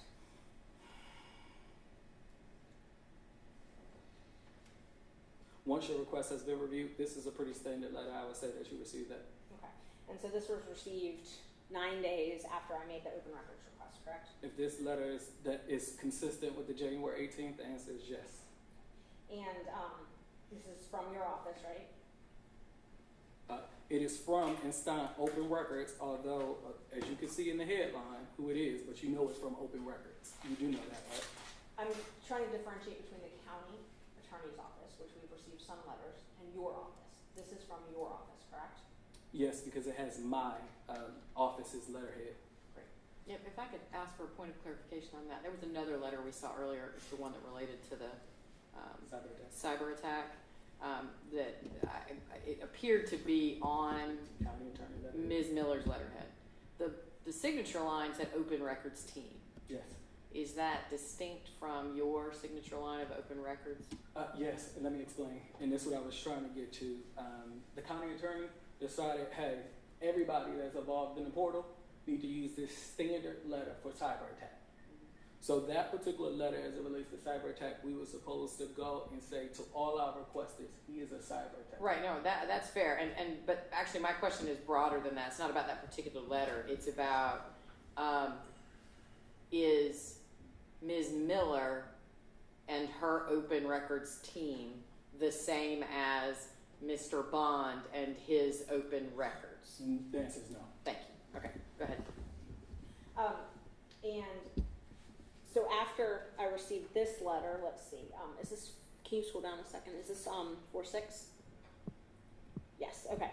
I followed up with a letter, the letter that we talked about earlier, the January 24th letter. I sent that to your office. The January 24th letter came. At that time, like you said, there were several different things that was elevated to me because at this time, this wasn't elevated to me.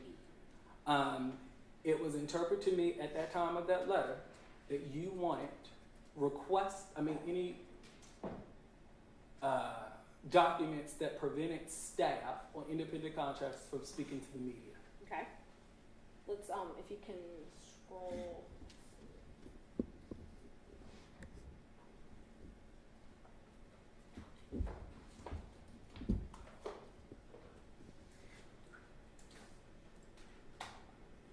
Maybe on the next page.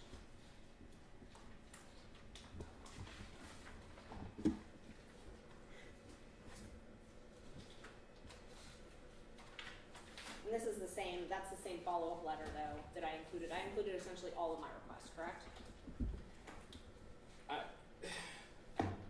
The ones that were outstanding. It's more than 12, so I don't know if you said, earlier you said it'd be surprised 12, you remember? This looks like more than 12, so I don't know if it's all. That's something that you can clear up for the record. You remember I said 40, you said 12, this looked like in between. So I can't tell you if it's all. Number 5 on here, if you look at the top, is about confidentiality or non-disclosure agreements, correct? Yes. And here again, I'm asking for confidentiality agreements. Yes, Would you if agree? I would agree. I would also say, let's look at the context. Let's read it. It says, district attorney required to sign regarding speaking to the media. To your point, and or confidentiality. So yes, I said signing, speaking to the media, to which I responded. Let's be very clear, see where you're going. I have no responsive records to any of my staff speaking to the media. That's how I responded. Can you pull up the employee manual page again? Page,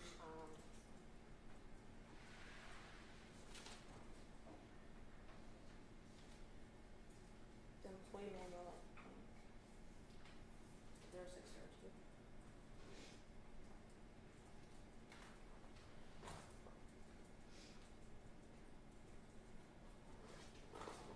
The employee manual actually contains provision that, see if we can get it up here for you, but it actually has a provision about talking to the media, correct? No employee is permitted to talk to the media.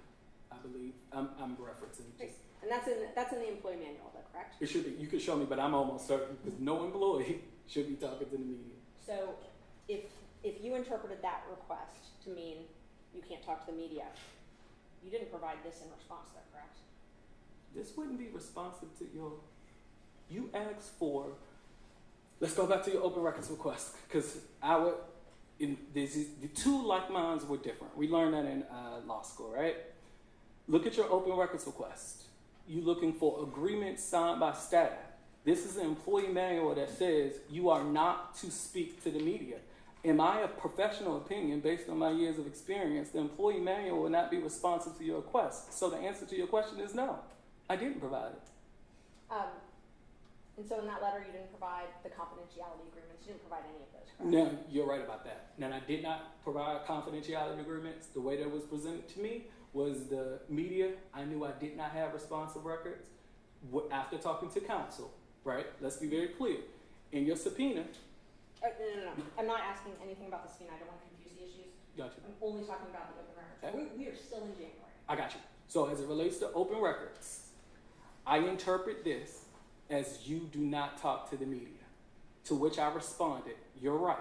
I do not have responsive documents as it relates to making my employees sign an agreement that says you cannot talk to the media. Can you put, And that happened in January. That is correct.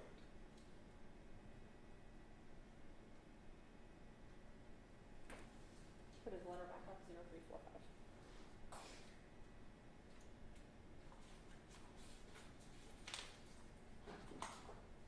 I'm sorry, Mike. Yeah. So go back up to the open records request, the actual wording. So I asked for documents, agreements, contracts, memos, or any written documents that anyone's been required to sign regarding confidentiality. So it says media and confidentiality. So hold on. I agree with you. So in response to this, you did not provide any confidentiality agreements, correct? The answer is agree to sign, so you know our employees don't have to sign an employee manual. So we know that. So we know that that's not responsive. As it relates to the media, I'm agreeing with you, right? You asked for, I interpret this in my staff, you wanted media agreements. I responded and said, I do not have responsive documents, right? After this particular litigation in preparation for this hearing, at that moment, it was confidentiality agreements, right? And at that moment, I believe as we sit here before, they have been provided to you. So they were provided to me 2 days ago, correct? I cannot tell you when it was provided to you, but I do know that you have them because once I've been informed, hey, this, if I can, this particular has been a moving target. The first one, not perfect. I interpreted it as media. Once I said it's media, it's non-responsive. Later on, it was interpreted as, forgive me, Jeff DeSantis made comments to the media saying that these agreements were destroyed, to which I said, I don't have any responsive records. And then at that moment, it then turned to,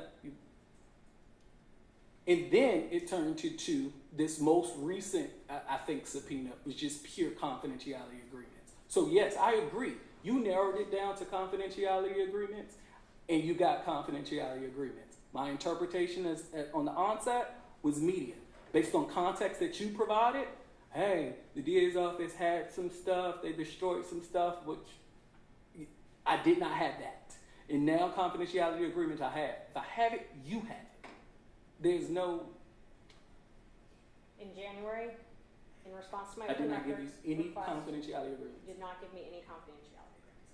In your letter in January, when we said we're going to have to file a lawsuit to get these if you don't give them to us, you responded, you do not maintain responsive records and cannot produce the records we seek, correct? That is exactly because I thought that the scope of that was the media. You're absolutely right. And you actually provided a custodian affidavit with a confidentiality agreement signed by Nathan Wade in his divorce proceeding, correct? You have to show me. Nathan Wade's, or his business records. If you don't remember that, I'll get it for you. As the business record custodian of 1,000 files per year, I don't remember that particular one, but It's merchant 0610.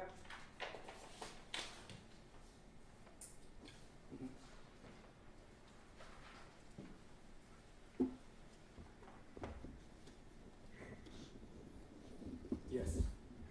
That's a business record certificate that you signed in November. Oh, it's on the screen for you now. November of 2023, correct? Yes. Okay. And attached to it is a confidentiality agreement. Is that correct? Yes, a confidentiality agreement, not agreement to speak to the media. As I told you, wish I was perfect, I am not. When I got your open records request, I thought it was exclusively you cannot talk to the media based on context that you provided. Context I provided? Can you put my original open records request back up? Not via the open records act, yeah. I'm sorry? Context you provided, you're going to the open records act. I am not scoped to the open records act. I'm saying context that you provided because you did provide it. Right, But well, I'm we're not- going to put it up. And you can show me where. But I'm telling you, it's not in the Open Records Act. In one of your So there's no context in this. Is that what you're saying? only context is required to sign regarding speaking to the media. And there's nothing in my letter where I said, if you don't give me these, we're going to have to file a suit. There's nothing that provided anything different than this, correct? That's not true. Not in that letter on January 24th. In regards to the confidentiality. I do not believe that, but there's been emails, right? No. I'm sorry? On January 24th, you did not make any mention, you did not provide additional context as it relates to the speaking to the media on January 24th letter. Okay. So when we had to file the lawsuit in the open records case here, you had not provided any confidentiality agreements in response to this original open records request, The answer is no, as I thought that your request was limited to the media, so no, I did not have that.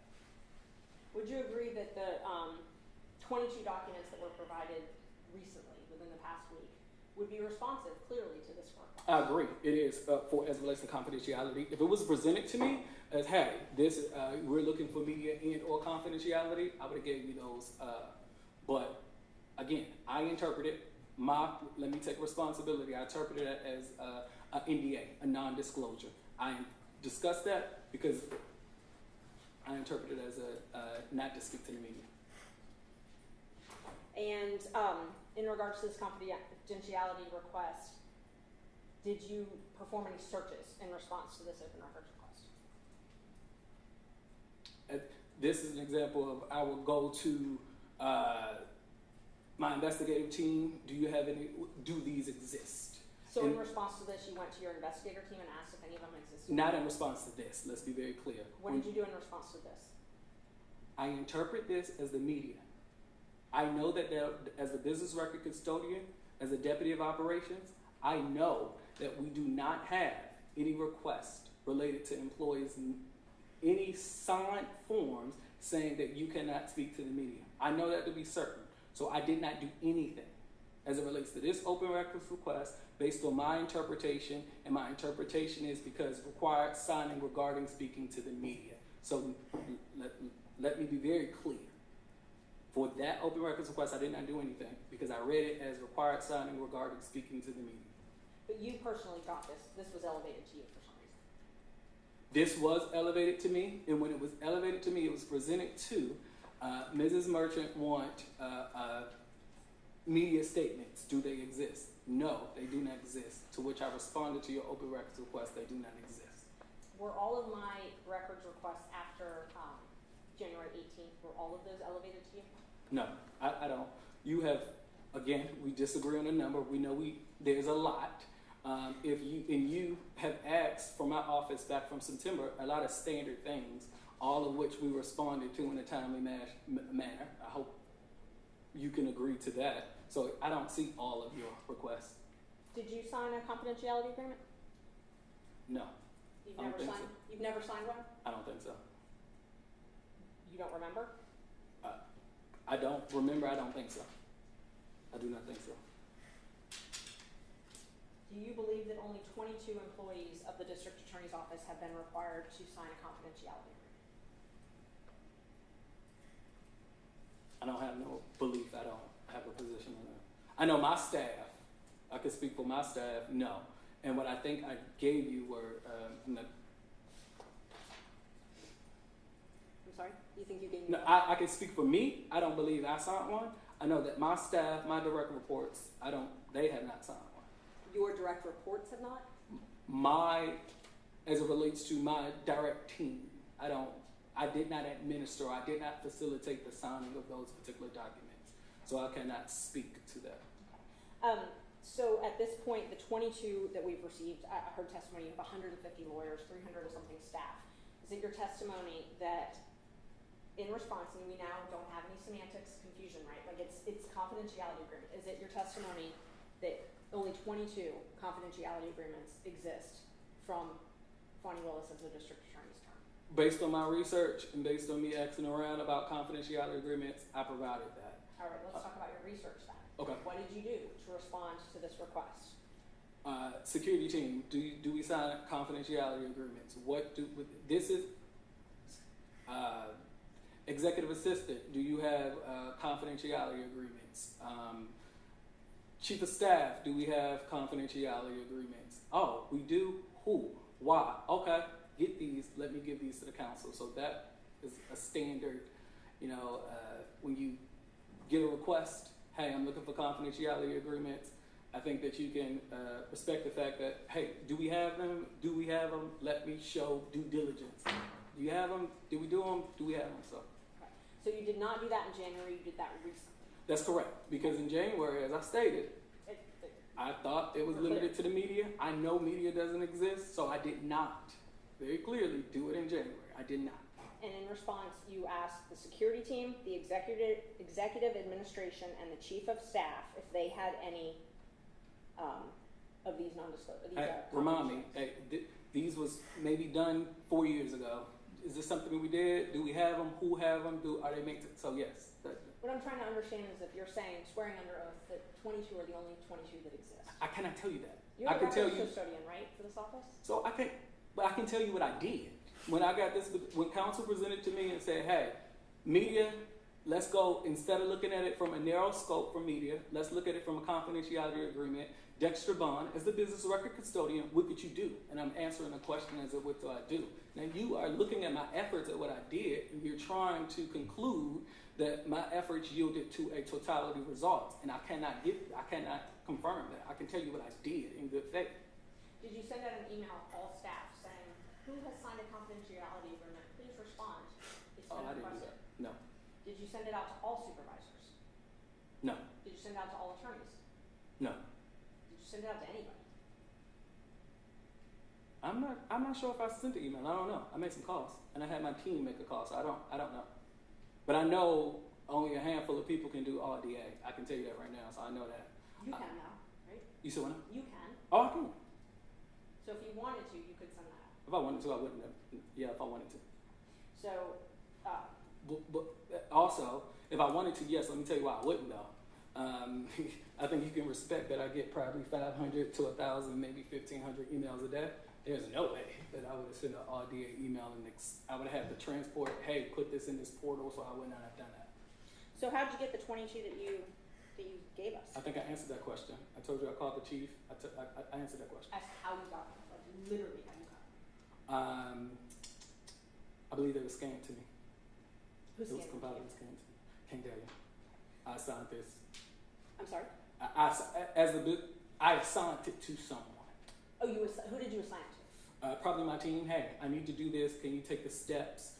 In a staff meeting, I cannot tell you who specifically did it, and I made some calls. That's why I know how to email. Do we have this? Do they exist? Is this familiar? And that's what I did. So you asked some staff, and you don't know who that staff person is, to make some calls to see if these exist. So when we're in a staff meeting on Tuesdays, right, I have several different people that sit around the room, right? And then I would say, hey, these are outstanding issues. This is my elevation time. Like, if there's an issue, let's elevate this. And, hey, you need these things for open records. Hey, can you take the lead on this? Take the lead on this. Take the lead on this. Report back to me on Thursday as it relates to what we did, how we did. In the meantime, I'll make some calls to figure out where we are. So that's my routine practice on open records. And that request was done roughly within the last 2 weeks? Oh, yeah, that fairly recently. Because, again, when I first got the request, I thought it was related to the media. As my astute counsel said, hey, let's look at confidentiality agreement and let's make it a little more broad. I followed those instructions and I did, and I told you what I did. Is there any way that I could have been more specific without using the terms actual confidentiality and agreement? If I could, to be honest with you, no. Now, because this was elevated to me, I wish that this was a request that I would have read myself and not allow it to be paraphrased to me, because I thought that this was required regarding speaking to the media. I gleaned it, okay, speaking to the media, and then I went ahead and said, hey, listen, I don't have. I'm sorry, who paraphrased this to you? I thought this one was elevated to you. When it gets elevated, it's a series of things that's getting elevated. Hey, these are things that I look. There are certain times that I'll look and I'll read. I don't know what you're talking about. Let me read this. There are other times where it's just like, I'm looking for X. I'll briefly look at it. Oh, okay, let's go. So I just want to be the elevation process. Let's educate. On Tuesday, we sit around a room, we have open records conversations among many things. Once that happened, if there's an elevation process, it was, hey, here are 15 open records items that we have. Do we have this? Do we need this? Is this an exception? Do I need counsel? Do I need to research? Do I need to redact? That's how it happens. Some of which are, hey, do we have media non-disclosure agreements prevent staff from media? That's a paraphrase. Or, hey, this person is asking for such and such and citing the law and such and stuff. I don't. Those are ones where I'm like, hold on, wait. So I want to be very clear. Yeah, I want to be very clear too, because I'm a little confused now. So if it gets elevated to you, that's when you talk about it in these meetings? But otherwise you don't?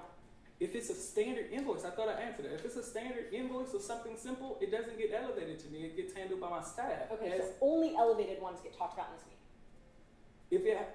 In this meeting, or hey, Dexter, I need you to look at this. I need you to weigh into this. Yes, it needs to be brought to my attention. But if you're looking for something, as you have, a specific contract, if you're looking for something specific and it is clear, it cannot be interpreted any differently, then yes, my staff has full reign. So you don't personally review the request when it's elevated?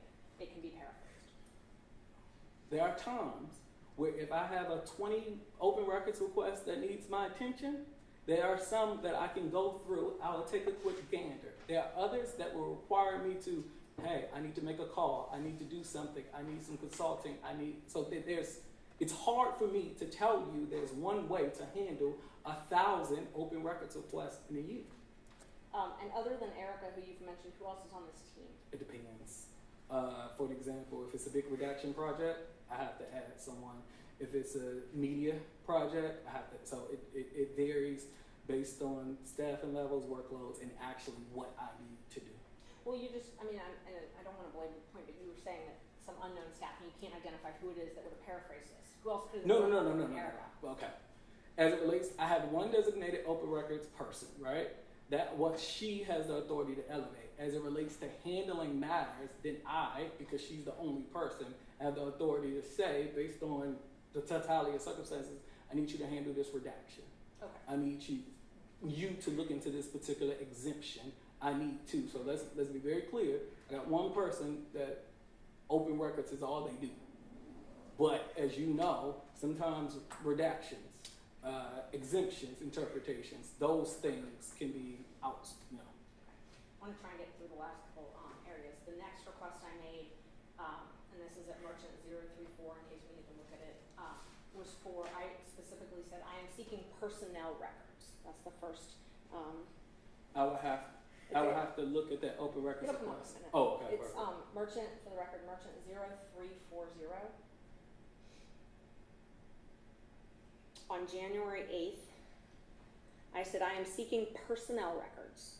And then I said, I'm requesting a list of attorneys with their names and date of hired by the district attorney since Ms. Willis became district attorney. And again, I stated, including the date of hire. This request was clear and concise, correct? No, It was not. no. I'm seeking personnel records. I think you and I agree. What personnel records? That's a little overbroad and some. Then as it relates to the second part, I'm requesting a list of all attorneys with hiring dates hired by the Ms. Willis, the district attorney, Fani Willis, and to which I responded. So the first sentence, I'm seeking personnel records. I didn't know You didn't know what? personnel records, that part right there. I'm answering your question, was it clear and concise? The answer is no. Based on the first sentence, I'm seeking personnel records. The second sentence, you say that you need three things. A list of attorneys. Those attorneys need to have a hiring date, and that hiring date needs to be hired by Fani Willis. That's what you're seeking. To which I responded, I don't have responsive records.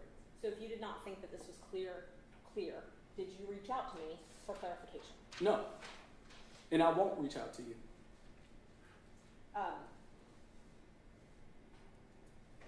And I think we agree it wasn't responded to within 3 days. I don't know. I didn't agree to that. I'm telling you right now that I responded to that open records request, and I said I don't have responsive records. I was asking if we agreed to that because I know Ms. Monroe was looking to see if she Right, agreed. but in fairness, the witness Yes, didn't I know, and I was trying to finish that. That was the conversation we had before. Ms. Monroe, did you ever have it? I know we decided to go ahead and get started, and it seems like it's a good thing that we did. Do you have any insight as to whether there can be a stipulation about whether the responses that are at issue in this litigation, the requests that are at issue in this litigation were responded to within 3 days? Okay, so the request regarding the forfeiture reports, that request was submitted on January 18th, and a response was sent for an extension on that same day for 5 days. And then a letter, then there was a response was given back January 28th. So there was a response within the 3 days. It was just for an extension, but not for the provision of records. Okay. So y'all can educate me to the extent you need to, but my understanding is that a request for an extension of time to locate documents can suffice sometimes, but at some point there has to be production of documents within the requested time period, right? So if it's give me a document, within 3 days you have to acknowledge the request and say, here you go, or we need more time to find it, which is okay, but then if you say we need 5 days to find it, you have to give it to them within that time you said for it to be timely. Right. Have we followed that trail and determined if we can agree that records either were or were not provided within either the 3 days or the time period requested by the DA's office to comply? Okay, so as it pertains to the forfeiture reports, documents were not provided within 3 days. Okay. And then ultimately determined that there were no responsive records. And then in terms of the requests regarding rebranding, promotional materials, that was not in 3 days. And in terms of, and there were also no responsive records for that. And in terms of the list of hirees, which she's talking about right now, so that was actually responded to timely, but not with the records, but with a response saying no responsive records. So we had the response that was submitted on the 8th, and then on the 9th, a letter, which is the following day, a letter was sent saying that we need 7 to 10 business days to accommodate your request, something to that effect. I don't have a letter in front of me, don't quote me please. And then on the 18th, which is within that 10-day period, there was a letter saying that no responsive records that was sent to the Okay. requester.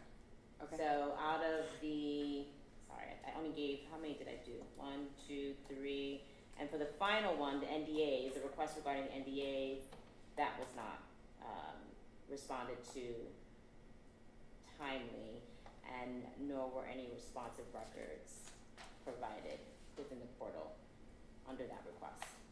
Okay, thank you. You're welcome, Ms. Merchant. Thank you. Okay, so this was filed January 8th, this record, and the response was lodged January 9th that said you were in receipt of the records and to allow 7 to 10 days for research.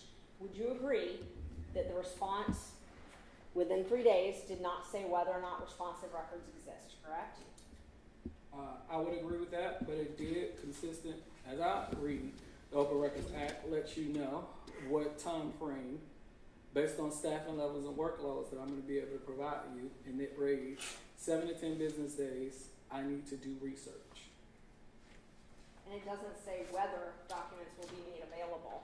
On the next day that you gave me this document, I could not make that determination. I needed to do research, so I outlined how long I needed to do research on 24 hours. Was it 24 hours? Yeah, about 25 hours after you received that. I acknowledged your receipt and I told you I need more time. And then on January 18th, you responded that no responsive records exist, correct? Let's see. January 9th, I told you 7 to 10 business days. Within 7 to 10 business days, I said, hey, we don't have any responsive records. So that's correct? That is correct. And we're still referring to the personnel records request, is that correct? Yes, Judge. Okay. Thank you. What efforts specifically did you do to actually locate these records? Talk to my HR team, and I know for certain, because HR reports to me, that I do not have a list of attorneys, 1, hired by District Attorney Fani Willis, 2, with their hiring dates. Those are 3 variables that you wanted. I know for certain that I don't have that. What searches were performed?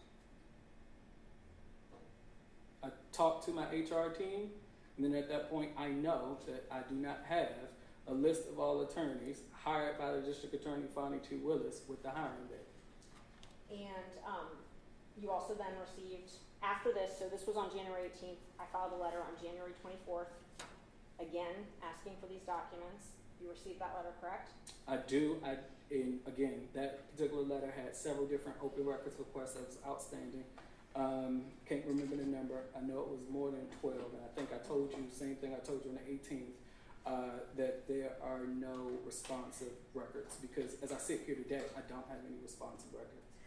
My question was, you received a letter from me January 24th where I asked for these again, correct? Did you receive a letter January 24th? Yes. Where I asked for these again? I don't know if you asked for them again. I received a letter on January 24th. As we already said, that letter had several different open records requests. Yes, this was probably included in the letter of more than 12 open records requests that I addressed from your January 24th letter. Give us a minute. Hold up.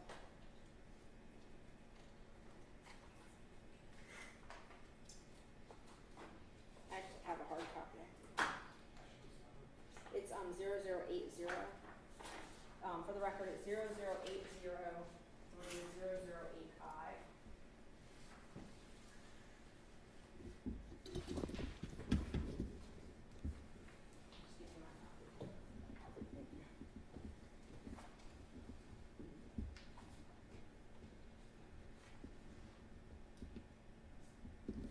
Take a look and tell me if that refreshes your memory. January 24th letter. I'm assuming, so direct me, you're talking about section 3? Section 3. Yes. So I again clarified, asking if this meant that she had not hired any attorneys or that you just were claiming that you didn't have a list. Okay. Is that correct? Did you receive this? I did receive this. Okay. And before we move on, how many number requests are in this letter? Let's look. One. You can look at the last one. They're Roman numerals. Hold on, wait. Well, look at this number 1. You see how many is in here? So how do you want me to handle it? So each are one request. So if you want to look to see how many requests. I'm sorry, Miss Merchant, I can't hear you. I'm sorry. Here, I'll take it back and go and ask her. Okay, go ahead. sorry, I forgot. All right, isn't it true that we go up to Roman numeral number 10 in this document? There are 10 requests in this document. Ma'am, look at number 9. That is 2 requests in 9, so you cannot correlate Roman numerals to requests. 2 requests in number 9? Look at 3, 4. I'm sorry, don't know Roman numerals. Objection, I'm sorry. I understand that counsel is trying to get to the contents of the letter. At this point, I don't see the relevance in having the witness count the number of requests in the letter, so if we can just get to it. Judge, part of the argument has been that it's burdensome, that I've requested 40 we started with. There's 10. One of them I had to duplicate because it was closed without being responsive. There's 10. The letter, I can read your letter. Okay. I know how to count and read, right? And so there's no point in arguing about it. You responded to that letter and said nothing exists, In correct? this letter, you presented 10 Roman numerals that dealt with a lot of different requests that was outstanding, but you so kindly forget that we have had several different open records requests outside of this particular letter, dating from September. So this letter only deals with open records that was outstanding. Each Roman numeral deals with various different requests. Let's be clear. My question was, if you sent a letter in response to this. You asked me that 3 times. The answer is yes. You received it on January 26th. And it said that you do not retain records and cannot produce. And I told you that 3 times because as I sit here, I do not have records. I do not have a list of hires from attorneys with the date of hire that was hired by District Attorney Willis. I told you that on the 26th in response to the open records request. I told you that now, and I told you that previously. One point of clarification, because you've said the same thing several times, and you're putting emphasis on a particular part that I'm curious about. Call it the rule of judge's interest. But I understand, and I think I started this hearing with this discussion about sometimes we know things that don't exist in a document. But you keep saying I don't have a list of attorneys with their hire date who were hired by attorney Fani Willis, the DA Fani Willis. Weren't all the attorneys in the DA's office hired by Fani Willis? Oh no. We have some DAs that was hired by District Attorney Paul Howard. Well, I'm certain they have worked for the DA's office for a long, long time. But didn't she decide to hire them when she became the DA? And I'm not challenging you. I'm just asking to make sure I understand if there is or is not a distinction. I see that. I can see that. Okay, fair enough. But at least I understand better why you were drawing that distinction. Mm-hmm. Okay. Well, I was drawing that distinction because that's what she asked for. Okay. And No, I got you. I wasn't challenging what it said. You were placing emphasis on it in a way that to me seemed to inform how you understood the request, and now I have a better understanding of how you understood the request. Thank you. Okay. Thank you, Your Honor. I will say this, based on this particular request, what I have done is to reach out to the Chief Human Resources of the county to see if I have a list of, hey, here are the list of attorneys hired by District Attorney Willis with their hiring date. And I can tell you right now, as I sit here, I don't have that. When did you reach out and make that request? To the county HR in the course of this litigation. Okay, so not when I filed the open records request. I didn't have to at that time because I know I didn't exist. So the answer to your question is no. I didn't feel a need to reach out at that time. But then, in response to the litigation, you did feel the need to reach out and actually ask the question? Well, once litigation is, I'm like, okay, what can we do to resolve this matter? Is there anything extra? I feel comfortable. Let's be very clear. Under the Open Records Act, I did what exactly is required of me in the law. Now we're in litigation. Let's see if there's anything possible else that I can do. I did that extra, and guess what? The records still don't exist. And I know we already verified that as the Open Records Officer, you were charged with maintaining records under the State Records Management Act, correct? We already talked about that, right? Early on. That's part of your job.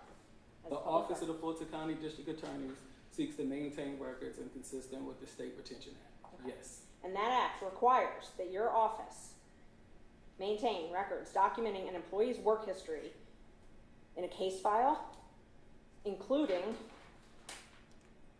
the date they were hired, and if there was no hire decision. And you have to keep those records for 50 years or 7 years following the date of separation of the employee.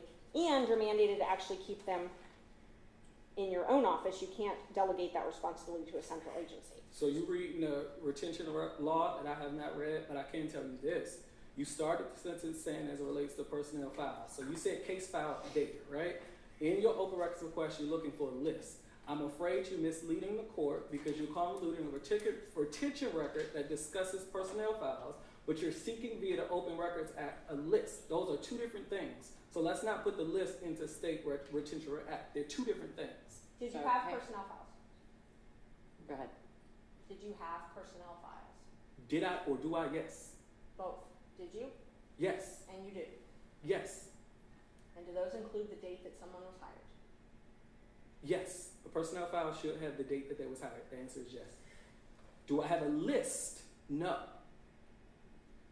I don't have a list. And if you think that it is reasonable for me to go look at find out who was hired by the DA, pull that HR file, scan that HR file to make a list, I don't think that the Open Records Act requires me to do so. So as I sit here, no, I don't have it, and I told you what I did. Did you have a question for me? Nope. Okay, sorry. Thank you. Your office also produces newsletters with lists of all of the employees of your office, is that correct? Office morale, yes. We have bi-weekly newsletters, winter reports, we have quite a few. And it's got something called a directory of attorneys?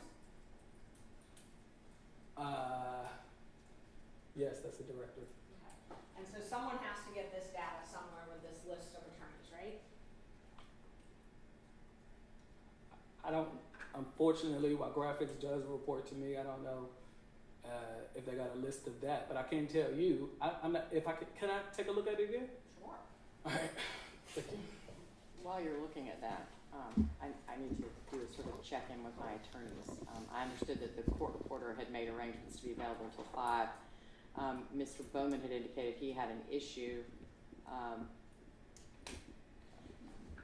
Do we need to adjourn? Can we carry on in your absence for an hour? Can you stay? Where are we on that, Mr. Bowman? Yeah, I can push it for a few more minutes, but I mean.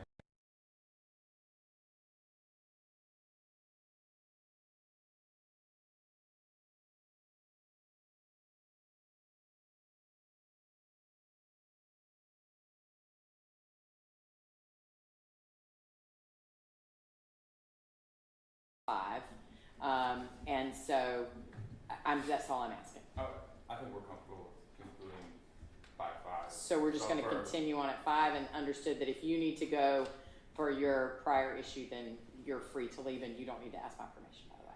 Thank you very much. Okay. Thank you for the interruption. While we were doing that, the witness had an opportunity to look at whatever it was that you were showing him. I saw it, but I don't know that it was ever identified for the record. I apologize. Oh, I'm sorry, Judge. I am showing him what is Bates stamp. It's Exhibit 8. It's Merchant 0303, and it goes until 0336. Thank you. Let me know when if that refreshes your memory. I have reviewed this directory. I don't understand the relevance, so I'm pretty sure you'll educate me. So, yeah. This directory is published by your office, correct? Yes. Okay. And it contains. Can you repeat that? I'm sorry, I couldn't hear you. Sorry. This is a directory published by the district attorney's office, correct? Yes. And it contains a directory, which is a list of district attorneys, essentially. This looks like my supervisor to me. So district attorneys, supervisors, yes. Okay. And you guys publish these pretty regularly. The district attorney's office publishes these regularly. When you say publish, yes, I print out, I hand out, yes. I've learned that staff like to see their faces places, so yes. And in this, you welcome new hires? I'm pretty sure that there's a version of, hey, we have some new hires. And someone gives that data to whomever makes this brochure with new hires, correct? Yes.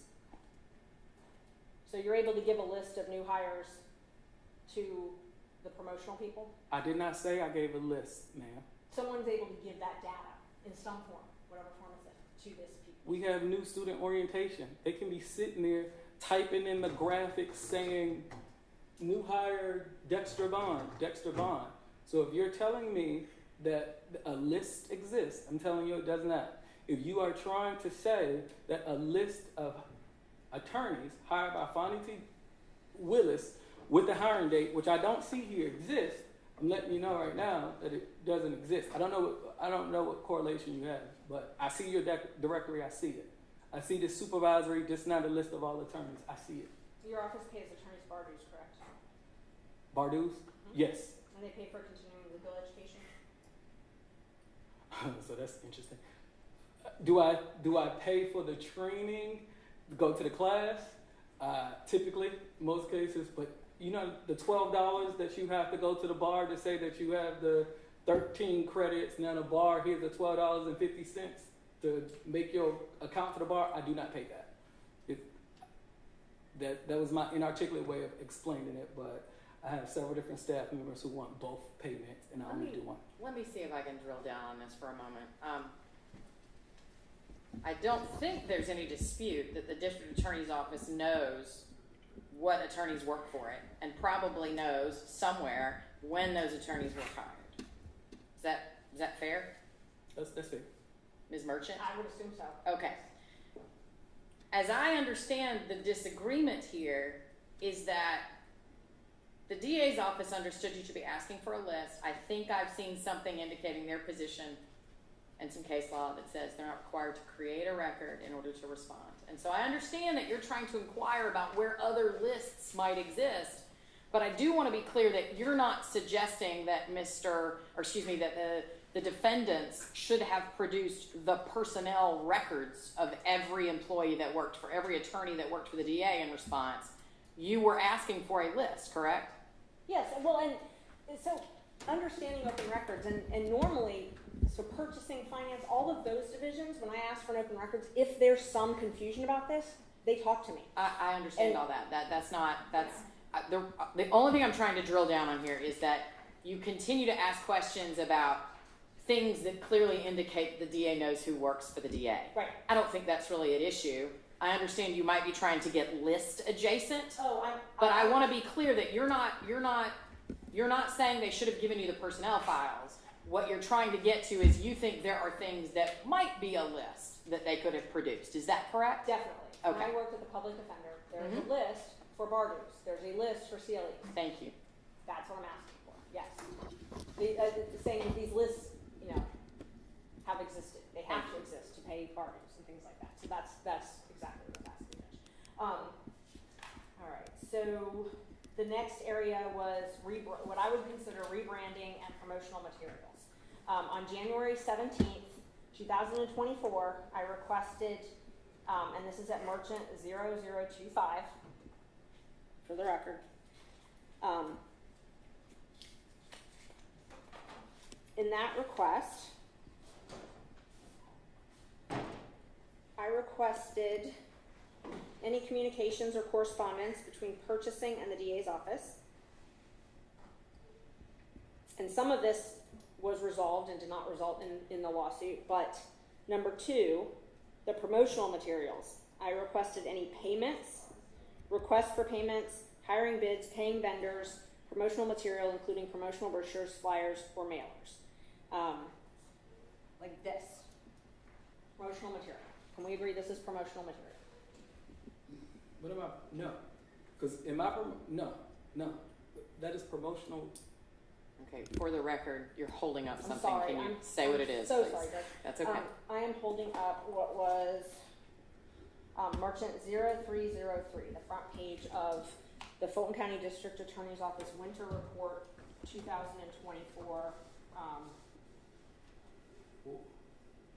Help me to understand, and maybe I'm not trying to disagree with you, and I'm not trying to belabor the report, but what am I promoting in there? Why would that be promotional material? Promotional material to me is, our REACH program, helping the youth. Let's promote that. Our records restriction program flyers. Those are things that could be considered promotional materials. I don't know. I wouldn't consider that promotional material. I don't know what you're talking about. Okay, so you considered REACH to be promotional material. Did you provide me that in response to this open records? No, because you said in this particular open records request, any payment request process for hiring, bids, paying vendors, promotional material include. So no, I did not. Rebranding. So when you walk in the district attorney's office and there's new advertisement type things, did you provide me any of that? No, I don't know, because I do not even know what rebranding is. So, And for the record, you remember, we just had a conversation about promotional material. As it relates to this open record request, you can agree, this is just like our first one, right? It's 5 different things. Of those 5 things, I responded. I think you told the court some of this has always been resolved because some of this did not come in. You said that's what you testified to the court. Hey, some of this stuff did not make it to litigation. Right. All right. So we also know once I gave you those responsive records, moved on. It was closed. So I gave you what I had as it relates to that. So if I did not give it to you when I responded to you, no, I did not give it to you. would you agree that this request was submitted on January 17th through the Fulton County Open Records portal? It appears to be so, yes. And it appears also that the request was received the same day?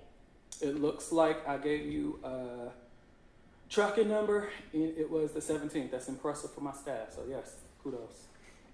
And it didn't say that whether or not responsive records exist or if they would be made available, anything like that, correct? Well, on the same day, no, I certainly didn't think that you were going to get a response on the same day. So it was acknowledgement of receipt, a description of your records, and a tracking number for you to find your record. Then on January 25th, you put a response in the portal that says to review attached letter and that the request had been extended for research. Is that correct? It does appear that that is the letter that I gave you in January, dated January 26th, I believe. And it looks like I needed to do some research. So I agree with what's being presented to me. What efforts specifically did you do to locate these records? Well, I think that as it relates to these particular records, I gave you, number one, I guess this starts with 5. This is why things are difficult, right? You gave me 5 things. I responded to some. So as it relates to those particular records, I researched, retrieved records, and gave you records. You believe you gave me records in response to this? As it relates, you gave me 5 things in this open records request. Let's go through the first one, right? As it relates to number 1, I think that you told this honorable court that some of these matters have been resolved, right? I gave you those records for number 1. We can agree to that. Is that fair? As it relates to number 2. No, it's not. I received number 1 in regards to a subpoena in a criminal case from the county attorney's office. I did not receive that from you in regards to the open records request. Okay, we're going to have to disagree. Let's move forward. So let's go through this then. This document, 0025, the only response you sent was on January 25th where it says, please log into the portal to review the attached record. It's been extended, correct? Let's look at that letter. Yes. It's, if you can scroll up a little, it's higher up. There we go. Okay. Okay. And then the letter that we're referencing is that same letter that you gave us earlier. It's at Merchant 0087. That deals with a whole lot of open records requests. Yes. So let's go to that letter. And that's Let's it. look at 011724. It's 0087. 00. Okay. And you wrote, in regards to this request specifically, that this office does not maintain responsive records and cannot produce the records I seek. Show me. It's number 5. Number 5.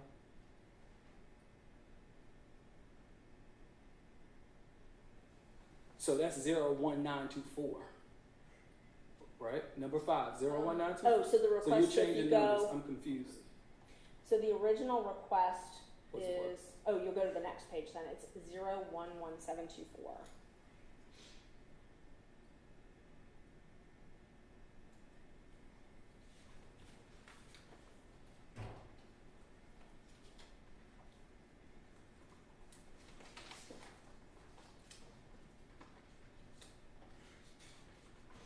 Zero 0017. Okay, you can direct me. It's number 8. Yes. Number 8. If that is 011724 related to promotional material rebranding, that's how I responded. Number 8. Yes. So you never provided any records in regards to this response?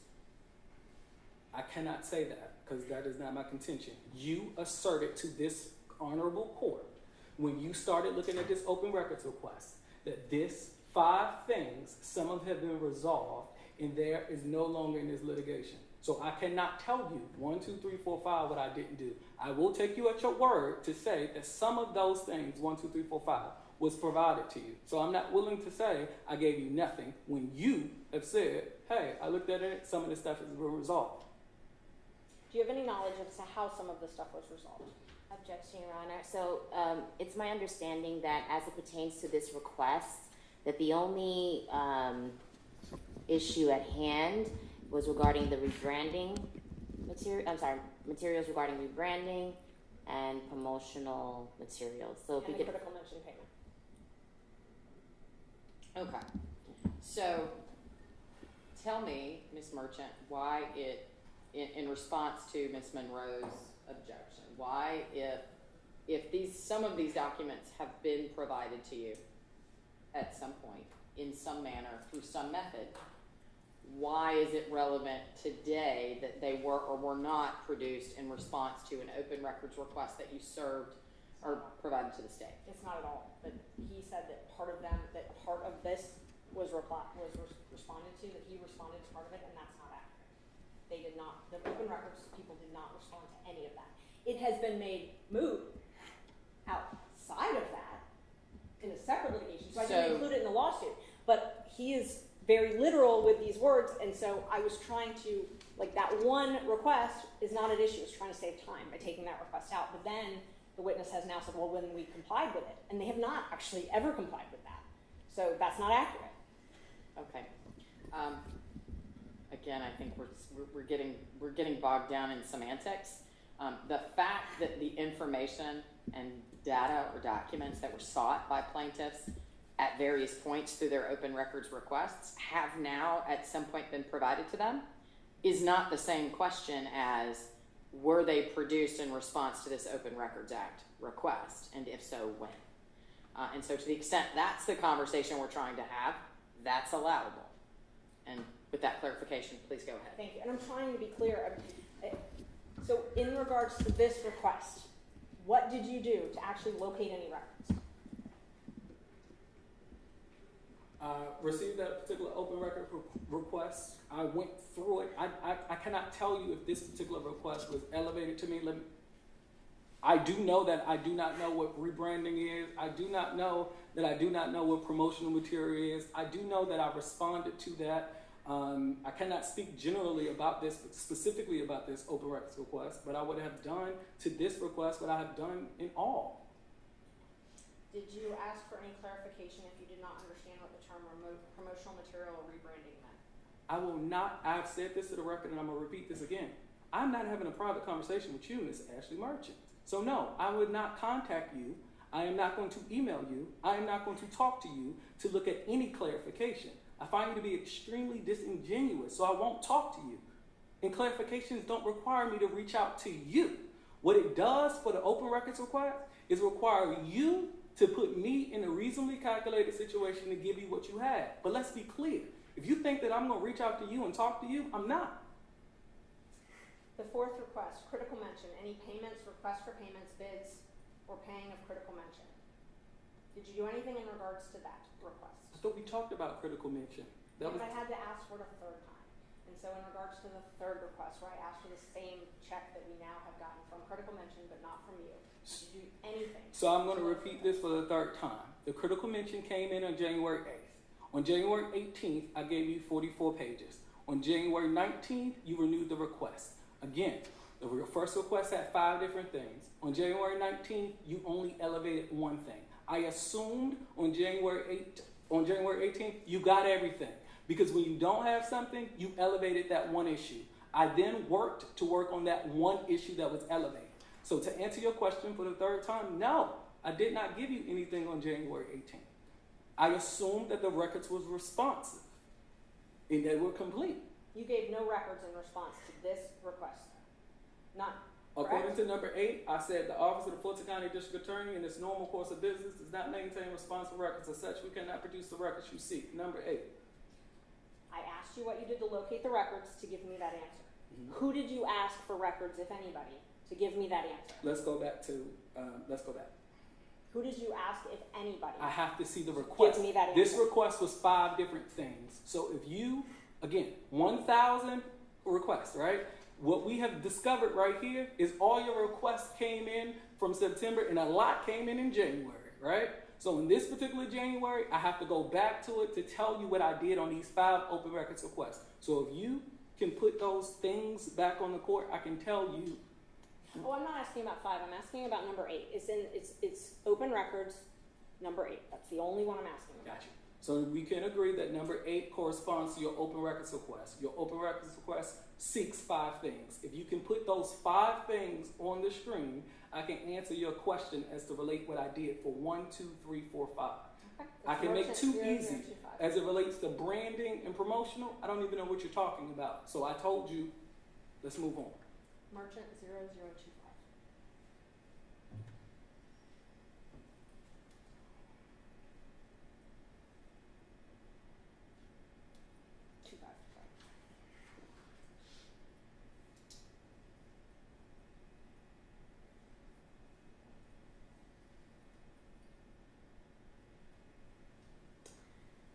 Here it is. Number 1, outside counsel. That was a. I'm not asking you about that, so we can move on. I haven't asked you about that. Okay. But in regards to number 2, I know you said you don't know what promotional material means, but what, if anything, did you do in response to try to find responsive documents for this? Can I tell you what I did specifically? That's a conversation with staff, because my POV may be limited. What are promotional materials? I don't know. So I don't know what I did specifically. I don't know what. But what I did do is say that I do not have any process for hiring and bids for paying vendors for promotional material. I don't have that. Number 3, rebranding. Any payments, requests for payments, process for hiring bids and paying vendors for rebranding material. Did you do anything in response to this request? As the COO of the office, I know about bidding, and I know that there is no hiring or bids related to period. To certain things. And then as it relates to rebranding specifically, I don't know what that is. Did you do anything in regards to this request? I've reviewed it, I accepted it, and consistent with the Open Records Act, I gave you a tracking number and I responded to it. So yes, me or my staff did something to this. Did you do any searches or request any records in regards to this? As it relates, I'm going to say yes. You don't want to talk about number 1, but I'm pretty sure that I did a search because you have those responsive records. As it relates to number 2, promotional material, I told you I do not have process of hiring bids. It doesn't require me to do research on that. As a COO of the office, I know the answer to that question. As it relates to rebranding, I think the court and I can all agree, right, that this particular matter, I don't know what that is. As it relates to critical mention, I have discussed several times what my position is as it relates to critical mention. And as it relates to TDI, I did respond. There is no responsive records to that. So did I do something? Yes, I responded in compliance with the Open Records Act. That's what I did. So my question was, what did you actually do to locate the records? Did you perform any searches? There were no searches to perform outside of number 1. So I'm pretty sure I did a search for number 1. As it relates to number 2, there's no search because there's no process for hiring bids for promotional material.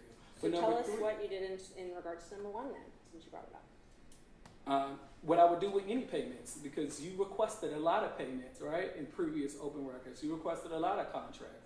That is something that I can pull as it relates to EMS and provide to you. So in regards to number 1, can you tell us what you did? Again, Your Honor, this is outside of the scope of what open record requests are at contention here. If we could just focus on the open records requests or the materials that are missing and that have not been provided. Judge, I think you deserve an answer, though, that nothing was done in this. Hang on. I'm gonna save you the time and trouble of making that argument and say, I agree with you that what he provided in response to this request isn't relevant, but the process that he followed, the effort that he made to respond to it versus others, or in a similar way as he made, as a process he followed to respond to others, I think is relevant, and so I'm going to let him answer the question. Your objection's overruled. Repeat the question, please. In regards to request number 1, outside counsel, I requested any payment, request for payment, process for hiring bids, paying outside counsel, including the referenced retraining which was discussed during the Board of County Commissioners meeting in November 2023. You'll remember you appeared in front of them. There was a big discussion about this. What did you do in response to that open records, number one? I cannot recall specifically. I cannot recall. Do you recall if you did anything in regards to this? I can speak generally what I would have done. I cannot recall specifically as it relates to this request. So how can you tell us that it's been fulfilled then if you don't know what you did? Because as it relates to outside counsel, I cannot specifically tell you what I've done. Generally, for payments, I would have looked to see if there are any outside vendors, which you have asked me for via open records request, and I have supplied to you responsive records to this. So I don't know how to answer your question, and I cannot specifically talk about tracking number 11724. What did you do to search for information about the retraining that was required during the Board of County Commissioners meeting? And do you remember attending the Board of County Commissioners meeting in November 2023? I do. And you remember there was a big discussion about the DA's budget for things, printing, promotional material, things like that. That's not how it was reframed, but I do remember that I was present and I represented the office at that BOC hearing. And the purchasing department had some concerns because you had quite a few outstanding debts or payments. What department? Purchasing. Purchasing. Sorry. Had concerns about all the spending for promotional material. That's a mischaracterization of the purchasing department. Okay, I don't want to get down into the weeds of what, because also there's an official record of what went down at the BOC meeting on whatever day, and if it ever becomes relevant, I can find it and listen to it and know what was said. So let's move. Yes. Okay. What is relevant is what did you do in regards to when I asked for the communication that was referenced at that meeting? Purchasing said they had gotten with you on retraining your office about purchasing. I asked for that communication. It was referenced during that meeting. What did you do to find that? That particular training was done by me and the CFO. It was a conversation between me and her. So there is no documents related to that particular training. It was done via Zoom. So that's how, again, I cannot tell you specifically what I did with this open records request. If the conversation is about this particular training, I can tell you what it was. I can tell you that your statement of the purchase department is mischaracterized, and I can tell you that there are no records related because that happened via Zoom and we had a conversation about how to proceed forward. So you did nothing in regards to looking for correspondence about that, setting up that Zoom or anything like that? I know I would not set up the Zoom, so no. Okay. Let's move on to the forfeiture reports. So on January 16th, this is at Merchant 0019. January 16th, I requested reports and itemization for all property and funds obtained through forfeiture. If you can, don't recall the characterization of that open records request. If you can allow me to see it, I will definitely bring you up to speed. Yes, familiar. Okay. And this was submitted through the open records portal? Yes, it appears it was submitted January 16th. Good job, staff. They responded. They gave you a tracking number on January 16th. And the response, or the request was clear and concise, correct? Actually, no, it was not. Okay. So you didn't understand what I was requesting here? No, I didn't, and I communicated that to you. You communicated that. How'd you do that? January 26th letter. You communicated that you didn't understand what I was requesting? If you can pull up the January 26th letter, I can reference what you're saying. Sure. I'm the base number. Do you have a physical copy of that letter you can give the witness? We've referenced it enough Yeah. that having to stop and pull it up each time is, thank you.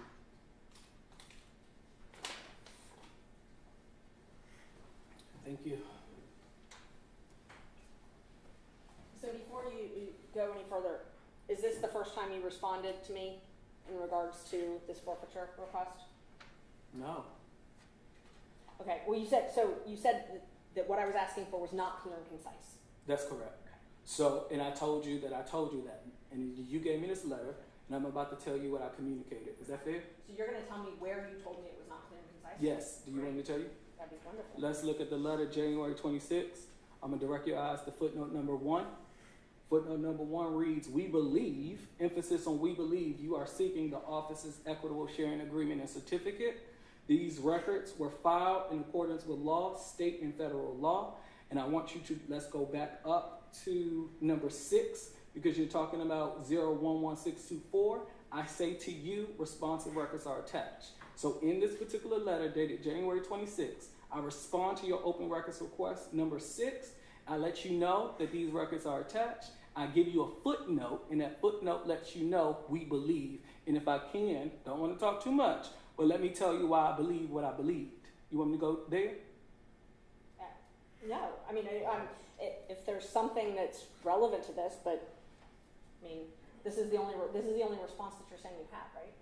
For number 1, yes, as it relates to the office's equitable sharing agreement and what I believe that she was looking for, and I can tell you what I did to give you that. Oh, okay, yes, that would be my next question. Well, that's jumping ahead. Give me one minute to get there. So this response, so this one that you sent, and I don't have the date, you've got my copy. It was sent, I believe, January 26th, correct? Yes, January 26th. Okay. Can you pull up merchant 0018?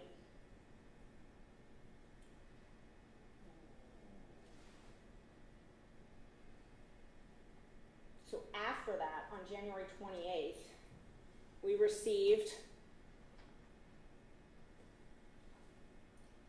something that says apologize for the delay. So after we received this letter, there was an apology for the delay and said that it was still pending. I'm looking at, what date, January 28th?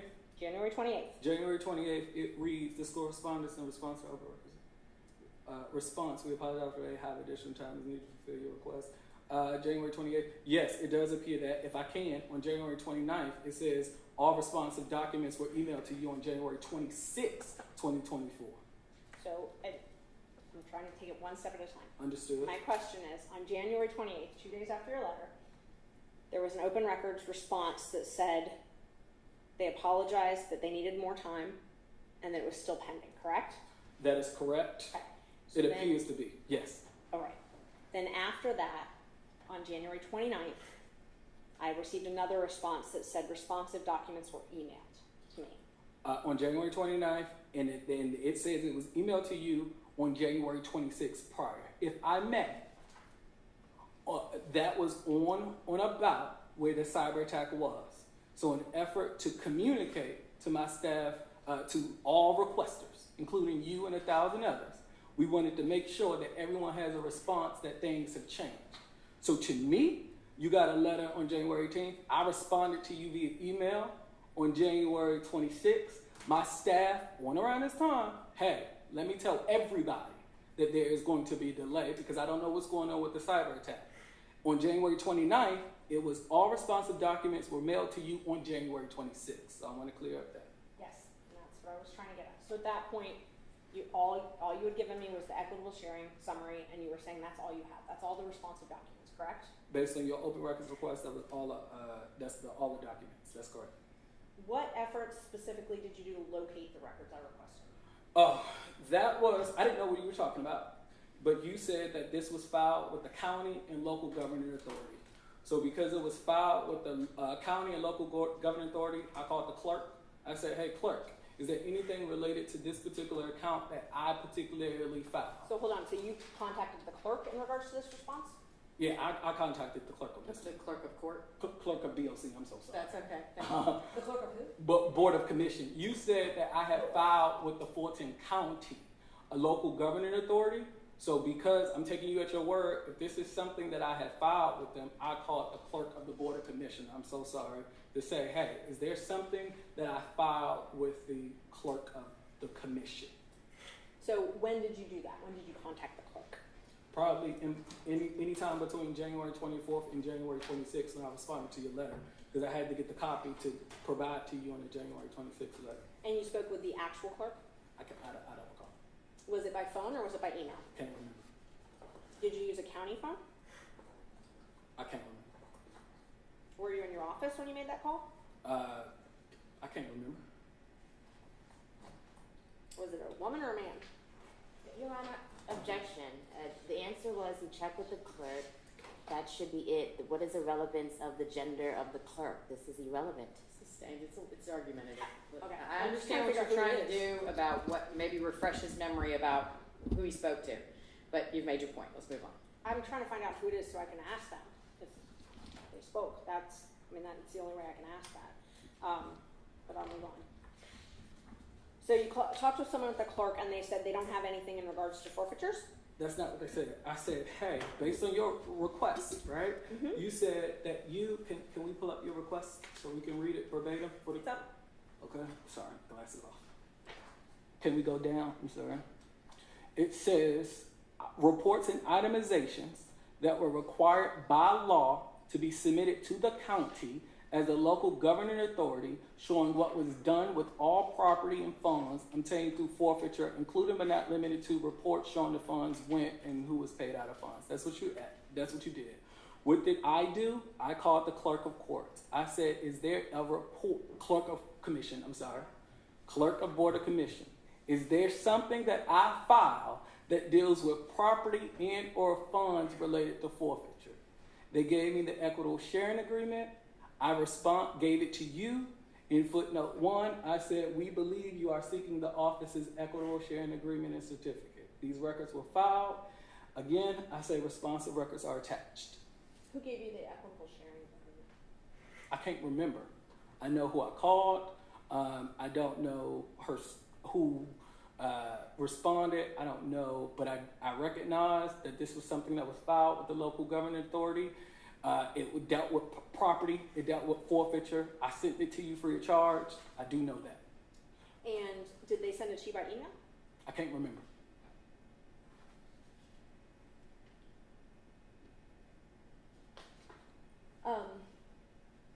Were any other searches performed? No, because at that time I gave you exactly what you was looking for. You looked for reports and itemization filed with the local governing authority. I called the county. I said, is there anything filed with this property and seizure? They said it's the equitable sharing agreement. Oh, here we are, responsive. Here you are, free of charge. Item number 6, address closed. So no other searches. You did no other searches? No, Okay. no ma'am. So you didn't obtain the document that you filed, that you also had to file, talking about, the equitable sharing is the federal one. There's also a state one for state forfeiture funds. Did you file it? Did you search for anything in regards to that? You're educating me. Say it one more time. There's a federal forfeiture law and a state forfeiture law. You have to file reports for both. Did you say that in the open records request? Did I tell you that you had to file reports for both? No. You're distinguishing state versus federal, right? No. You said you gave me the equitable sharing. Equitable sharing is a federal Department of Justice document. There's also a PAC document for forfeiture. 2 different funds, 2 different tracking. Received. Did you give me anything about the state tracking? No. You gave me the federal equitable funding. Because that's what you asked for. You said, give me the documents that was submitted to the county, Fulton County, as the local governing authority. They're both submitted to the county. My question is, you gave me the federal forms. Did you do any searches for the state forms that you are required to do for the county? No, I did not. What I did do was call the clerk. The clerk said, I have a forfeiture account based. Your open record says local governing authority showing what was done with property and funds to forfeiture. It makes no mention of the distinction that you're drawing today. What you're drawing today is completely different. What I did say is hey, I have a point of reference, local governing authority. Let me call the local governing authority. They say, I do have something through forfeiture. I get it. It's responsive. I say in my footnote, we believe you're seeking this. Okay, my question is, did you do any searches looking for the state documents? Any searches? No. Okay, can you pull up merchant 0571? But why would I? No, the answer is no. And I would not have done that because you said filed with the county. So why would I then say, hey, I filed with this county, but maybe she wants to look for the state? I do not. You and I don't think alike, clearly. Let's back up for a second. Mm-hmm. The federal forfeiture statute requires you do a document called equitable sharing. This news to me. You file it every year as part of your job. Objection, Your Honor. I'm sorry. assuming facts that's not in the evidence and is also It's in evidence. Ms. Very- Merchant, let her give her objection.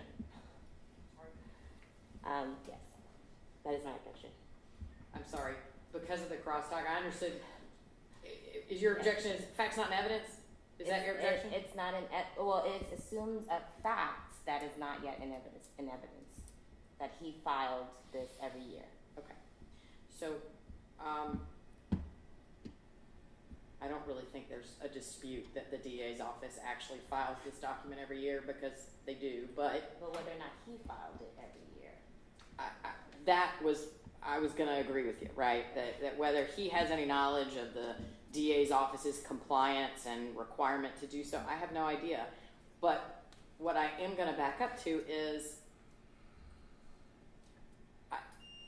I think you've asked, and he's answered multiple times, what effort he made to comply with that request. And I think his testimony is that he reached out to the clerk of the Board of Commissioners, and they shared with him information about this equitable sharing agreement. He believed that was responsive to your request, and so he identified it, produced it to you, and that was the end of what he believed was his response. That's what I understand to be the testimony at this point, and let's move on from there.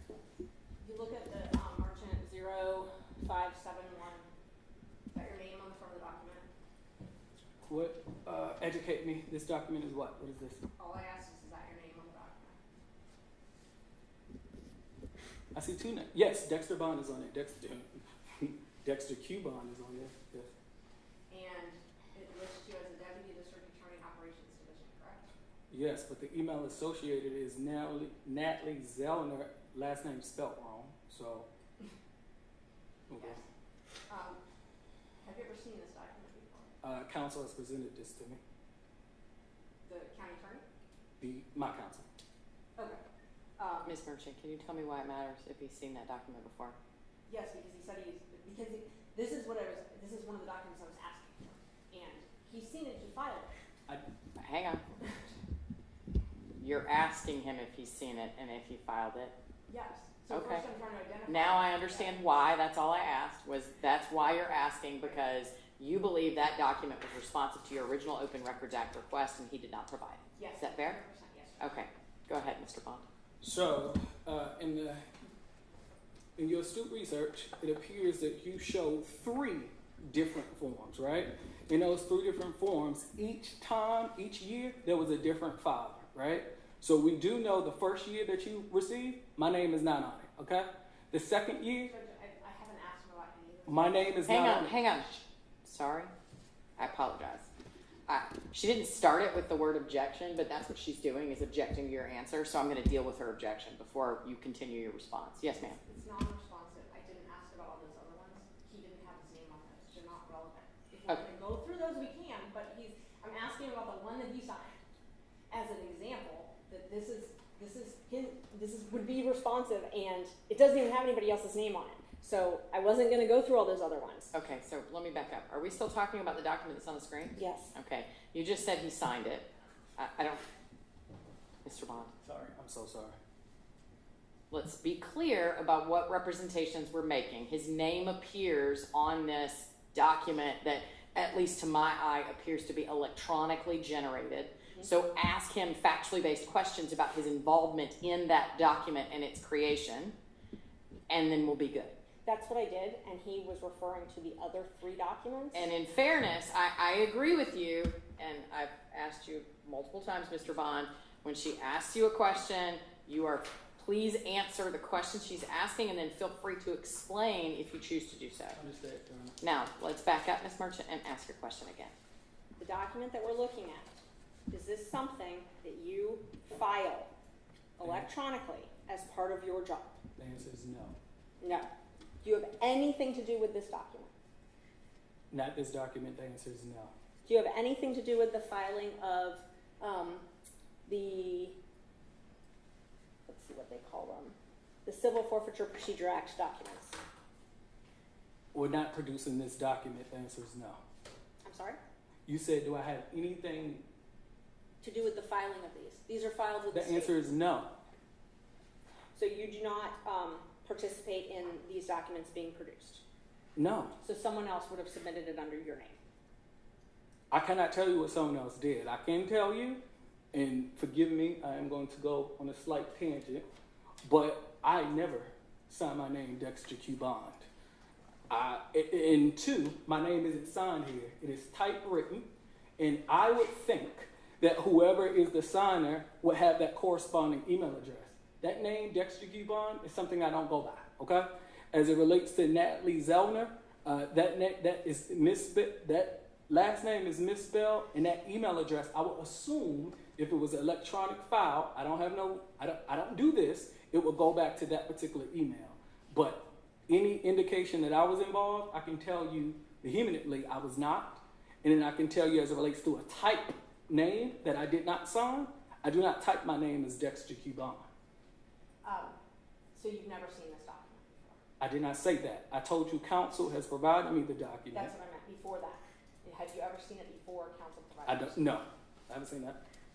Because it appears, based on what you said, it was submitted to the state and it's submitted electronically. So that's what it appears. But again, I don't sign it. And what I do know, based on research, and as you know, that in 3 different of these state filings were filed by different employees, none of whom are me. I'd like to ask a clarification question. So it says Deputy District Attorney Operations Division, and I think I understood your title is Deputy District Attorney of Operations. Is that right? Yes, that's right. Okay. So even though you might not have done it, is it the job of the Operations Division of the District Attorney's Office to do these reports? So I don't know. Let me explain. Mm-hmm. I was presented with 3. Mm-hmm. The first one was done by a game unit. The second one was done by a forfeiture unit. This one was done by, I don't know who it was done by, but my name was on it. Okay. So let's be very clear. I would not say, based on what you provided counsel, 1, 2, and 3, and based on who in my office did this state electronic input, and it needs to be clear that some of those people are no longer in the office, so I cannot verify, but I don't know. So is it fair to say that this document does exist within your office? I would say yes. But it's also fair to say that this document is in response to your open records request. So it does exist. Did you do anything to search for this document? Not this particular document, no. Why? Because you asked for documents filed with the county. I called the county. I got the equitable sharing agreement. The equitable sharing agreement deals with the substance of your request. I gave you that free of charge, and I sent it to you on January 26th in the email. So no, I did not do anything looking for the state, because you did not ask for the state. You asked for the local government authority, Fulton County. That's what I did, and that's what the Open Records Act requires. And just to be clear, my request was what the county, you had to actually do, what the law actually required. That's not what your request is. We can pull my Hey, the request is what the request is. Again, I can read, and I've seen the request multiple times. Yes. So, if you had sent an email out asking for documents that the county required to be filed, would you have gotten this in response? If you asked me a hypothetical, if I would have did what, I would have got We what? searched for this document. I'm trying to figure out, and I don't know, you gotta understand, I don't know how the DA maintains documents, but these are documents that have to be maintained. So, if you had done a search for it, or you had asked people for it, would you have been able to obtain this document? Objection, Your Honor. This question has been asked over and over and answered over and over. I would like to move on. We can, please. Actually, I disagree with you. I think this is actually a new question, which is where would this document exist if you had searched for it? Would you have found it? And that is a different question than whether he created it or was involved in its creation. I misheard the question. That's okay. Thank you.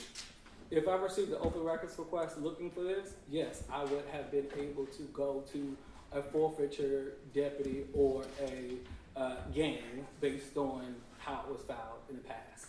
But again, this record is not responsive to your open records request. Do you, as a matter of practice, as the open records officer, do you use email to request open records? It depends.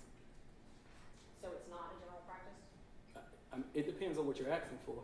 If it's something, again, if it's something for a standard invoice like you have sent to me several times, during staff meeting, I would say, hey, make sure you get this, put this in the portal. So I cannot tell you, it depends on what you're looking for. So you sometimes do it oral? Yeah, sometimes I do it orally, sometimes I do it, yeah. If you sent emails asking for it, would you have those? If I send emails asking for it, what is it? What are you talking about? The records requests.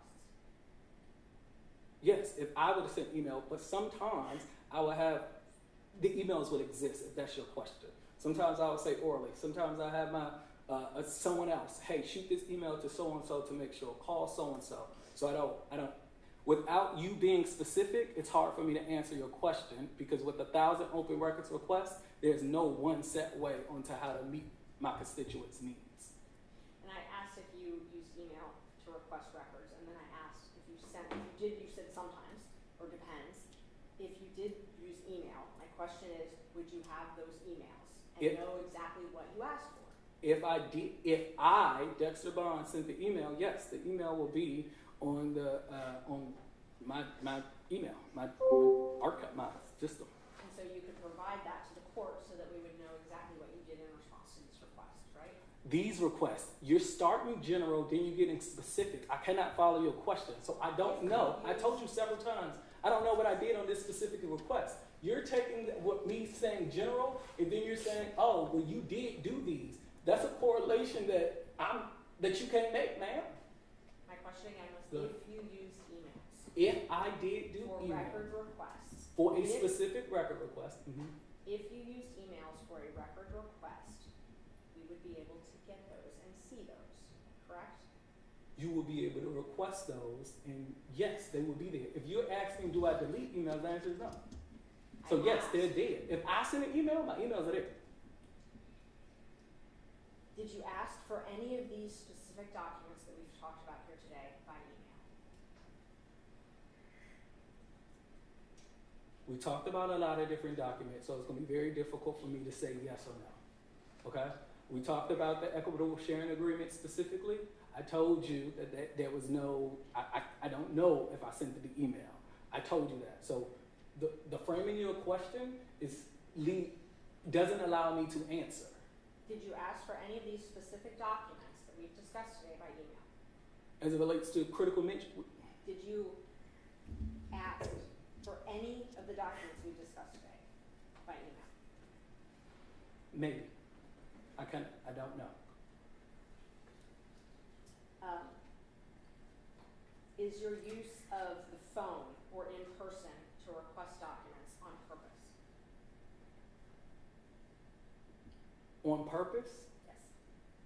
I don't understand your question. What you mean on purpose? Do you purposely ask for things orally or in person?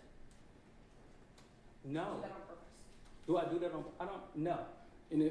No. The answer is no. That I don't do anything on purpose. Have you been instructed not to put things in writing by email? No. Have you been instructed not to put things in writing, period? By whom? No. Anyone? No. What is the office policy on the use of email and putting things in writing? I don't understand the question. Objection, Your Honor. So I'm trying to determine what the relevance is in terms of emails and the protocol for emails in the district attorney's office. What is the relevance here?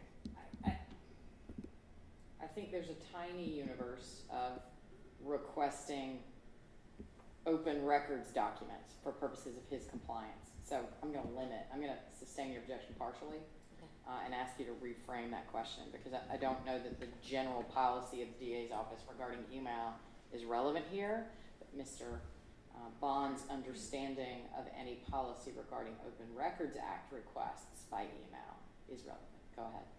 Does the Open Records Act requirements or disclosure, does that guide yours or your office's policy on putting things in writing? Does the Open Records Act guide you? The answer is I don't understand your question. Does the Open Records Act guide my I don't even know if there's a policy. So you're making an inference that I cannot.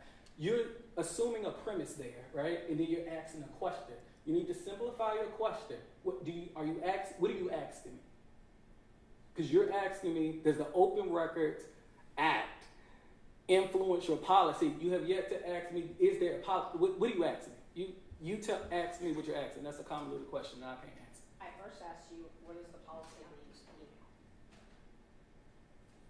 For open records requests. Yes. For open records requests. The policy for email, use your email, and there's no policy. Look at the employee manual. You gave it to me. I don't know where you're getting at. I'm not familiar with the specific policy on use your emails this way because of open records. If you draw a correlation to two, forgive me, I don't understand. But there's no policy on emails as it relates to the Open Records Act. There are two entities that are different.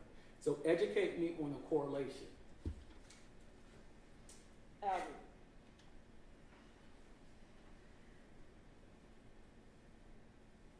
I had just asked you if there was a policy, so I think that's the first step. If there's any policy on the use of emails in regards to the Open Records Act, not to put things in writing. And I answered that question.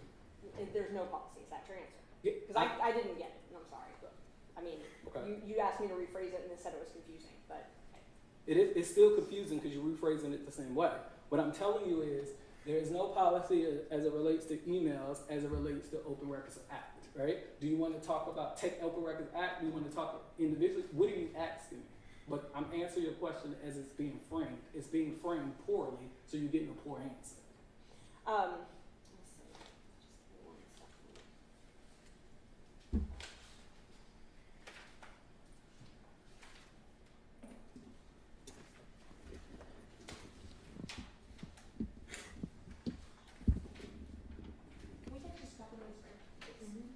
Very couple of minutes. Okay.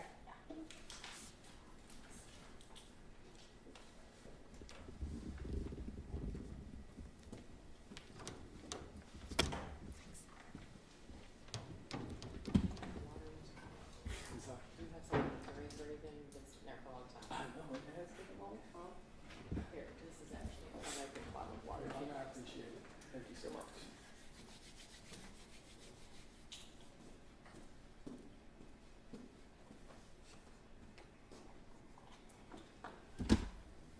Thank you.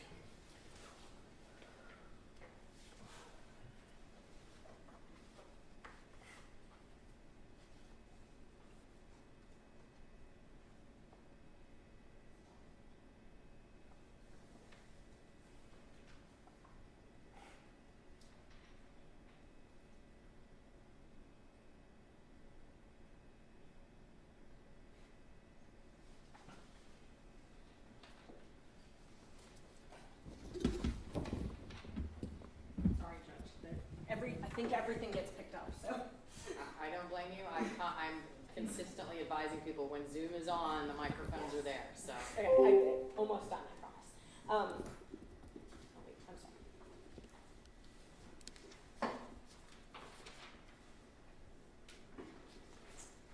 In response to the subpoena to come here today, did you search for any emails? Okay. Did I search? I sent your search terms because your subpoena to me was asked for to and from emails. It gave search terms. I believe there was two search terms, critical mention and social media monitoring. So what I did do was fill out a ticket, as I do with most requests. I sent that over to the IT department. Based on what you're seeking, were there any responsive documents? Hold on, so if you need to request something from IT, you fill out a ticket for that? If you give me search terms, so there's two different ways, right? Okay. So let's say you're looking for documents. And if your document says, hey, give me anything for critical mention, I can then do, hey, do you have these emails? Does this make sense? That's one way to do it, right?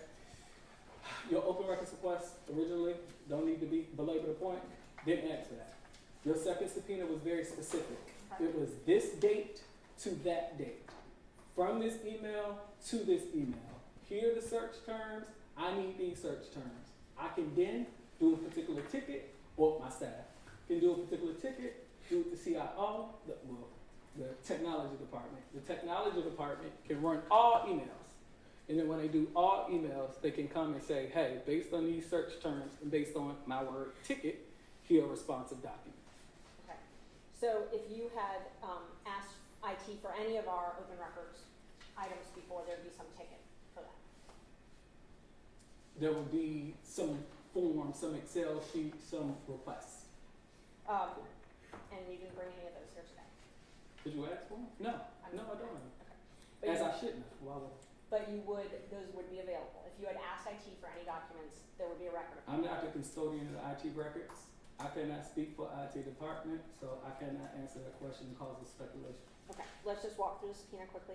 I asked for all text messages sent by or received from employees. What did you do in response to that? That's an IT question. We needed to figure out what the policy was as it relates to text messages, so I would fill out, hey, IT, this is what I'm looking for. Did you do that in regards to the subpoena? I'm talking about the subpoena for you to bring documents today. The subpoena that, yes, and I gave you, hold on, let's be very clear. You asked for, you did not give me no subpoena to bring documents today. Let's clear up the record. What you did was you gave me a subpoena on August 21st to produce records, right? Those records were produced on August 30th. So there is no requirement for me to bring anything today. And I gave you those documents through my counsel on August 30th. So let's clear up the record. There's no requirement of me to do anything. Talking about the subpoena for you to appear today. The subpoena for you to appear today had an exhibit that asked for emails and text messages sent by or received from in regards to critical mention. What I'm asking you is I need to see the subpoena. Hang on, let her, I understand, but let her finish her question. Y'all can't talk over each other. I'm asking what you did in response to that. I hear you. I don't know what subpoena you're referring to. What I am telling you is I got a subpoena that was for the production of records for August, and I gave it to you on August 30th. That's what I'm familiar with, so I can speak to that. If you're speaking of a different subpoena, you can hand it to me and I can review it. You learned about court here today, correct? Somehow. You knew to be here. So are you not going, okay, different question. Somehow I knew to be here. Yes, my counsel told me that I needed to be here. And you received a subpoena to be here today, whether it be through email or you signed a certificate. No, I did not. You didn't get an email with a subpoena. You probably gave me an email.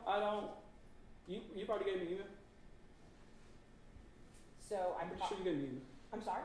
I'm pretty sure you emailed me. Yeah. Okay. And attached to that email, there was a subpoena that included the production of documents, correct? What subpoena are you talking about? There are multiple subpoenas. I've asked you several times, can I see the subpoena you're referring to? If you're talking about the one to me on August 21st, I can respond and tell you what I did. If you are asking about a different subpoena, I need to be educated. I don't know what you're talking about, so I cannot respond. Are you willing to present to me something? Of course, and I'm certainly not trying to hide anything from you. I'm trying to ask questions before. I hear you, and I'm certainly trying to be very, very truthful to the court and clear up the record. In order for me to do it, because there have been multiple subpoenas, all I'm asking for, if I am under subpoena, and as you allege that I was supposed to bring something today, that's the allegation that you made, among many, I would like to see it. That's all I'm saying. Judge, his counsel's already talked about that, and I was understanding that he waived any issues with the subpoena to be here today. If that's not the case, I'm happy to show it to him, but we have that without him here. Okay, first of all, it's 4:59, so I need to check in with the court reporter who said she had a hard push at 5 o'clock. Now, I don't wish to interrupt in the middle of questioning when it looks like you were trying to get to a point of being done with the witness, but as you can see my screen starting to drop off, that's an indicator that my Zoom's about to die. So that's an indicator that we should adjourn. Separately, I will say I agree with you. I think that Ms. Alabi agreed to produce Mr. Bond. That's a different question, though, than whether he received and was aware of the document request. So we'll just leave it at that for now. And that's fine. I'm happy to answer this, but I know he was sequestered and didn't know what his Right. counsel had agreed to. Sorry, I can't hear Miss Merchant. I know that he wasn't present and didn't know what his attorney had agreed to, and so before we went down that road, I didn't know if he knew that they had agreed that he was here and subpoenaed. Well, can I respond now? You may, and then we're going to adjourn because I have to let the court reporter get on with her day since she's filling in. I'm so sorry. This is definitely important. No, I'm glad I asked. I did not receive a September 13th subpoena. And let me clarify, because you need to know this. The subpoenas that you referred to, my name is not even on Exhibit A. So this is the first time, as I sit here today, that you have given me a subpoena that you said that I was responsible for. So no, I did not get this. It does not say when it was delivered. I have not received anything, and I don't know what was mailed. So no, I did not get this, and I'm not responsible for it. Okay, and Judge, we've already put in the record the, when it was delivered, and I can put the email in where it was served. I'm happy to print that out tonight, and then we can question tomorrow. About So why am I not on Exhibit A? Something's wrong with that subpoena. Something's wrong with that subpoena. Sir, that's a legal argument that your counsel can make. We've had some discussions this morning before you were called in to testify. And so we can have that conversation tomorrow. But it is 5:02. The court reporter did everybody a favor by rearranging her schedule to stay for an extra hour. I assume we have on board a court reporter for tomorrow. For now, I'm going to excuse Mr. Bond, if you would step outside. Your document is up here. Oh, thanks. Mr. Bond, just reminder, Mr. Bond, that you're still testifying, and so you're still sequestered, right, regarding the substance of the hearing, and I'll need you to return tomorrow. I'm going to discuss with these lawyers in just a moment about what time I'll need you back, but just a reminder, okay? Yes, ma'am. Thank you, sir. And not to review any of the stuff today.